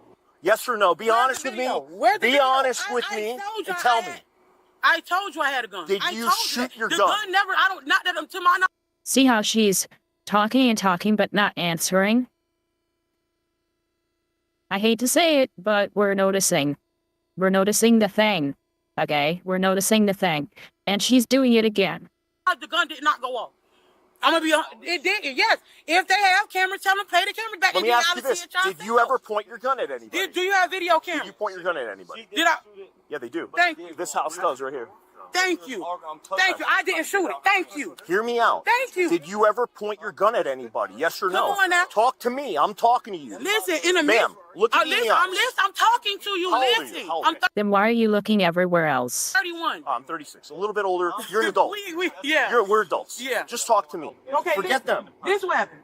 Okay, boom. I'm just gonna start from the beginning. We rolled up. He hit me. God, that fat cow. I followed him here. He came out with the stick. Okay, cool. Yeah. Then my baby daddy hit me. Then my baby daddy hit the car. Okay, cool. When he hit it, he looked in the car. He seen my kids in the car. That's why he up in front of you. When you had your gun out, that's why he up in front of you. Y'all doing all this, and y'all didn't know my kids is in the car. Then I seen them, and that's why. That's what I'm saying. I gotta keep them safe too, right? Correct. That's probably our listen, number one priority. So let me finish. So when that boy was finna hit my car, yes, no, he don't even know my kids like that. But anyways, so he hit. That they need to get all those people separated. That they're too close. Yeah, huge bitch. Yeah, Nasty. he hit my car. Hey, Okay, thanks, yes, Ghost. of course. So of course I'm gonna up my gun because, bitch, if you hit my car as we coming up this way, then you turn into this yard. Did you point your gun at anybody? Listen. When I upped it, I'm not gonna. What does that mean when you up it? When I took it out. In your hand, you're holding. Yes, I had it in my hand. I had it like this. They was this way. Like My car how? was Can you this way. I had it demonstrate? like this. My car was that way. Then I got the car. Yeah, that's why you need to separate them. So that they can't, talk to each other and get, confirmation or anything like that. Yeah, he's standing there nodding. Saying, yeah, you're telling the correct lie. I'm like, what the you gonna hit my car, so of course I'm gonna move it. The fact they yapping about, I have no idea, because she's just talking to talk.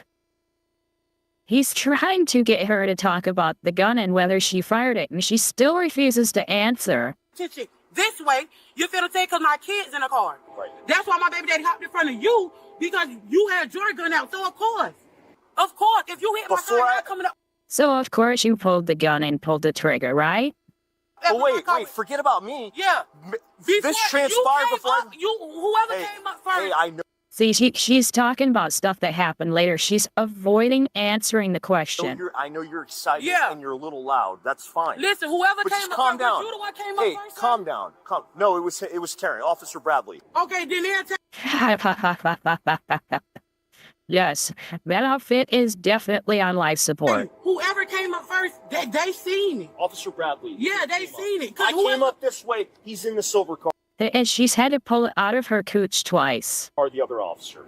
No, So whoever came up gross. this way. Well, it would have been me then. That's what I'm saying. What you have your dash cam on? I didn't hear. No, we don't have dash cams. I didn't hear a gunshot. You advised, and he just advised that the gun did go off. I never said that. You said that you heard it from them. I told you I was not sure. He just advised their gun. For people who haven't shot a gun, yes, if you shoot a gun, you're sure. Yeah, she is. When you fire a gun, there is enough recoil. You will know. It went off too. I never said that. He did. I never said that. But he did. He said it was a possibility. I never said that. Especially what looked like a 9mm. But I never said that. Here's my question that you keep beating around the bush. I'm listening. Okay? Because I kind of know what's happening here right now. I don't. But I need to hear it from you. I'm affording you an opportunity, and you're not. Yeah, you're kind of working around the situation. Okay, I'm listening. What I'm trying to ask is, at any point in time, Did you directly point your gun at anyone? Yes or no? I never directly pointed, to my knowledge. Well, to my knowledge. Now, again, listen, you. Directly pointing means intentional, woman.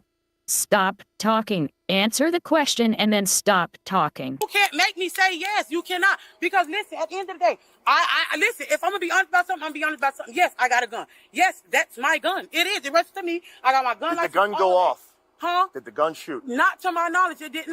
You would know. There is no such thing as, not to my knowledge, the gun didn't go off. That's not a thing. Well, that's a lie. But how? How? Because you were handling the gun. No, nobody else handled the gun. Listen, fingerprinted. Whether it was incidentally. Fingerprinted in. Well, fingerprinting, you said you had the gun, so it's going to show your fingerprint. That has nothing to do with it. Fingerprinted in. He just. So, ma'am, my question was, did you. Fingerprinted? What's a pritidine? Talk like a person, woman. Did you intentionally point the gun at anybody? I did not intentionally point. We learned that threats were made and your gun was pointed directly at someone. I did make threats. You coming up to my car? What you mean? I didn't even know that man that hopped out the car. What did you say? I said what the like, bitch? You tripping? Bitch, my kids in the car. Yes, of course. Of course. Why would I not say that? That's not a threat, though. Yes, it is. My kids are in the car. No. You're threatening me. What you mean? Now he's saying what you said wasn't a threat. Hold on, man. But she can't stop talking long enough. To understand what they're saying, she's talking to talk. Hold on, please. With all due respect, just hold on. I'm just trying to say that's not a threat. You got excited, and you're entitled to protect your kids. Correct. You can't stop me from protecting my kids. Listen, I'm going. See, again, she's talking. All out about mine. I am. I did not know that man stay here, no nothing. When he was sitting at my car, of course, I want to follow you because I'm like, what the you just hit my car. You hit me and you kept going. Okay. You hit me and kept going. I did not do nothing to nobody. Okay. Probably 10-15. Did we get we got sworn statement and everything? Yeah. Turn around for me. Okay. All right. Well, you know a lot. I mean, you're an educated person. Put your hand behind your back. How? Put your hand behind your back. Y'all ain't even got no cameras. Ma'am, put your hand behind your back. She put her hands behind her back, and then all of a sudden she's not. We've seen this happen before, and what happened was the guy kept doing this type of stuff, and he was actually on the ground. And all of a sudden, he got up,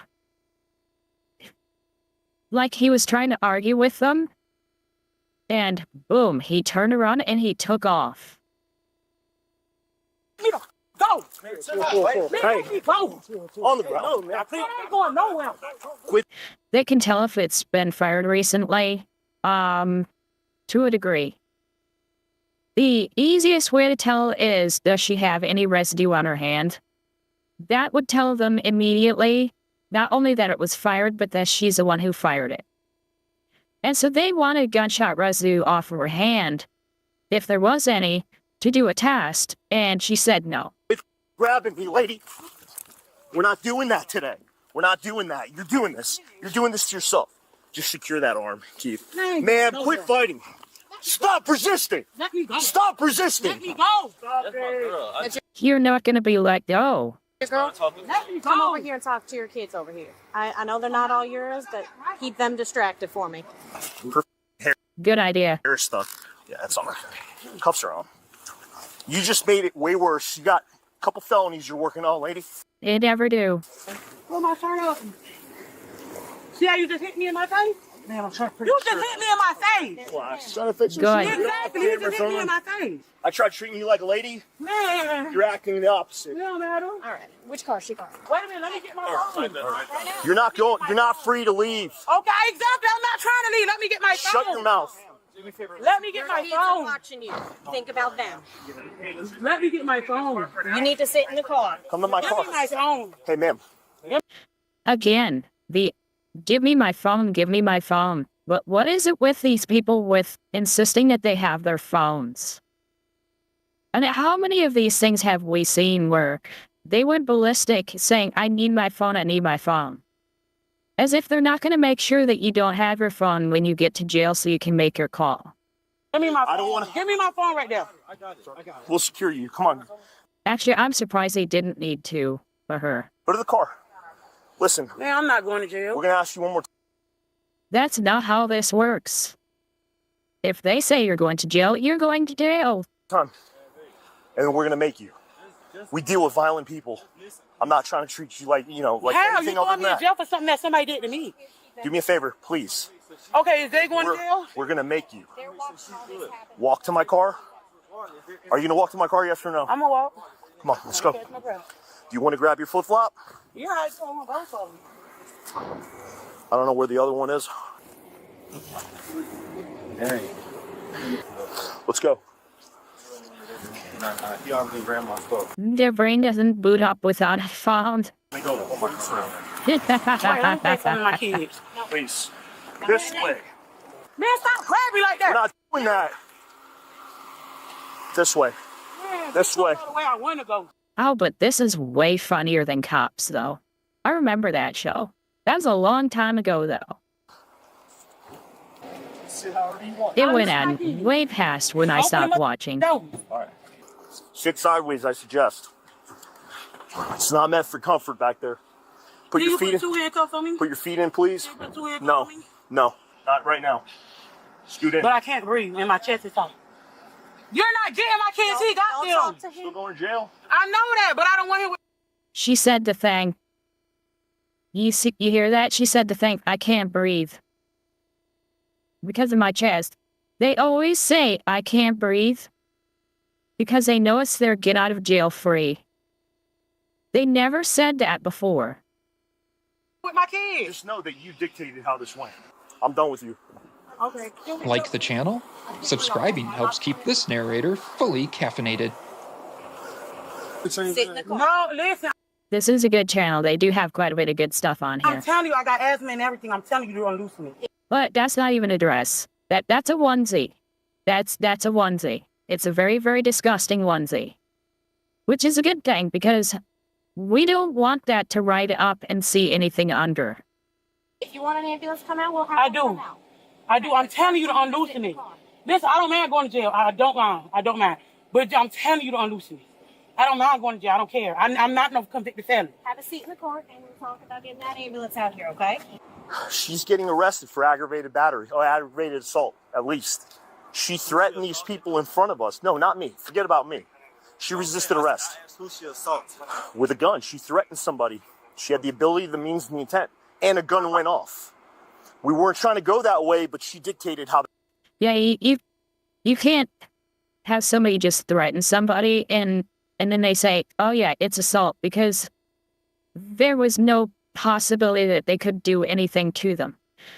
They actually have to have a means of doing it and the ability to do it. Otherwise, it's not assault. How that went. Because remember, assault doesn't mean that you actually made contact. Contact is battery. Not for nothing, you spilled the beans, and you even said the gun went off.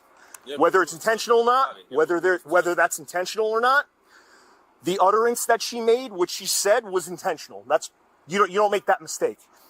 Let the court figure it out at this point. Yeah, I agree. Even one of the guys said, I agree. Nice. The woman ended up getting charged with 3 felony counts of aggravated assault with a deadly weapon, Wow. discharging a firearm in public, and resisting without violence. She'd plead guilty and be sentenced to 36 months of probation. Yeah, I have the Sgt. Pepper spray one too. In order to pay fines and court costs of $1,197. The court also ordered her to successfully complete a parenting class. Upon completion, she'd file for early termination of her probation, but the court denied her request due to it not even being 9 months after she'd been sentenced. Thanks for watching. See you on the next ride along. Oh, God. Is this the one? It was the dumbest arrest we ever posted. That's the one, right? 'Cause I think I have 2 Sgt. Pepper ones here. This wasn't it. No. No. No. Yeah, it must be that one. I had another Sgt. Pepper one, but this must be it. You didn't read me right away. Understand one thing, woman. We don't have to read you Miranda right. If that's traumatic, go to therapy. I don't want to put it down. Why are you down, Dick? You mind taking you? This video right here is the reason why I'm testing a new way to have the video on screen. Because it's not 16 by 9. Sandals off. Police were called after the lady in the blue dress allegedly attacked a bartender. Ma'am. She looked nasty. Damn. Come here. Towards my vehicle, please. Apparently got into altercation with the bartender. What's happening? Hey, I'm taking her home. No, she's not going home right now. Right now she's gonna wait and we're gonna figure out what happened there. I don't have Because apparently she punched somebody and we're gonna see how we're gonna resolve that. Okay. So right now she's gonna be with me. Fair enough. So, I don't have to do anything until my. It's no, not. yes you do. No, I don't. Yes you do. Stop it. Yes Stop. you do. Listen. Yes you do. Relax. Why do you guys? Stop. No, stop. Can you please just walk away? Why you grab me? I have a right to an attorney. Yeah, you My do. brother's an attorney. You don't have a right to grab me. You don't have a right to attorney on the side of the road. Otherwise, that would just stop people from being arrested. You have the right to attorney when you're being questioned. Stop. You have no right. Going cuss. She definitely looks like an individual. You have not given me my random rights. Stop. First of all, nobody needs to give you Miranda rights right now. Just calm down. You're just being detained pending investigation. I have not done. Kelly, stop. I'm not. Oh, It's not God. that serious. It's not that serious. Can you guys please Pink handcuffs. record this? It is recorded. Yeah. I literally did nothing wrong. I'm spreading this. Yeah. I know that dress is gonna pop off. I haven't done anything wrong. She's just gonna make it worse because she's gonna get the I can, yeah, that was right. And again, it's like she's wearing a prom dress. battery charge and the resistance. Hey. Will you please call my brother? Yeah. Or my uncle? Yeah. Take my phone. Find it. But Kelly, you don't need it. I have not. I literally have not done anything wrong. What's your brother's You have not read me my land. I haven't done anything wrong. I have not done anything wrong. You did not read me my land. I have not done anything wrong. They're not questioning you. They don't need to. Guys, please, this is very aggressive. Well, her reaction dictates our. I have not done anything Here, hold wrong. this. Please, guys. Call my brother right now. Have a seat.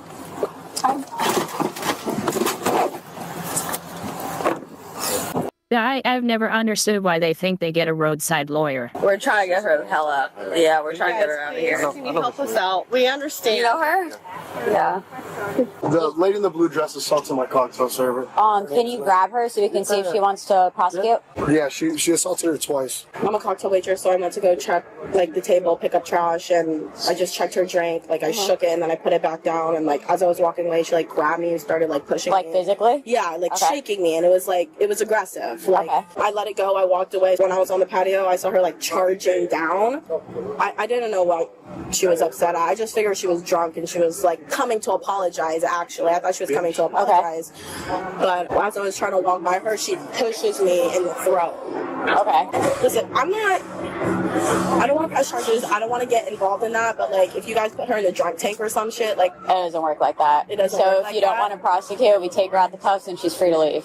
She's free to leave. So what do I have to do? Like, If you want to prosecute, we need to show up for you to like confirm that that's the girl that did this to you. okay, but do I have to do anything after that? Like show up to court? Yeah. No, I don't want to do that. All right, then I just need you to sign a waiver that you don't want to prosecute. That's fine. All right. And her from here too as well. You want to trespass? Yes. Okay.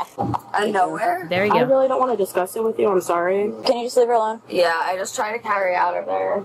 Sorry. I hope you feel. I appreciate it. Thank you so much.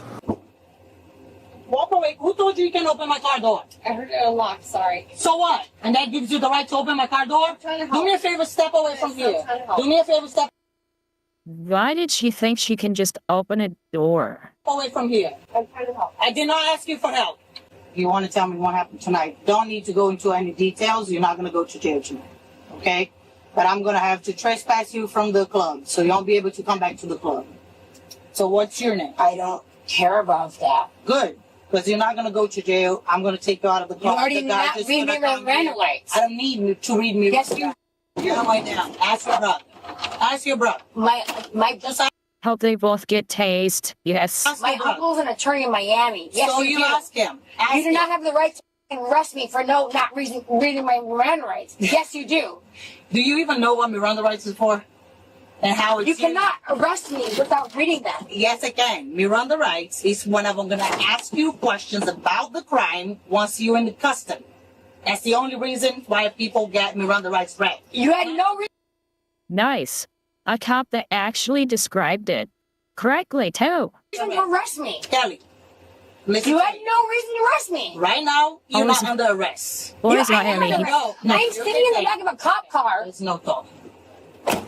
Kelly, this gentleman here from the club is going to talk to you. Here's the deal. Let him talk, please. Let him talk. You don't have to get up. You don't have to get up. Here's the deal. I'm going to tell you completely honestly. You assaulted one of my servers. You are no longer welcome to the mall.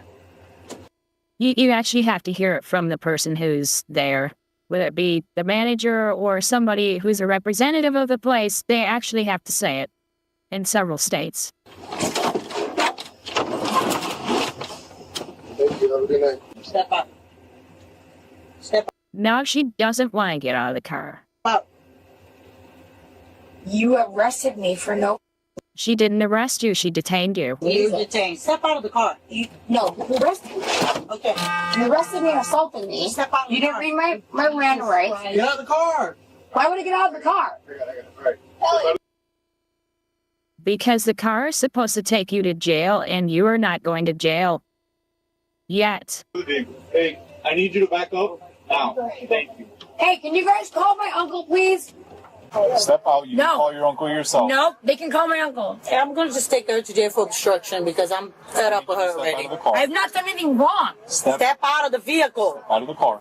You Please. arrested me and told me that I was Step out of the vehicle. Listen, you're not under arrest. They are trying to tell her, you are not under arrest. Just get out. I'm under arrest. All right, are you done speaking so that I can speak? Yes or no? If you want to continue screaming, that's fine. I'm going to give you a minute. I need to speak and explain something to you. May I do that? Take 30 seconds if you need it. You're sitting in the back of the car for no Can you reason. can you have one of my friends come over with my phone? No, you're sitting in the back No, of the I car for need no a- reason. Hey, You're gonna go to jail No. for no reason. I at need this you to. point, you guys arrested me for fucking no reason. You told me that I was Listen, insane. Mister, I know it all. Listen up. The fact that you got placed in cuffs and secured You inside of literally police does arrested not me for mean no that you got reason. arrested. And then you told me that I was not detained? When I came to talk to you, you act up. That's the reason why you're here.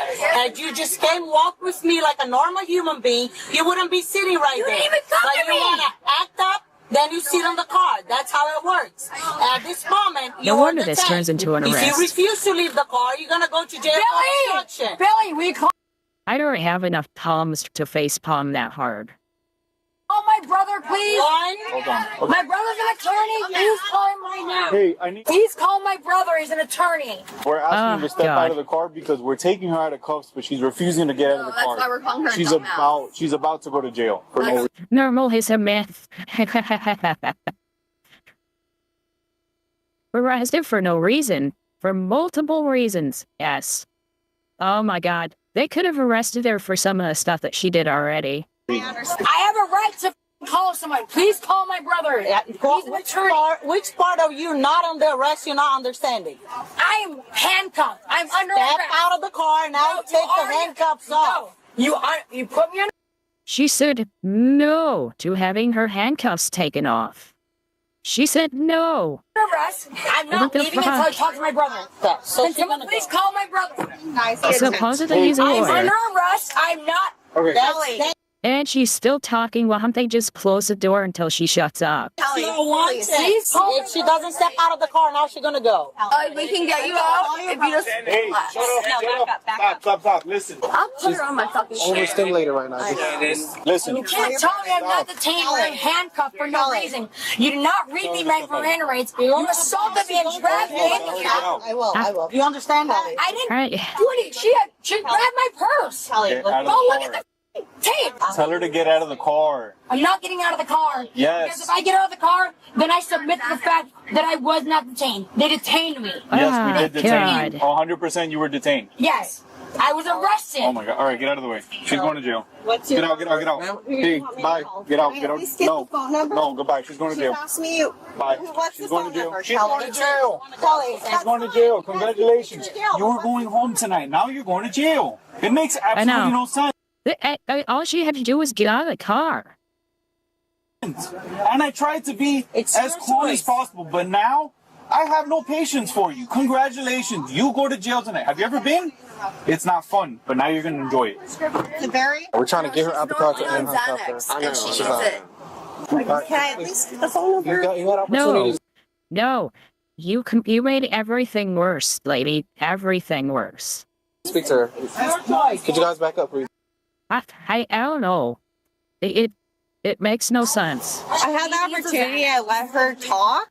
They were literally trying to let her leave.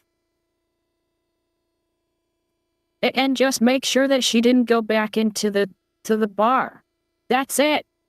Hey, you're trespassed. They don't want to press charges.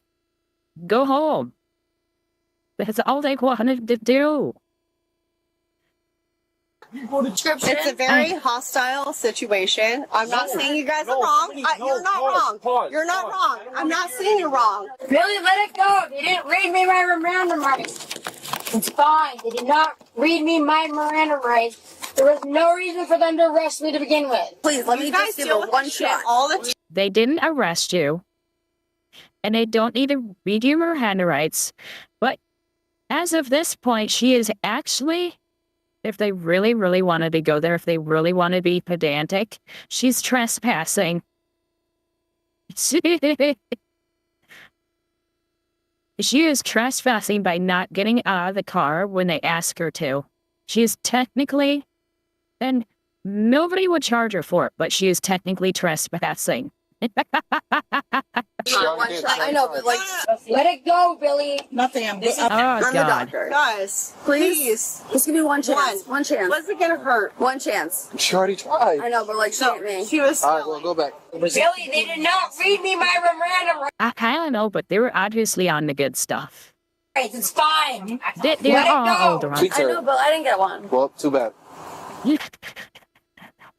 Billy trespassing in a police car. It sounds so much funnier that way. Nice. I'm sorry. I will save that one for later. It is what it is at this point. So stupid. I'm gonna call her out on her and tell her she's a dumb bitch. Well, you can call her out when she gets out. Your last chance. I would love to One see the chance. camera picture on you talking. You got one chance. This is your one chance, your one last chance to get out of the car, and she's still not going to do it. never came to me One ever. chance before I got the call. But I God. get a booking number. That's a That one chick chance. literally stole my purse and I grabbed her and I went after her. Last chance. You're making a very big mistake, sweetheart. I'm going to. It's funny when I would watch this stuff on my own. I just couldn't get through it. It would drive me too crazy. When I'm watching it with you, it's even funnier. Ask her to step out of the vehicle so I can take the cuffs It goes from off frustrating of her to funny. when she goes home tonight. Yes. If she refuses, She's stupid. We get if it. she refuses, she is going to jail for She's stupid. We get it. resisting without violence tonight because she was pulling away from my partner from what she said. And that is the end of it. No. All right, Dorian, your last chance. Last chance. For what? To get you out of my car. Because if you don't get out right now, you're going to go to jail. You know, Yeah, exactly. Florida man exists for a reason. And there are female versions too, and she is one of them. for what? You didn't read me my Miranda rights. Understand one thing, woman.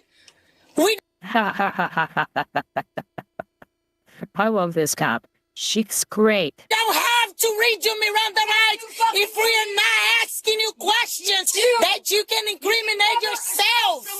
She's had enough. Oh, God. Learn!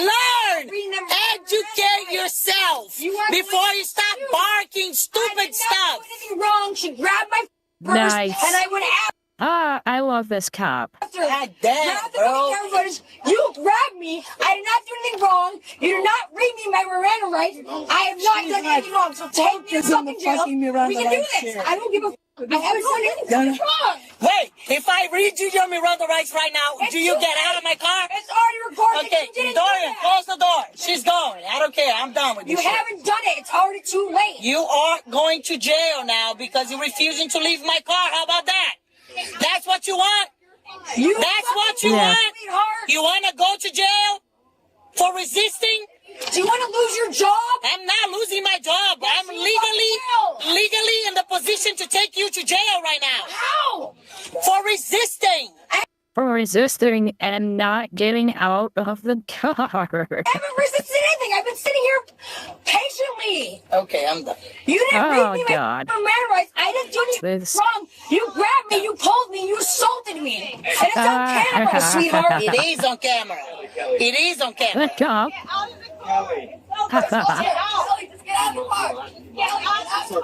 Yeah, because they know they up. Dude, I'm going to take her. She'll learn. She got to learn. Somebody needs to educate her. You can have some donuts? I don't know. Let me see. I need. Can you guys please call my uncle?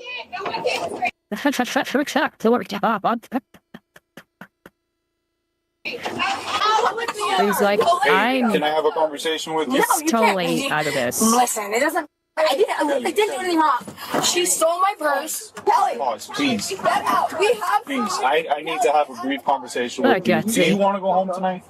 Oh, At this point, I God. don't care because I'm the Some people naturally select themselves.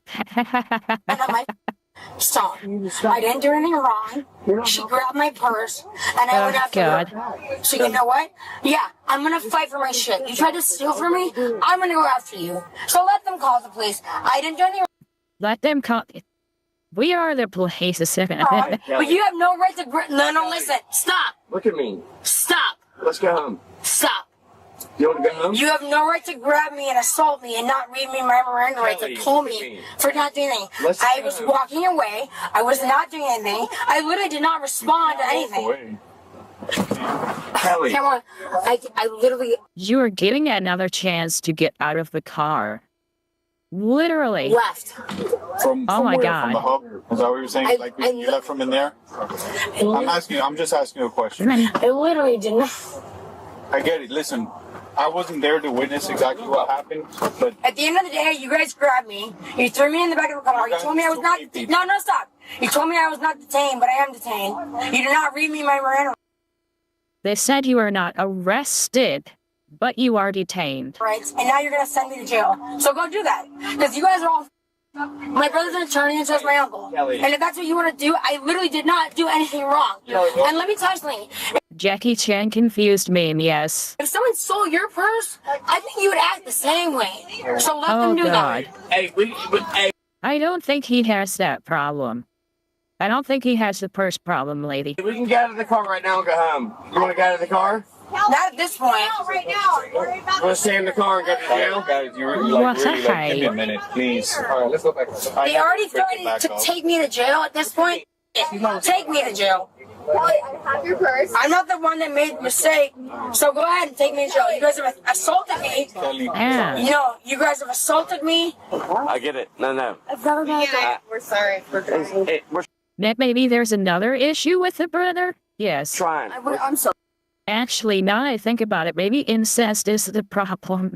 sorry. Kelly, Maybe there's a long family history. here's the reality. All right. That explains her stupidity. Where everything happened is there was witnesses that said that you battered the waitress. If she grabbed your purse, that was wrong on her, but you weren't allowed to hit her either, okay? The God. waitress has decided not to press charges. Yeah, because she stole my purse, and if you look at the camera, you would see that. Okay. Right? So At the end of the day, it doesn't matter. That doesn't give you the right to grab me, assault me, drag me into the car. She did. Oh, you're talking They about grabbed me, the cop. You have a right to read me my Miranda. He's like, I'm not sure where to look because you just keep showing it all off. I want. No, stop. No, stop telling me to stop. I'm not a child, okay? Relax. You don't dictate this, I do. You've spoken, and I stand here quietly and patiently with you. Now you need to stop and listen to me. No. It's simple. You are free to go. Leave. If you don't, you go to jail. Choice is yours. Charges are being pressed. We've asked you to step out of the car multiple times. You guys arrested me. Jesus Christ. I can't. I'm not going to give you a civic lesson in all this. You were detained. You were placed in cuffs because we are conducting an investigation. You still did not. We don't need to read your Miranda rights. There was no reason for that. We don't need to read your Miranda rights. Even her friends are like, I give up. You don't think that's not? You don't think that's not traumatic? Listen, if that's traumatic, go to therapy. Go to therapy. I'm so sorry that you were placed in cuffs and put in the back of a car. If we ask you, hey, stay right here, don't move because we're conducting an investigation. No one said that. Then listen, I can't take account for anybody else's actions, only my own. I arrived in this after the fact. You were sitting in this car and everybody's in the hoop and hollering. I'm trying to be as level-headed as possible. I understand that the emotions are up here right now. Mine are getting up there. Somebody needs to be calm, cool, and collected, right? That's where I'm trying to be. Please. Please. You don't think it's not traumatic? I was literally walking down the road and I got attacked and dragged. You didn't get attacked. Yes, I did. I'm fairly sure those are panties. Put yourself in our shoes, please. Pause. Stop. Take a deep breath. No one said anything. Ma'am, can you please stop? All right, they didn't say I got attacked and dragged. That's pretty dramatic. So if you're going to take me to court, do it. That's your perspective on it. No, that's pretty dramatic for someone. She's not hot enough. I'm sorry. I don't even want to see him. Take a deep breath. Breathe, please. Can someone please call my brother? They've called and they're not answering. She said it multiple times. Don't keep answering. Call. Maybe your brother saw it was your phone number and didn't want to pick up. Because you're nuts. Is this really the hill that you want to die on? Like, do you really want to go to jail and then wake up in the morning and be like, why am I here? Do I really want to be assaulted by a cop and then dragged there? If you feel that something incorrect was not even remotely hot enough done to you, you can file a complaint. I don't think any of us would.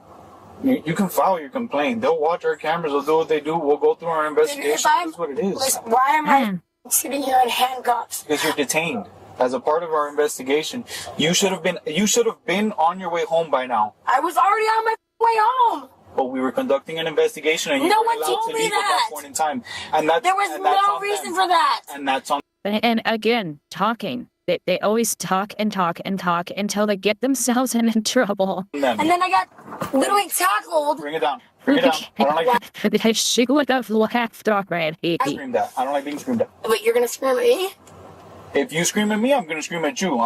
You're screaming at me. You give. Why would I like to be? You think that I want to be detained? Well, when there's that much lip filler, your mouth doesn't move right, and so that makes it look extra weird. I literally didn't even know. I got manhandled and dragged, and I said, "You guys did not read me my Miranda. There's no reason for you to do this." If they would have talked to me and came to me and talked to me like an adult, that'd have been fine. But she went full power mode and put me in the back of a car. So yeah, you can't tell.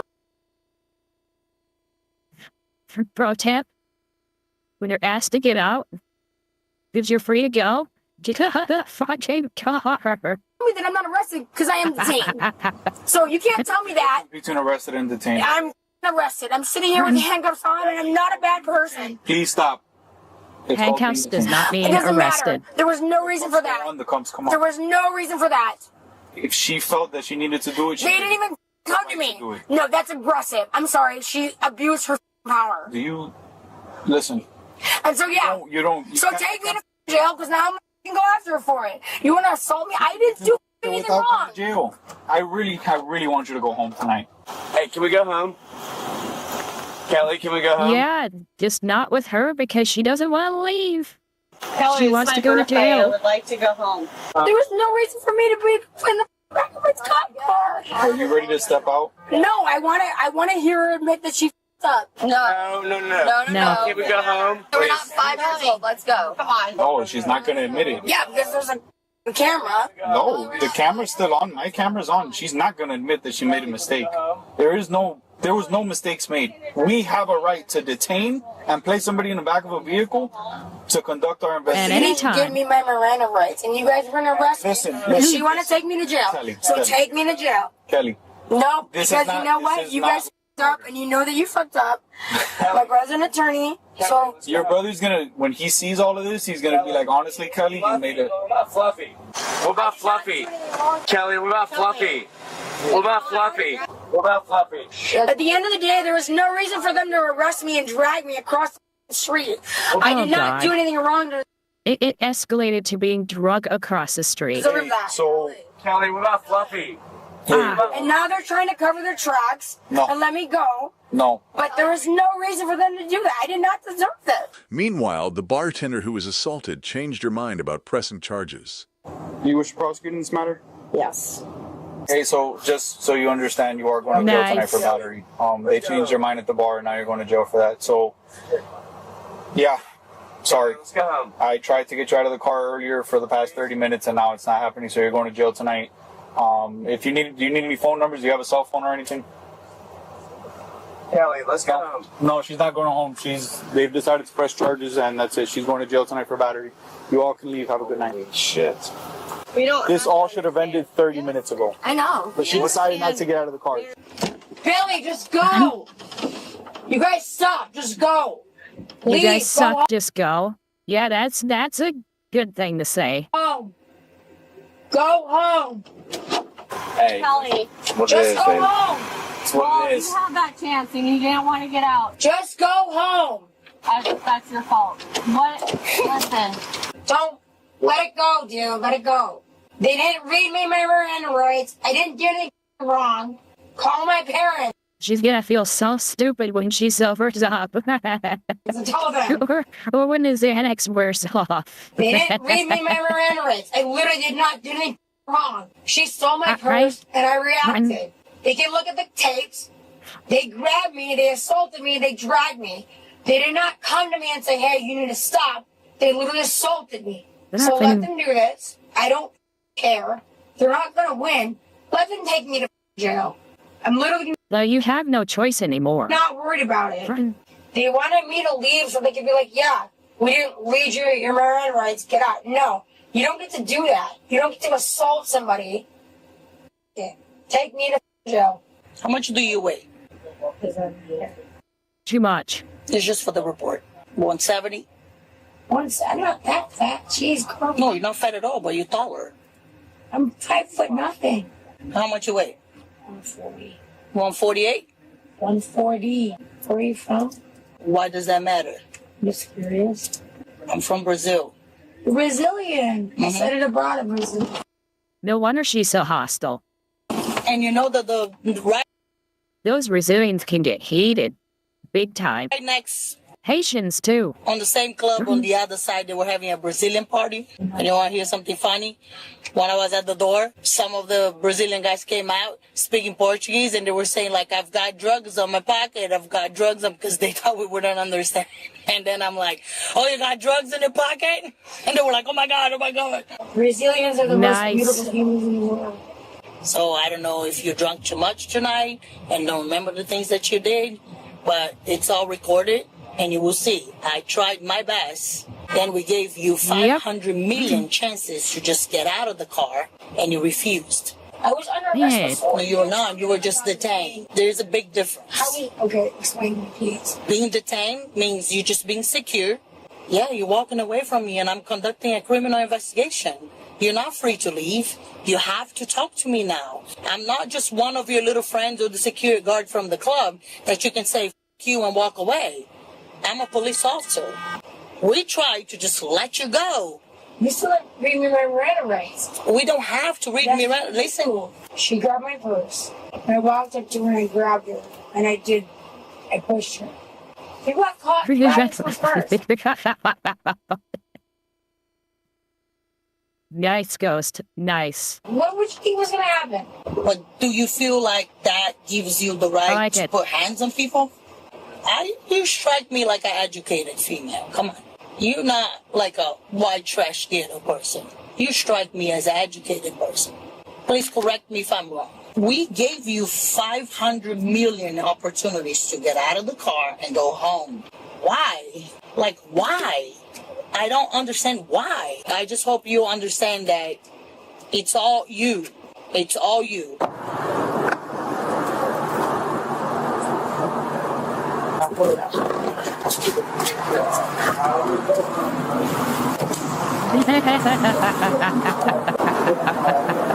Just breathe. He is not the police. Stay composed. He is definitely not the police right there. I promise you. Just breathe. Okay? Go from under here, left.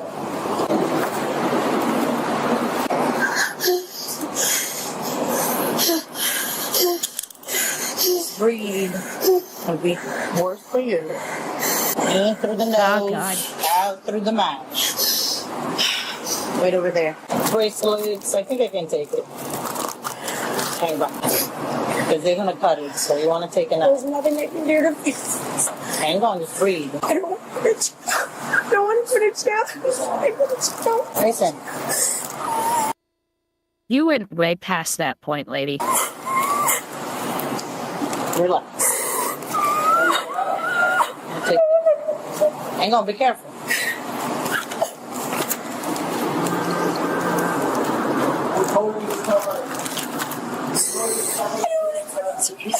I understand, but unfortunately, you were given 500 million opportunities to go home and you refused. Yep. I need you to take your sandals off for me. I'll just take your watch.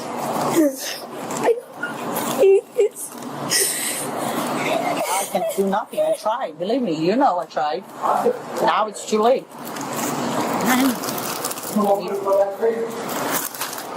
And you know, if they were gone, that lady wouldn't have been able to come out and just say hi again and say, I want to press charges. She would have had to have called the police, and they may not have even drug her in. Yeah, stop breaking the law, asshole. Squeeze the front of your finger first. Love it. Like here. And then roll it. Do you have like a hand sanitizer or something to make it the ring like loose? Could you, while you're down there, you mind taking your sandals off, please? And putting here?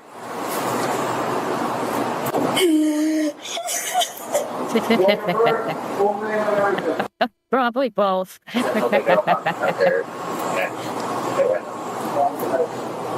Okay, put it back in. They're gonna use soap and take it off. This is my grandma's ring. Okay, you got it. You got it. Take your sandals for me, please. Oh my God.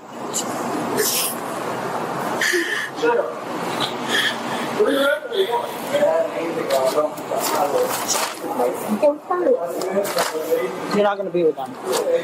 Do you have any other jewelry at all? What? Any other jewelry? Like nipple rings? Any like rings, anything else? I have a belly button ring. Okay, they will talk to you inside. Okay, I'm going to put these on the list of your property, and I'm going to show you the property and give you a copy of it, okay? She was officially Snickers ad. charged with touch or strike battery and resisting an officer without violence. No public records of her court case results could be found. Nothing. Yeah, if you can't handle alcohol, don't do alcohol.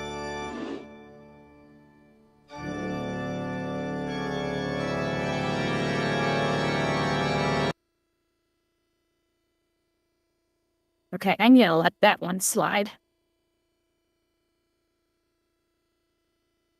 That'll work. I didn't have one that was 10 minutes, but I found one. They keep. So she gets crazier and crazier during this arrest. Officers were called to a hospital after a crazed woman put her hands on a nurse that refused to leave. She's getting in the car with me, right? Dana? Who are you? Okay, you can stand right over there. Come with me. It's raining out here, so just stand over there. All right, what's so hard about leaving? Stop, ma'am. Okay. You're gonna go to jail for both. Trespassing and resisting. What? Hey, listen, guys, can you guys listen? She has been drunk with me. What's up? She won't go been sober for a week. Just stand I'm over not there even for sure I'm Let me being talk to her, and then we could go there. What's your name? Sarah. Sarah. Yep. What's the issue just leaving? Sir, I'm trying to not clear my throat right into the microphone. Listen, I don't feel comfortable leaving her. Okay, well, they have the right to tell you. Sarah, spell your name for me. There's no female here. Female at the Anything front could desk is a happen. female It could nurse be right rape, there. It could be anything. Okay. You have a Florida ID? I have. You can take my ID out of the bag. Out of the bag? Out of the black wallet. Okay, I'm gonna set the bag up there. No, just take the wallet out. Okay, There's no, no, you there's can no just weapons. you can take the bag. Listen. Yeah. Let the bag. No, you're not allowed to take the bag. We are allowed to take the bag. Yes. Wow, she had a death grip on that thing. Put her in the back of the Can you take that? She's gonna be going to jail for trespass. Let's go. Go over here. Hold on. Where do you do that?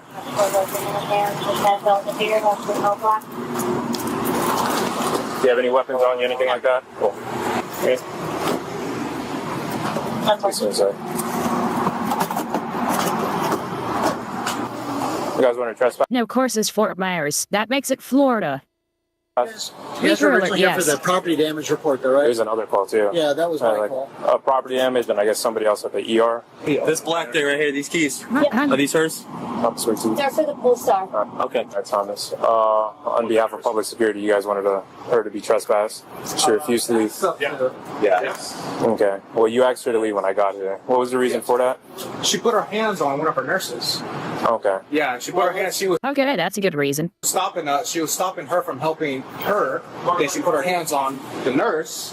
So that's when everything I know, I'm going to have a Florida score counter, aren't I? started escalating. Okay. She wants to know if she can take the keys with her. If she can keep them. Because you're going to jail, so... I don't want her driving the car. So these can't go with her? Well, I don't want her driving the car. Do you want them to go with Why are you you? asking? Because if you say, yes, I want these keys to go with her... Away from here in a cop car, why are you asking me if I need the keys? Okay. Going to jail? She's going to be going to jail for trespassing. Because this girl might as well get her help if she. That's what I'm yeah. saying, 'cause So she's the I'm trying to patient. talk her into go back in. Let me talk to her.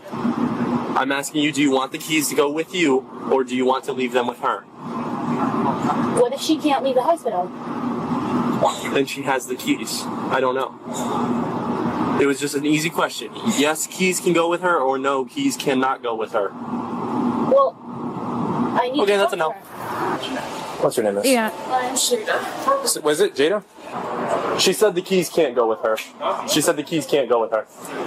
Who's she again? Huh? She's just a child. So she's nothing. She just comes in here, causes a scene, puts hands on the nurse. That's what I said. She's your friend?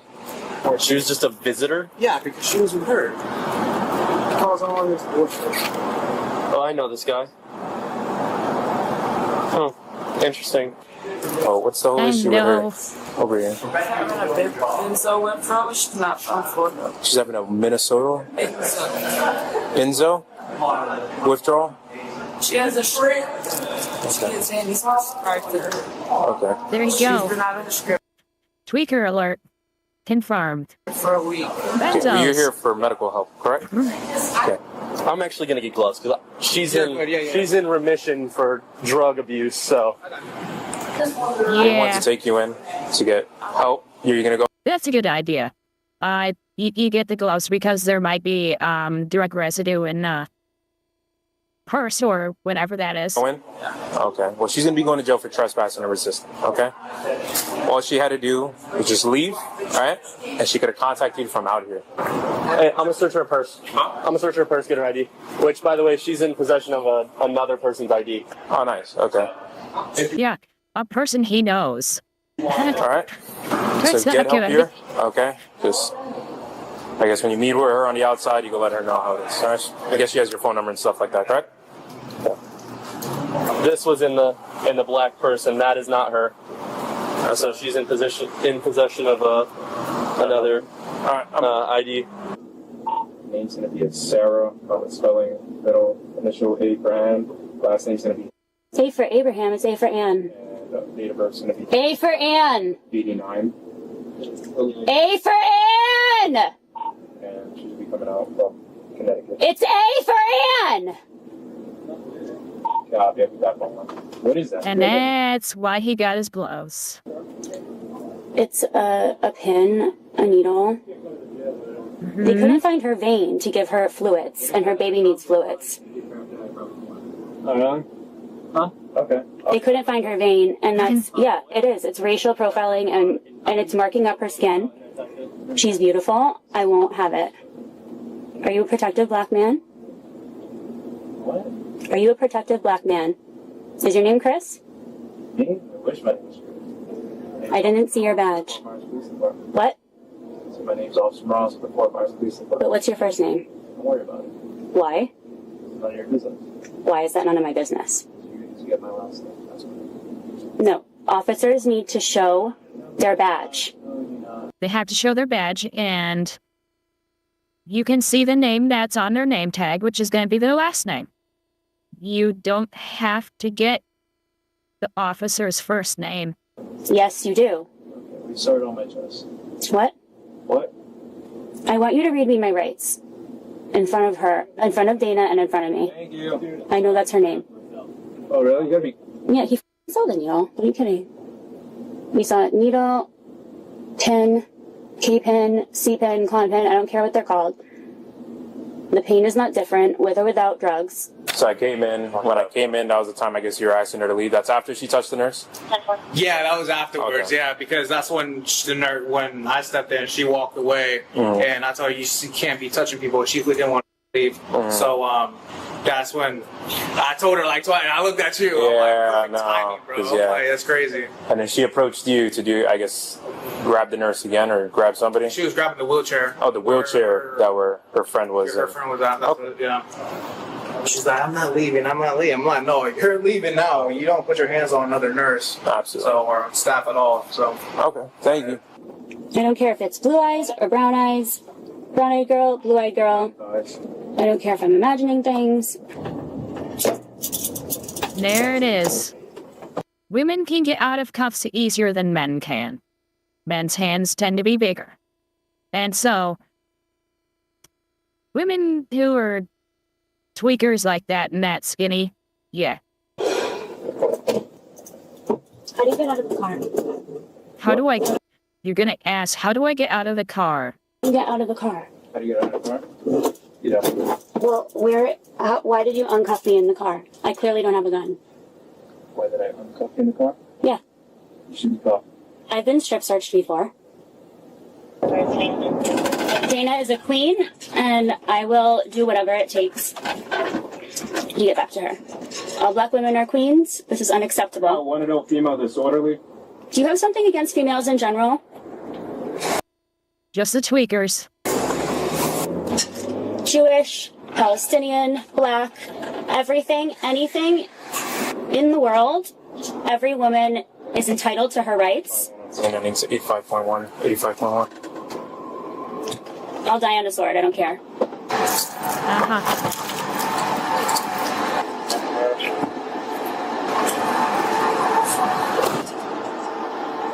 It's the baby's thyroid. She slipped her cuffs to the front while I was transporting her here. So just beware. It is pretty crazy. He didn't put the cuffs He on me is right crazy. at the hospital. I'm sorry? The officer didn't put the cuffs on me right at the hospital. That's why I was able to... Yeah. Well, why isn't she checking? Why wouldn't she strip search me? Get out the car.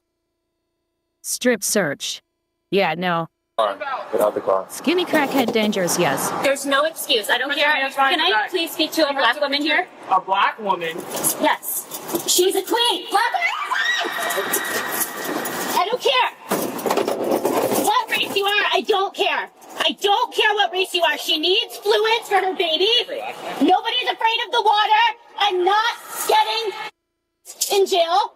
I'm not getting in jail. Nobody's getting raped in jail. One black woman, Japanese woman, Spanish woman, Dominican woman, Guadalupe woman. Here. So guys, can you fix her? Can you fix her? Anybody? Anybody? Bueller? Like hurting yourself? No. She's gonna sue. Probably. It's probably as good as it's gonna get. You need anything else? Yeah. What's her name? Sarah. Date of birth. I know. They never do. 89. They never listen to reason. She was charged with 3 misdemeanors: resisting an officer without violence, possession of paraphernalia, and trespassing. She failed to appear in court, and a new warrant was issued for her arrest. She currently remains at large. It's a gamble. Yes, it is. Oh, jeez. These people.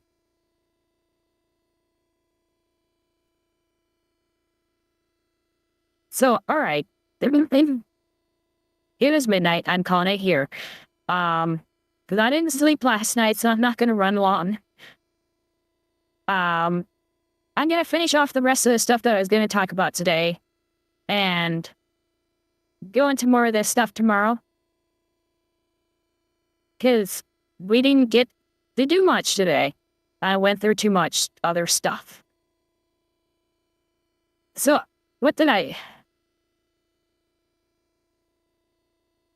Yeah, I still had like 15 other things to go through. So, we're going to hold off on finding more things tomorrow. I'm going to try and avoid that. So yeah, we're going to finish off. The only thing I have right now is the Discord. I need to make another X account. I will get to that eventually. Once it unbans my devices, I'll have an X account. Past that, I'm not really interested in any other ones.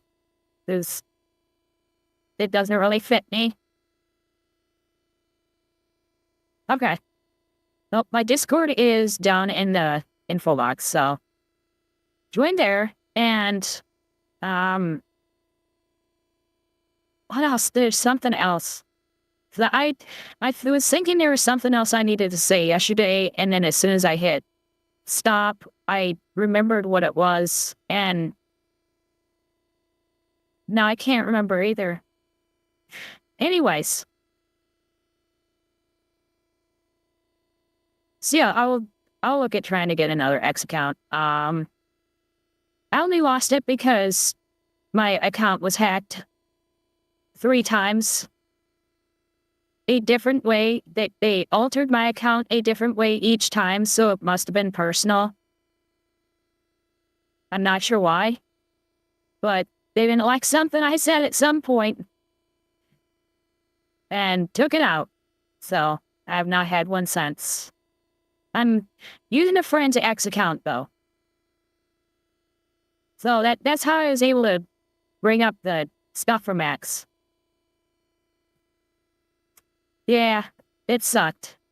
I lost all the momentum that I had streaming on other sites, too. I was starting to do a little bit better, and then nobody came to YouTube anymore, and hardly anybody came to Twitch.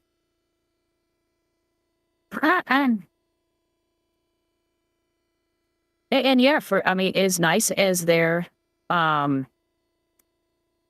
is, they don't use their real grok to do the checking for the accounts. They use a garbage AI, and it can't do anything.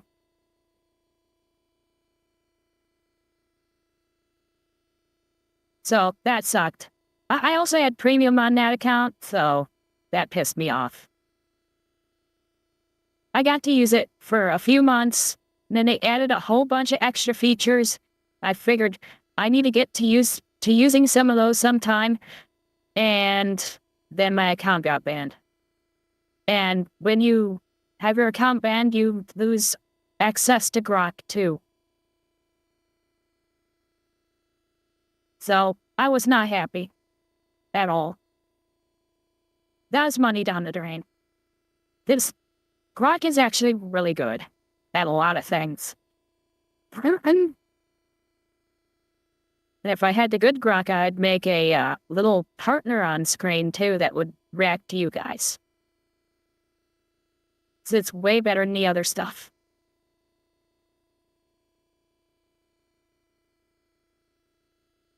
Yeah, grok first gen was kind of crazy. It's really accurate right now, though. Who was it that they beat? I don't think it was Anthropic. It might have been ChatGPT. But it just, like, went way past it, and then grok sort of degraded a little bit, and then it got better again, so they're, like, fighting for first place on several things. But that's because they're teaching it on real people and not just, you know, like Reddit and other sites that have just nonstop jokes, memes, all that stuff. So, alright, anyways, I can't remember what I was gonna say, so it must have been really important. Because that's how these things go. As always, don't do whatever I would do. Yeah, Reddit. See ya.